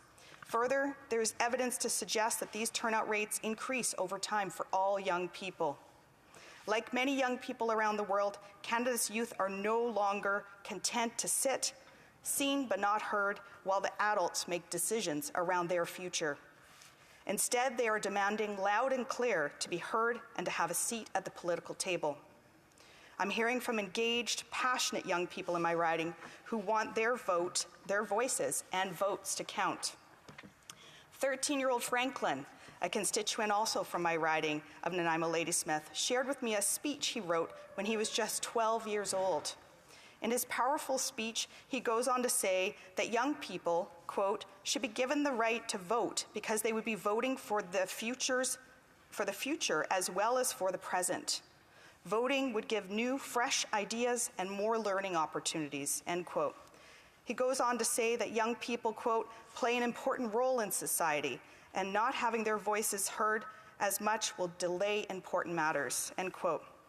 16-year-old Marina, also a constituent in my riding of Nanaimo Ladysmith, shared with me, quote, what sense does it make to let another generation decide our future? Youth like us have the most at stake with political decisions being made right now, and experts say we might lose it all. Climate change is threatening to destroy our communities, while economists are warning of a pandemic recession to affect us for decades. When will we get to decide how to fix these downfalls, rather than consulting the generation who created them? I really hope to be able to decide my future, rather than being stuck in one with an irreversibly damaged world, end quote. Canada's very own Youth Advisory Council agrees. In their first ever State of the Youth report from 2021, it says, quote, youth want to participate in the decisions that affect them and want those in the government and others to acknowledge and recognize their agency and autonomy. To give youth greater agency and participation, it is important that the voting age in Canada be lowered from 18 to 16, end quote. The desire Canadian youth have to engage in the political process is nowhere more evident than in programs such as Student Vote Canada. This program, which is now more popular than ever, collaborates with schools to give students the opportunity to experience the voting process firsthand and to begin practicing the habits of active and informed citizenship. In 2021, more than 800,000 young people and 5,900 schools in every riding across the country participated in this school-based version of the federal election. It has been shown that good habits built in an individual's youth are more likely to continue into adulthood. By working to ensure young people understand our democracy, the election process, and how to gather information to make informed decisions, high school teachers and passionate civics educators across the country, including that of Nanaimo Ladysmith School District number 68, are ensuring that our youth are ready to come to the ballot box. There's ample evidence surrounding the benefits of lowering the voting age.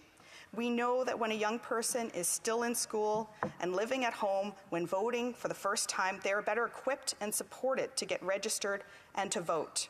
They are more likely to have the time to become informed on the issues and to make decisions about how to vote. Once established, these habits then carry with these young adults as they move forward in life. However, the opposite is seen when voting begins at 18. Lowering the voting age would allow many young people to become engaged and register to vote with the supports of their home community in place. Our democracy is at its best when it reflects the Canadian values of equity, diversity, and inclusion, and it's time that those values were more truly ingrained within our electoral processes. We have passed the point where electoral reform as a catchy soundbite is enough. Young people feel frustrated and disenfranchised by a democratic system that fails to represent them. It sounds like I'm done, so thank you very much. You're very welcome. The honourable member for Moose Jaw, Lake Centre, Lanigan. Thank you, Mr. Speaker, and I'd like to start off by saying that it is a privilege to be speaking here on behalf of the constituents of Moose Jaw, Lake Centre, Lanigan, and that our thoughts and prayers are with those in Eastern Canada as they are bracing this storm that is about to hit the shores of Canada. So we want to let you know that we're with you in thoughts and prayers. And it is a pleasure today to join the debate on Bill C-210. This bill, put forward by the NDP member from Skeena-Bulkley Valley, would lower the voting age in Canada from 18 to 16. I'd like to say off the top, I have some concerns with this bill. But first, it is important to give some background, an important background, on this bill. The last time the voting age in Canada was lowered was back in 1970, the year that I was born, lowering it from 21 to what it is today, 18 years of age. In the 1972 election, right after the voting age was changed and lowered, voter turnout increased just 1%, up to 76.7%. Let's think about that number for a minute. Most of us would be surprised if the voter turnout in the next election was even that high. For comparison's sake, the turnout in the past election in 2021 was 62.5%. Turnout in Canadian elections has been hovering around that number for at least the last 15 years.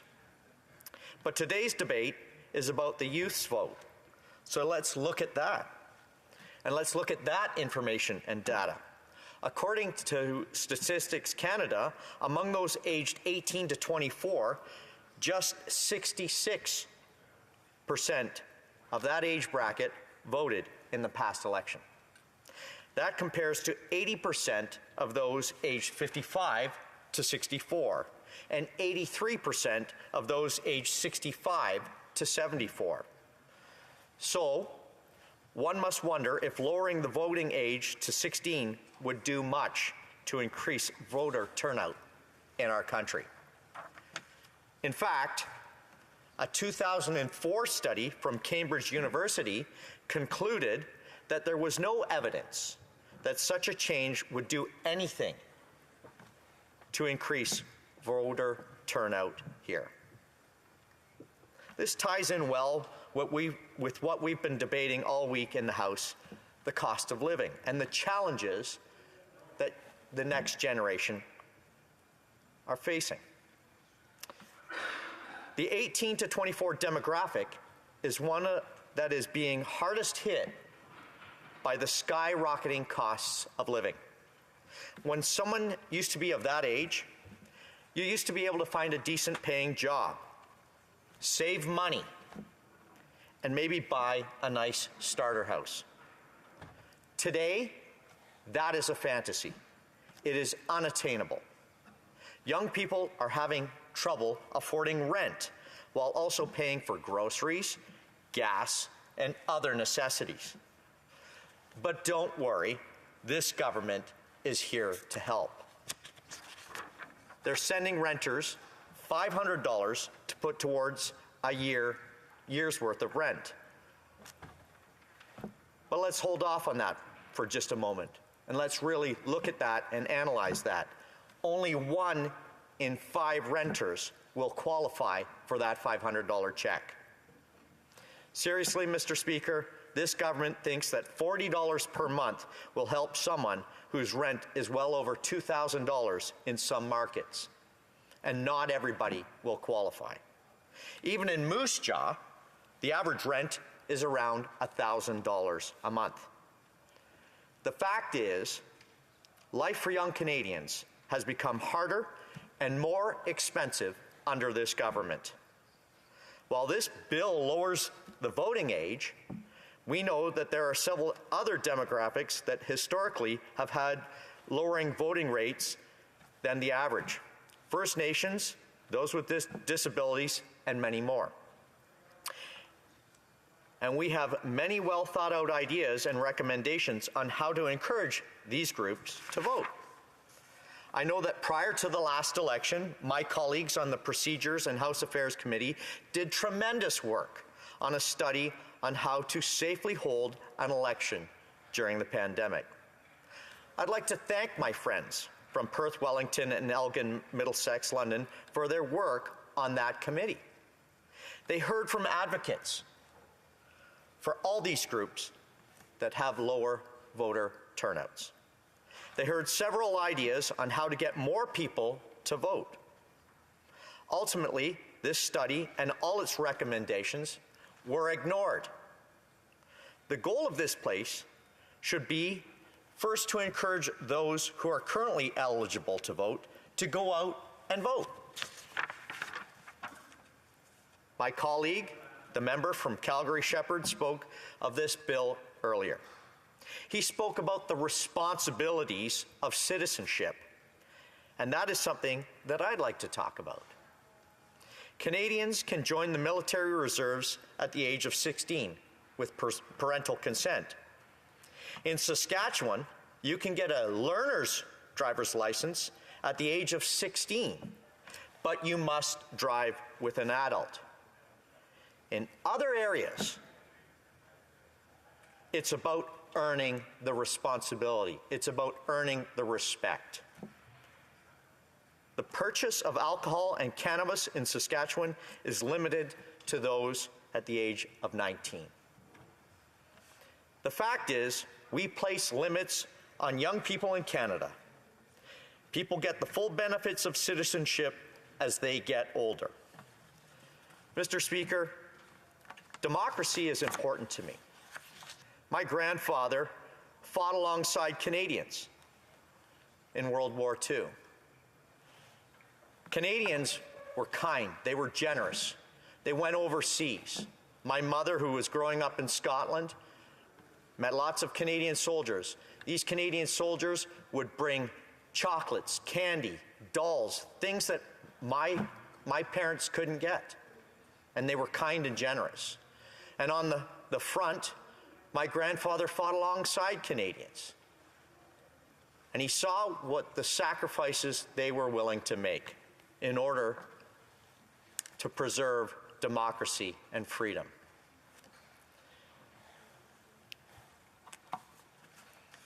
Democracy and the ability to vote is a privilege, and it requires careful thought and consideration. Ultimately, I do not see a compelling argument that this bill would do anything to address the issue of lowering voter turnouts. We have known for years how to address this ongoing issue. We need to lower barriers to make it easier to vote, yes, but we also have to encourage those existing voters by giving them good policies and a positive direction for the future of this country. And most importantly, we need to give people a reason to vote for good things. This legislation, Mr. Speaker, will not do it. Ultimately, we have to earn the voters' respect. Thank you, sir. Continuing debate, the honourable member for Vancouver Kingsway. Thank you, Mr. Speaker. It gives me great pleasure to rise today and speak in favor of the wonderful bill introduced by the great member from Skeena Bulkley Valley that I think is so pivotal and engages so many important concepts about our democracy. When I was first elected 14 years ago in 2008, I sat down with my young staffer, Sam Heppel, and we talked about bills to be introduced in this House. And I asked him, I said, what do you think is the first bill I should introduce as a private member in this place? Without flinching, he said, lower the voting age. And I said, really? Tell me why you think that's an important bill. And he said, well, you tell me, are you a Democrat? And I said, well, yes, I am. He said, well, that's the only reason that you need. There is a fundamental difference in listening to the debate and listening to my colleagues on the Conservative side between really what the proper characterization is to give to voting in a democracy. I just heard my previous Conservative colleague refer to voting in this country as a privilege. I disagree. Voting is a right. And it's a right of citizenship. Yeah. And I think that's where we start this debate. The truth is in a democracy, if we really have government by the people, for the people, if we really have values of democracy that we uphold to the world on the global stage, then that means that we give to our citizens, without discrimination, the right to have a say in who their government is and what laws govern them. That is democracy. And when we have barriers that seek to take away that right from certain citizens based on different attributes, that's where I think this debate starts. Now, the truth is that the history of the franchise in Canada is one of constant movement. This country started off with giving the vote to white males who owned property of a certain age, over the age of, I think it was 21. Then, of course, it became white males over 21, regardless of whether they own property. And then it was white males over 21. And then over the years, it's been women. It's been expanded to women, to Indigenous people. At one time, based on your race, you couldn't vote in this country. If you were of Japanese ancestry or Chinese ancestry, you couldn't vote in this country. Ultimately, of course, we lowered the voting age from 21 to 18. So the history of the franchise, the history of democracies as they evolve, is one of constantly expanding the right to vote. Now, why is this an important bill today? I think New Democrats have stood up in the House and outlined literally a dozen or more different reasons. At a time of low voter turnout, and I've just I've added up the percentage of every federal election since 2000, we have an average of 63% turnout. That means that about 4 in 10 Canadians don't even cast a ballot. And by the way, that number has been steadily declining over the past century. The numbers in provincial elections and municipal elections are actually appalling, where we have Democratic participation in this country sometimes in the high teens or early 20%. So we have, I think, in this country, a crisis in our democracy that we as parliamentarians ought to address. And one way to address it is to expand the voting age to a portion of our population that has been discriminated against purely because of their age. The arbitrary drawing of a line without any regard to ability. So what are the benefits of lowering the voting age? Well, first of all, it will increase participation. Research is absolutely clear that if you lower the voting age and you combine that particularly with a strong educational program in our high schools where we educate our young people of the obligations of citizenship and teach them how our democracy works without any regard for how they vote, but just that they should vote. If you can get young people voting in the first election that they're capable of voting in, you're likely to have them voting for life. The chances of an election happening for a 16 or 17-year-old is in grade 10, 11, or 12. So you've got a 3 in 4 chance that you're going to have an election during high school, where you can take that crucial time and start establishing that positive record of voting in our democracy. 16 and 17-year-olds have the longest view of any citizen. The issues that are important to them may be different than someone who's 80 or 85 or 90 years old. They're looking ahead 80 years into the future. Mm-hmm. Yet we are preventing those people from having their say in the issues that will affect them probably most profoundly. I also think that young people, of course, show a responsibility and, as never before, are engaged in our democracy. I have met 17-year-olds and 16-year-olds. Frankly, I've met 14-year-olds and 15-year-olds who are engaged politically, interested in the world around them, informed, and would cast an absolutely informed and responsible vote. Pains me to say this. Contrarily, I've met 50-year-olds who, frankly, are completely disengaged from the political process, and we would never, ever think of preventing them from going to a ballot box. So the idea, as some people raise, that 17-year-olds are, by some definition, not qualified to vote, is applying a standard to 17-year-olds that we would never apply to anybody else. Look, we have already had this outlined. 16 and 17-year-olds, many of them work and pay taxes. The American Revolution was fought in part over the rallying cry of no taxation without representation. We will take money off a paycheck of a 16 and 17-year-old willingly, and conservatives will do this, liberals will do this, and then they'll turn around and tell those people they have no say in how that money's spent. Frankly, that is absolutely unacceptable. We allow 16 and 17-year-olds in many cases to drive, to serve in the military, to shoot a firearm, to buy ammunition, to marry with consent. They can join political parties and vote in political leaderships, just like 14 and 15 and 16-year-olds did do in the NDP, and I'm sure under 18-year-olds did in the recent Conservative leadership. I'm getting a royal wave here. I think I have to wrap this up. I'll just say this is an excellent idea. Let's engage people in our democracy, and let's support this and make Canadian democracy flourish in a better way. Thank you, Mr. Speaker. Is there anybody else interested? No? If I recognize the member for Skeena-Bulkley Valley, is for his right of reply. The honourable member for Skeena-Bulkley Valley. Thank you so much, Mr. Speaker. And it's been such an honor to bring forward Bill C-210, the Right to Vote at 16 Act, on behalf of all those brilliant 16 and 17-year-olds across Canada who are currently excluded from voting. Young people like Will Cooper from Lisgar Collegiate right here in Ottawa, who's part of the Vote 16 movement. I want to thank all of my colleagues, my brilliant colleagues in the NDP, the member for Nanaimo Ladysmith and the member for Vancouver Kingsway for their support over the course of the debate on this bill. And also thank the member for Manicouagan for her words. I too have a 17-year-old daughter and a 15-year-old daughter, and my conversations with them have helped shape my thinking around this legislation. To the member for Louis Saint Laurent and the member for Moose Jaw, it seems maybe we have a bit more work to do to convince them to come over and support this piece of legislation. I will say that I had an interesting conversation with one of their colleagues about a month ago, and I asked them about this bill, and their response was very blunt. They said, well, I hate it. And I asked them why, and this person said, well, young people aren't going to vote for me. And that very well may be the case. They might not vote for me either, but that's really not the point.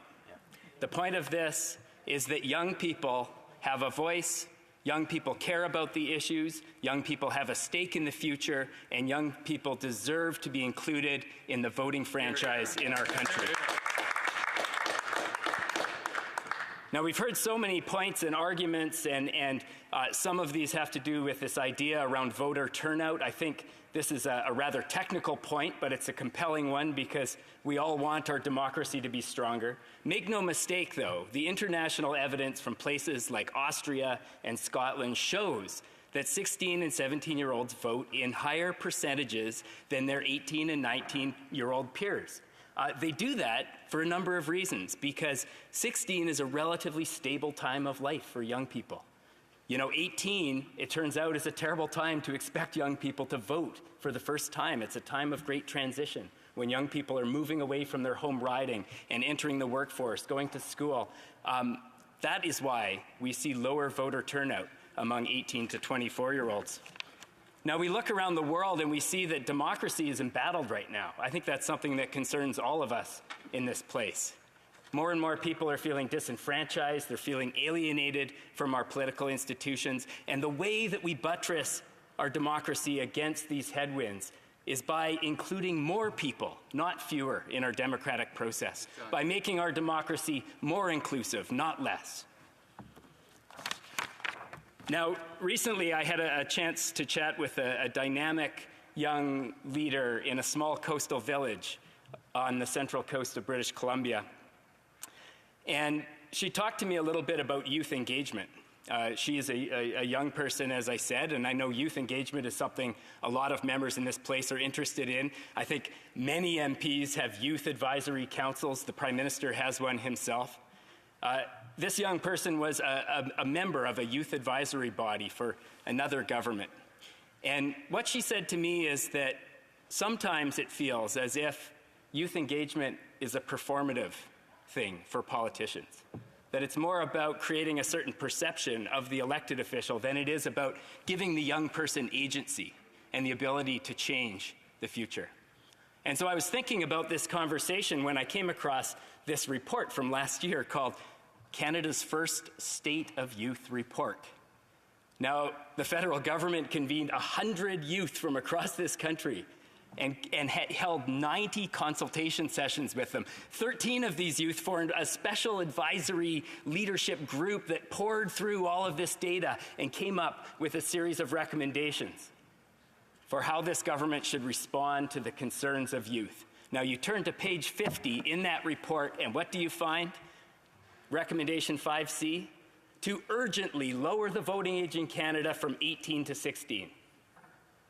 Now, I think the very least we could do to show these young people that engaged in this process in good faith is to vote for this bill at second reading, send it off to committee, hear from expert witnesses, and show these young people that we're listening and that their voices matter, that their participation matters. In conclusion, I want to thank all of the people who have been a part of this Vote 16 movement, who've spoke in support, to my friends in all of the parties who have at least given a curious ear. I want to thank the folks at Vote 16 Canada, Children First Canada, and UNICEF Canada for their advocacy in support of this bill. I want to thank my team, especially James Hammond and Ben Tassell, for their help, Senator Mary Lou McPhedran for her leadership, and so many others. To my colleagues in all the parties, please vote for this bill. I think this will make Canada stronger. Thank you so much, Mr. Speaker. The question is as follows. Mr. Bachrach, seconded by Mrs. Idlout, moves that Bill C-210, an act to amend the Canada Elections Act, voting age, be now read a second time and referred to the Standing Committee on Procedure and House Affairs. If a member of a recognized party present in the House wishes to request a recorded division or the motion be adopted on division, I invite them to rise and indicate it to the chair. The Honourable Member for Skeena-Bulkley Valley. Mr. Speaker, as you might expect, I would love to request a recorded division. Pursuant to order made on Thursday, June 23, 2022, the division stands deferred until Wednesday, September 28, at the expiry of the time provided for oral questions. It being 2:31, the House stands adjourned until next Monday at 11 a.m. pursuant to Standing Order 24-1.